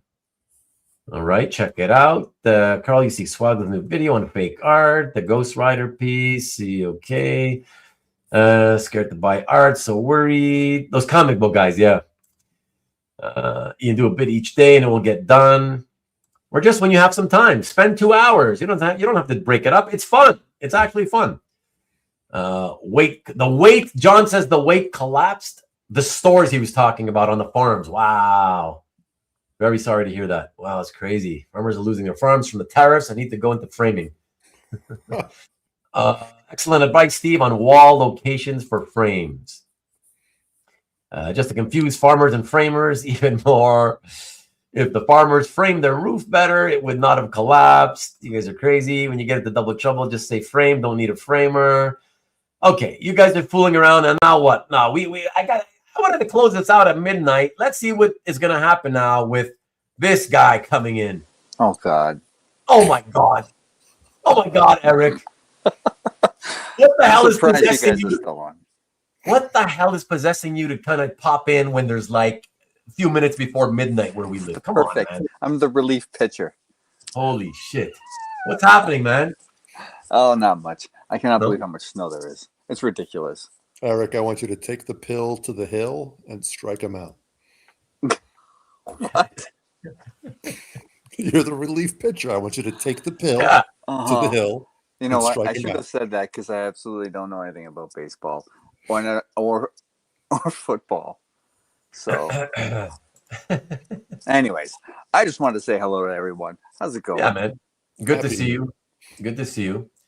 I don't like when the RKS sold and framed in auctions. Oh, is sold and framed in auctions, right? Best to remove. Yeah. Well, apparently, if you ask them nicely, they'll do it. Even at Heritage, I think there was a time when Heritage where they refused to do it. Back when I was buying all this kind of stuff behind me, and I used to have to I used to use the UPS to ship to me, and I have to ask the UPS guy to take it all out of the frames, and it's like he was charging me for that. It's like, God. But I save money on shipping, but just by taking it out of the frame. Oh yeah.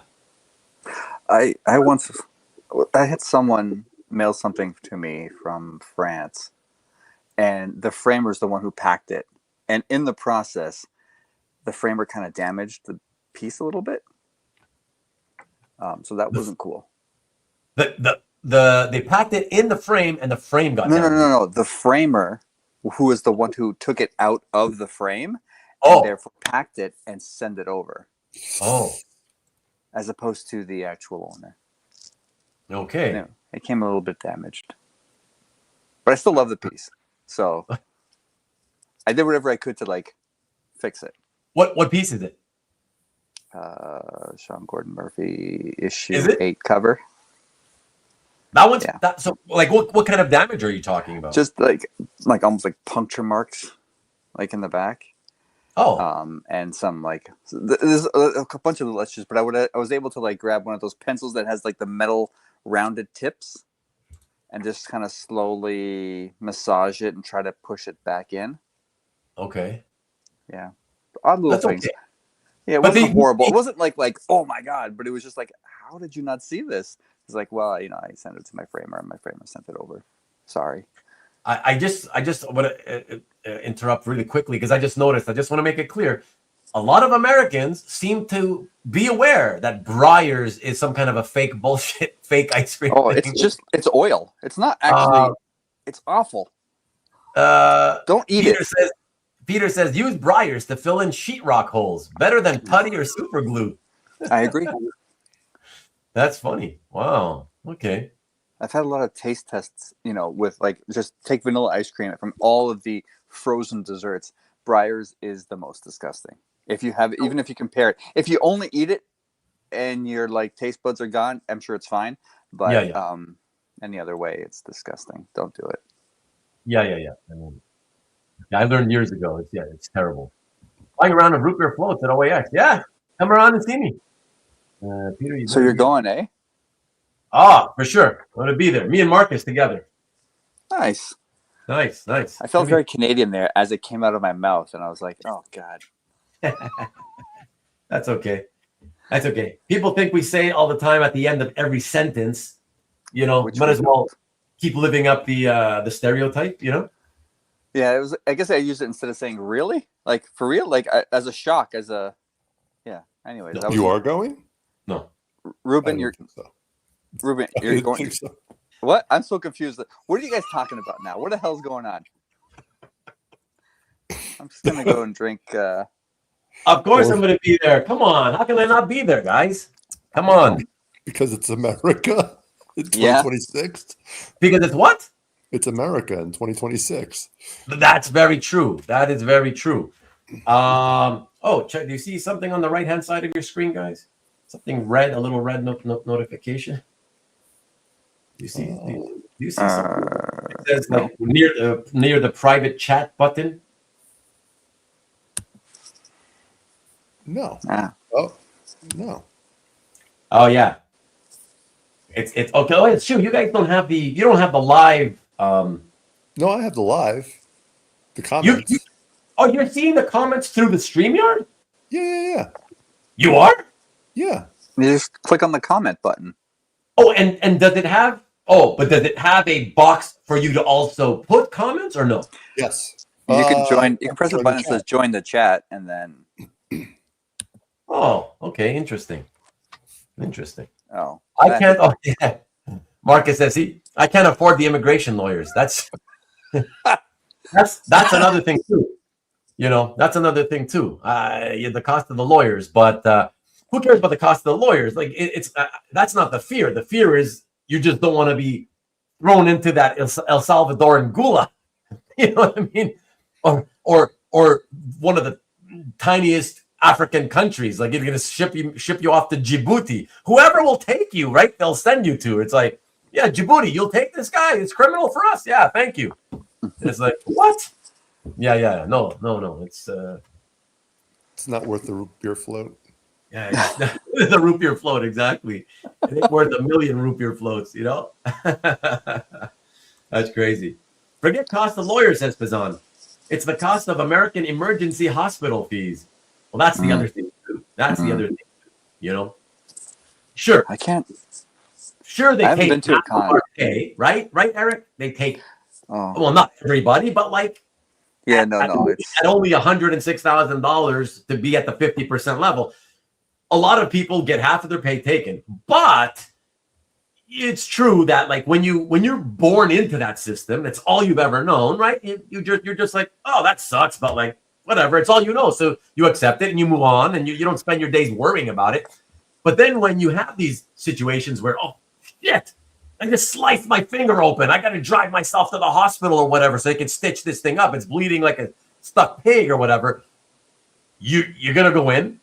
And because you kind of need attention quickly, you don't have to wait. You're not going to wait in line for something like that.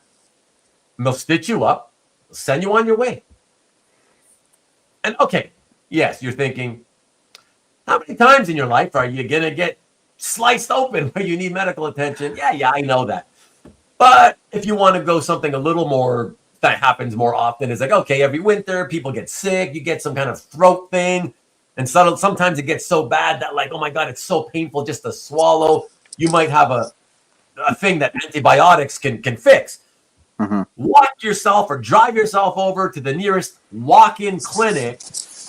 And yes, you will, because you walked in, they know you're not like going to die any second. So you will probably wait 2.5 hours, but you will get seen by a doctor. The doctor will give you something on the spot. He'll give you a prescription for antibiotics if that's what you need. You go pick it up. The medication's cheap. And then you take it, and that's it. And you go home and you get better. And you don't get a bill a month later telling you owe $23,569,000 whatever. You know what I mean? Like that's the thing, right? So that's the trade-off of being in our country versus yours. It's like things are not free at the point of service. Let's call it that. That's healthcare, free at the point of service. You're not expected to pay right there when you need your whatever you're getting done. What are you giving me that look, Eric? Don't confuse these Americans. No. I'm just thinking of this one time when I was using a dull axe, not to sound like a lumberjack, but just to get rid of a tree, and it slipped, and I just ended up with the axe in my leg. Went to the walk-in clinic, and the doctor there was like, "Oh, cool! I haven't done stitches in a long time." Really? And, yeah, which is very nervous. Oh my nervous. God. I'm like, I'd rather have the doctor who has done them off, but she did a great job. That's pretty crazy. But John makes a good point too. Everyone gets old, and then you start to lean on the healthcare system pretty heavily too. It's true. 100%. I live around the corner from a really great hospital, and I once cut off the tip of my thumb, and I put it on ice, the tip of the thumb, and went to the ER, and they saw me pretty quickly, and they threw away the tip of the thumb and just sent me home. What? They didn't think they could attach it? No. Wow. Steve, was this a wine accident? No, it was not a wine accident. No, but your thumb, your fingers are very vascular. So maybe like 4 years later, the tip kind of grew back. Oh, it regenerates to some degree because it's a lot of it is skin, right? If it's very surface level, but I mean, yeah, it was I know what you mean. I know what you mean. I know that it wasn't just 2 layers of skin. I get that. Yeah. But I've seen people who have said, "Oh, I got my finger cut off." Everybody says, "I got my finger cut off," and you're thinking, "Oh my God," because you think the entire finger is gone. but what they really mean is like a little bit at the tip or whatever. And I've seen people like that who have said that. And when you look at the finger, yeah, you can still tell it's not shaped exactly normal, like something happened to the thumb, but it does feel like it kind of must have grown in to some degree. Right. You know? Yeah. I know what you're talking about. Yeah. And I'm lucky because my wife works for a very large pharmaceutical company. Okay. So our healthcare is pretty top notch. Well, But pretty that's good. not the case Nice. for most good people for in you. this country. Good for you. Look at Tom saying, yeah, hospital visits here suck. Yeah, look, like I was telling you guys, a few weeks ago when I mentioned that the if you ever just need, like in an emergency, if you're at home and you're in an emergency, right?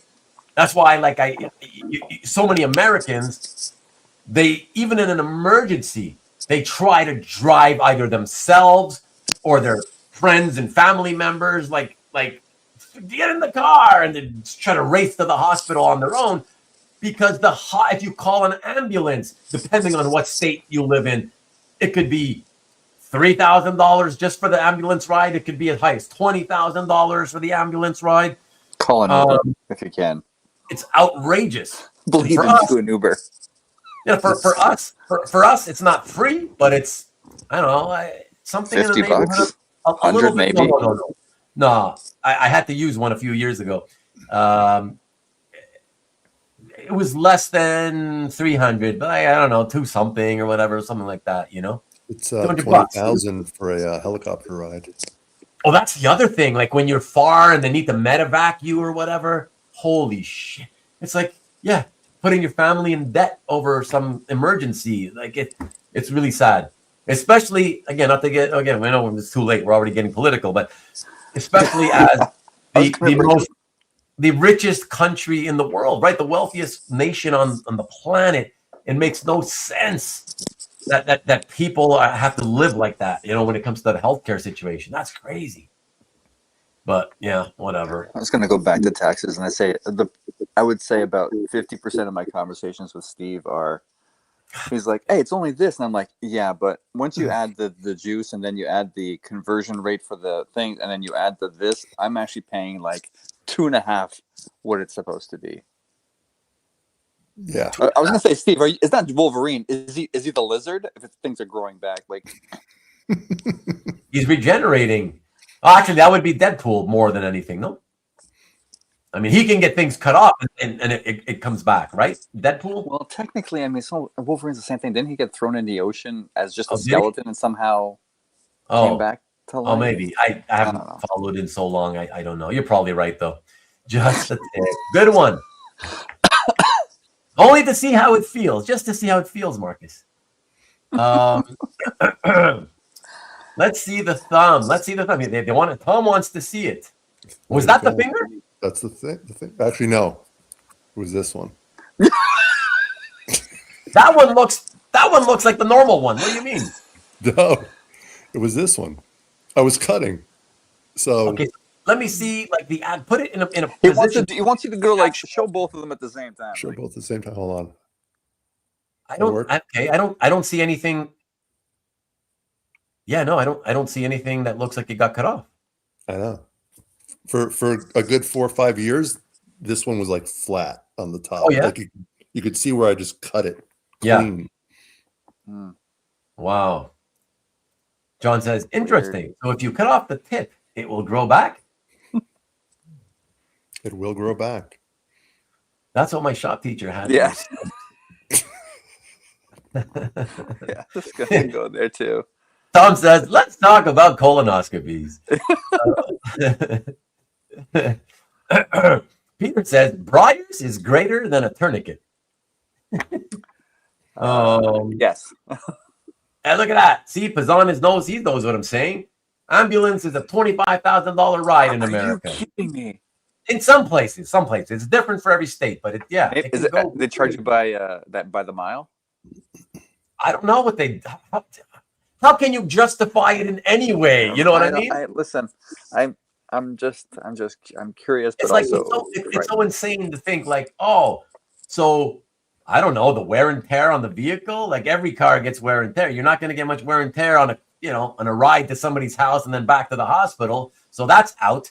Okay, your gasoline we can have to replace. Okay, $3. Okay, I mean, like, what are we paying for if you're paying that kind of money? Like, it's just an excuse to steal from the citizens of the country. Like, it's just, that's all it is. Like, how can you look at it as anything other than that, you know?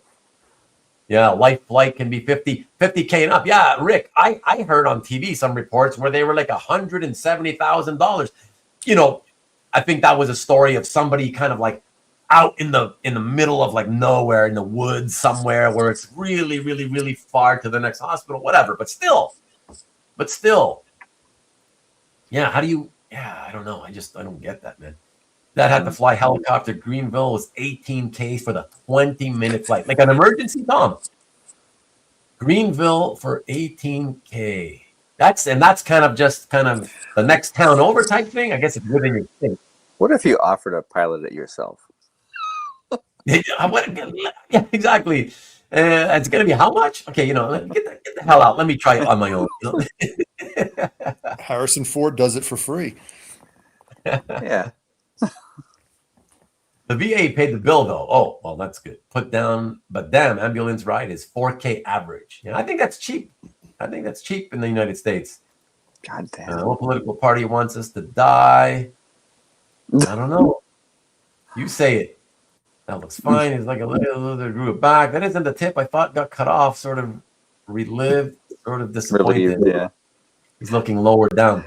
And the EMTs only make around $25 an hour. Thank you, Lee. That's the thing. That's what I'm saying. You even if you had to, it was about like paying off their costs, right? The gasoline, a little bit of wear and tear on the vehicle, the EMTs in the back, the driver, whatever. Like, are you kidding me? Whatever. It shouldn't be more than a few $100s. Like, it's insane. See, the ambulance probably costs about $130,000 is what it is. You mean to buy the thing? Yeah. So they want you in one ride to pay it all off? Pretty much, yeah. If they have to write it off The in first 5 years, they gotta make it all back. Holy crap. That's, yeah, it's crazy. Dad got a pacemaker. They had to get him there ASAP, right? No. Listen, when your life's at stake, you just do what you got to do and worry about it later, obviously. There you go. You know, especially in the United States, whatever. And also, I guess because in the United States, tell me how it works. Like, obviously, it's an emergency. You need immediate action. So clearly, if they need to medevac you, they're not going to be like taking their time saying, well, how much money do you make? And how much money do you have? Right? So they're going to throw you out. They're going to put you in the helicopter and take you away, even though they probably know, you know, not to make us cast aspersions on people, but depending on where you live and what your house, you know whether somebody likely can afford to pay for the thing or not. So is it that they're insured and so they know that the patient is not going to be able to probably afford to ever pay it? So they're insured and that's how they cover it? It has to do with deductibles. So if they're going to provide the service, they're anticipating that if you have insurance, it'll cover it. If you don't have insurance because you're retired, Medicaid will cover it, or Medicare will cover it. And if you have no insurance or you're below the poverty line, then Medicaid will cover it. But you could have insurance that has a $16,000 family deductible.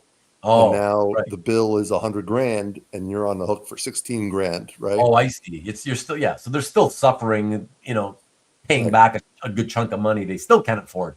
At that point, for a lot of people, $16,000 might as well be $100,000 or 16 million because we don't have the money, that kind of thing, right? Right. So my work health insurance, the deductible is $11,000, but my wife's health insurance, which is what we opted to use, the deductible is like $400. Right. For the year. Right. But keep in mind, I'm also just making inferences to people who have some, let's say, level of insurance or whatever. What about like what about those people who, I don't know, man, like trying to think of a scenario, like what about somebody who's considered homeless, but they're well enough dressed, let's say, right? So they're not living in torn up clothes or whatever. they've got nothing. I heard stories over the years where, like in some states, they will ask you if you have insurance, and if you say no, they will say, sorry, we can't. They turn you away. Yeah, go downtown and go to that clinic. Yeah, wow. Right. That's wild. And if what is going on with you is something serious, that's why you could be dead before you can do whatever they're telling you to do, right? Right. Yeah. I need Uber RX. Yeah. This is the weirdest art talk ever. It is. What I get from it, though, is get insurance so that way you can get back to collecting art. Yeah, that's what you should get. Mickey says, Medicare refused to pay for my mom's ambulance ride, claiming she was not sick enough to need an ambulance. Oh my God. Well, can you imagine? There's two parts to it. There's, I forget the term. There's what the provider says you should get and what that service is worth. And then the insurance company and Medicare has their own people that say what you should have gotten and what that thing is worth. Right. And that insurance or Medicare will override whatever the hospital or provider says. So if wow, the insurance and that's why, what's his name? Who's the guy that shot that CEO of the the Italian guy. Mangione. Yeah. Luigi. I mean, right. Yeah. That's what prompted what he did, right? Because the health system itself, the healthcare provider, was using their people to determine what patients should or shouldn't be getting.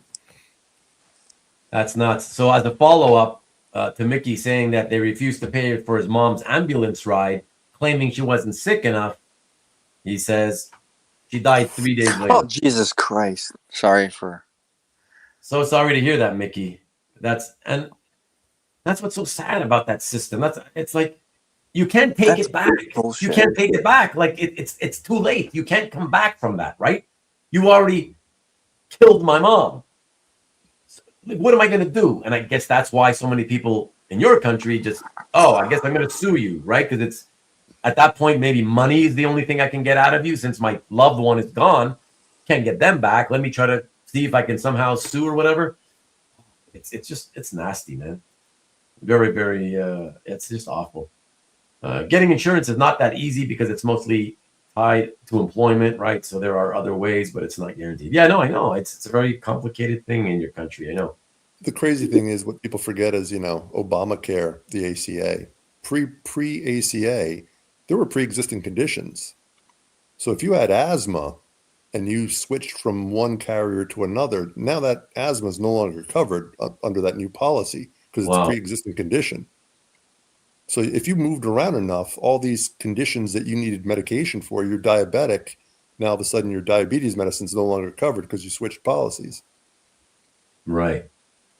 It was even more barbaric. It was more barbaric than it is now.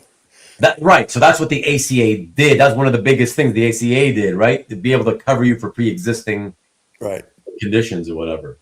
And that's what the other party apparently for years has been kind of trying to do things so that they have if they got their way, people would go back to not being covered on pre-existing conditions. That's what I read anyways. The ACA is bad, but what's the solution?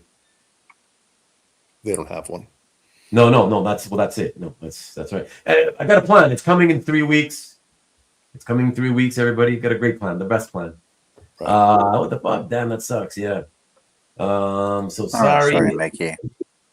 Yeah, it is a shame. Yes, the system is broken. Well, it always has. It's never been fixed, all right? So Pizan hit on it. That's why Mangione did what he did. Right. Well, Steve hit on it. It's amazing. It doesn't happen more often. Yeah. My country has national health insurance that has no exclusions for pre-existing conditions. Yeah, that's good. That's Singapore. Well, anyways, everybody, this probably sounds like a great way to go out. Let's go out on a high. People passing away because of a shitty system with Medicare and healthcare. That's awful, but Sorry again to hear about that, Mickey. That's awful. Yeah, But this was indeed enjoyable, very fun, guys. Thank you again to Dan. Thanks, Dan. I know you're probably listening to the rest of this on Rewind on Monday while you work. I appreciate you. Steve, again, thank you so much. Always love having you. And you know what is so funny, Steve? I'll tell you really quickly. Dan was supposed to, he had told me several days ago. I said, yeah, well, you know, why don't you come back on Sunday? And he says, well, I don't know, whatever. I'll see. I got work to do. I said, he says, maybe if I can finish my work, or maybe. And I said, okay, but whatever you do, just do me a favor. If you can come on, or even if you can't, let me know by no later than the day of, but early in the morning, as early as possible, you know? And I thought, okay, no problem. And then I didn't hear from him until, like, I don't know, a couple of hours before we went live or something like that, you know?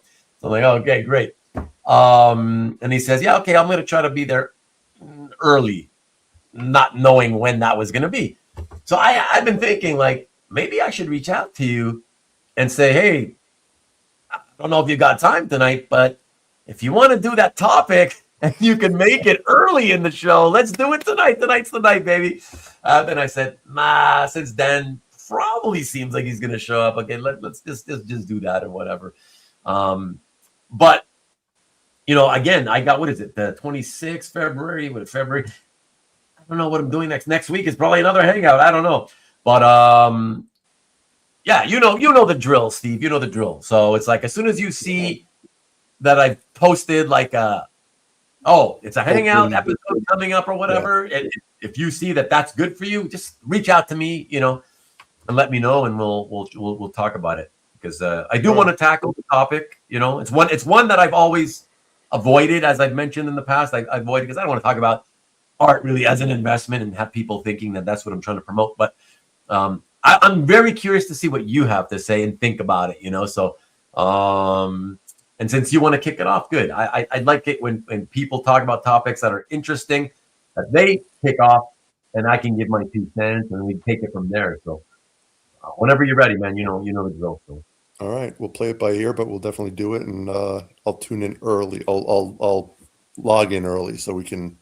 Yeah, that's what I'm saying. Yeah, it'd be good if we can start the show that way, you know. So yeah, Pazan, thank you so much, appreciate it. And funny that Tom says, fun show tonight, Ruben and crew, even though you're the first guy that was complaining and like, oh, we're talking about what, healthcare and ice cream. Like, oh my God, complaining that I was going to go on an ice cream rant. I wouldn't put it past you. What's that? I wouldn't put it past you. No, for sure, absolutely. You know, it was a bit of a rant. Briar sucks for sure. You know, you can talk amongst yourselves about the football now, Marcus, but not yet, not here. Wait till we get off air. I don't want to know what happened.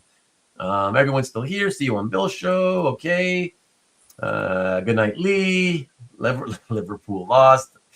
Good show. Thank you, Scott. Appreciate it. Have a good night. And good night to you, Rick.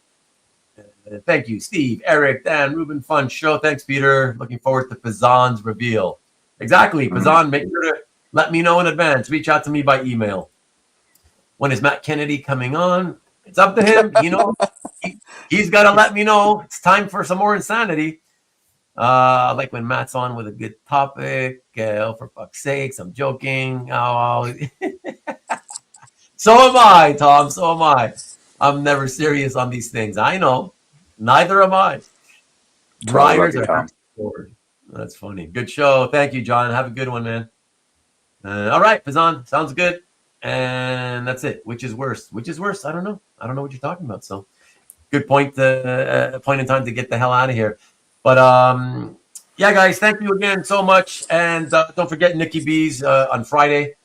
And after that, yeah, come back here next Sunday night, and see what the hell we got going. Probably nothing as usual, but I'm sure it'll be fun. You'll make something.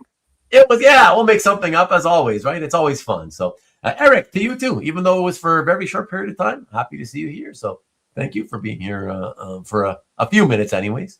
Now, Yeah, will Eric join the art as a asset class conversation? Oh, that's up to him. Oh. Like Eric has strong opinions about it. I think it's I'll shut up about it for now. Okay. I don't know if we All right. agree on this or not, Steve. We'll see. I like this, and we're not going to chat about it. We'll do it. Shut up real until time. you start talking whenever it happens. Okay, perfect. Eric just got the save, Marcus said. Nice. John said you pitched the no-hitter. Hey, man. I feel like I led us into ambulance chasing or something. Yeah. No, but seriously, Steve, if I mean, because honestly, it's always more fun when the more live people in the studio that can bounce things back, right? It's more interesting, right? Sure. So yeah, if when you're ready, if you want to reach out to Eric and say, hey, you got time, whatever, let's do this, or if you want to maybe try to see if you can get him to find that Eric hasn't had time in a long time, so that's understandable. That's fine. It's up to you. But if you think at least try, and if not, if you can think of other people you'd like to have on with you, I'm open to it. Whatever, you know what I mean. So yeah, I'm good. Whatever you, however you want to do it. You know, the more people, like I said, the more people, the more interesting it is. Everybody going back and forth and like in a round table style. You know, hey, maybe that's what we'll do. We'll make it an episode of Comic Art Roundtable, which I haven't done in years, and I've only had 9 since I started the channel. So maybe that's a good way if we can plan to have more than just you, like in advance, you know, as opposed to, hey, we got Steve, and if anybody else wants to jump in, which, you know, if we have to, we'll do it. But it'd be nice maybe to have, I don't know, 2 other guys plus you, let's say, you know, so it's 4 of us on screen, you know what I mean? Or who knows, maybe it could end up being cooler. Yeah, I never know if anybody, sometimes these guys are in the mood to jump in, sometimes they're not. So I don't know if people were willing to jump in, but you know, we can never guarantee. But either way, even if it's just you and me, I'm sure it'll be fun. It's a good topic. I think people always have very, what's the word, pointed like views on that, right? So very sanguine. Yes. So there you go. Look at that. Will be a fun show next week, I'm sure. I appreciate that, even though I don't know what the hell we're going to be doing. But thank you, Tom. It's always a good time, Ruben. Come on. Thank you. I appreciate that. Well, you know, last week was, and I don't mean this at all to disparage my wonderful guest that I had on last week, but I felt like because I was tired from getting back from the trip and stuff, and who knows, maybe also because I was getting sick and I just didn't realize it yet, you know. But I think I was just feeling very low energy and stuff, and so I just think I felt like a very quiet show, you know. But like I said, mostly because of me, and honestly, nobody wanted to jump in last week. Oh, I'm thinking 2 weeks ago. You know? I think I missed last week's. Yeah, Sorry. it was one of those where I couldn't get anybody to jump in. Philip, I mean, again, bless Philip. He was great. If it wasn't for him, holy crap, last week I would admit it was a shitty show. He saved it because he's the only one willing to come in. And if it wasn't for that, it would have been so low energy. Yeah, because I was just out of it, you know. So you just never know. People are sometimes in the mood. Look, we had 3 weeks in a row where 1 week it was like 5 or 6 guys jumped in. The week after there was like 7 or something. And then the week after that, at one point at its peak, we had 10 people on screen. I mean, that was fun, man. Those 3 shows were so much fun. So the more the merrier, as they say, with this kind of thing, right? So, but we'll see what happens. You just let me know, like I said, Steve, you know, and we'll take it there. And I'm gonna try and rope Eric into it too. Sounds good. I'll see. I'll try to get you my schedule as it comes. I know there's a lot on the go. There's deadlines and pitches and lots on the go. But yes, I would love to be part of it. All right, awesome. We'll see if we can put it together with you, Eric. We'll see. All right, everybody. Sorry, go ahead. Last word to No, you. no, no, no. I'm just gonna you can wrap it up. I'm not gonna keep this going. All right. Thanks again, guys. And thanks, everybody. Have a great week. Stay warm out there. I think it's going to get slightly less cold, but stay warm either way. Be careful out there. And take a snow day. Have a great week. And we will catch you on the next one. Go Blue.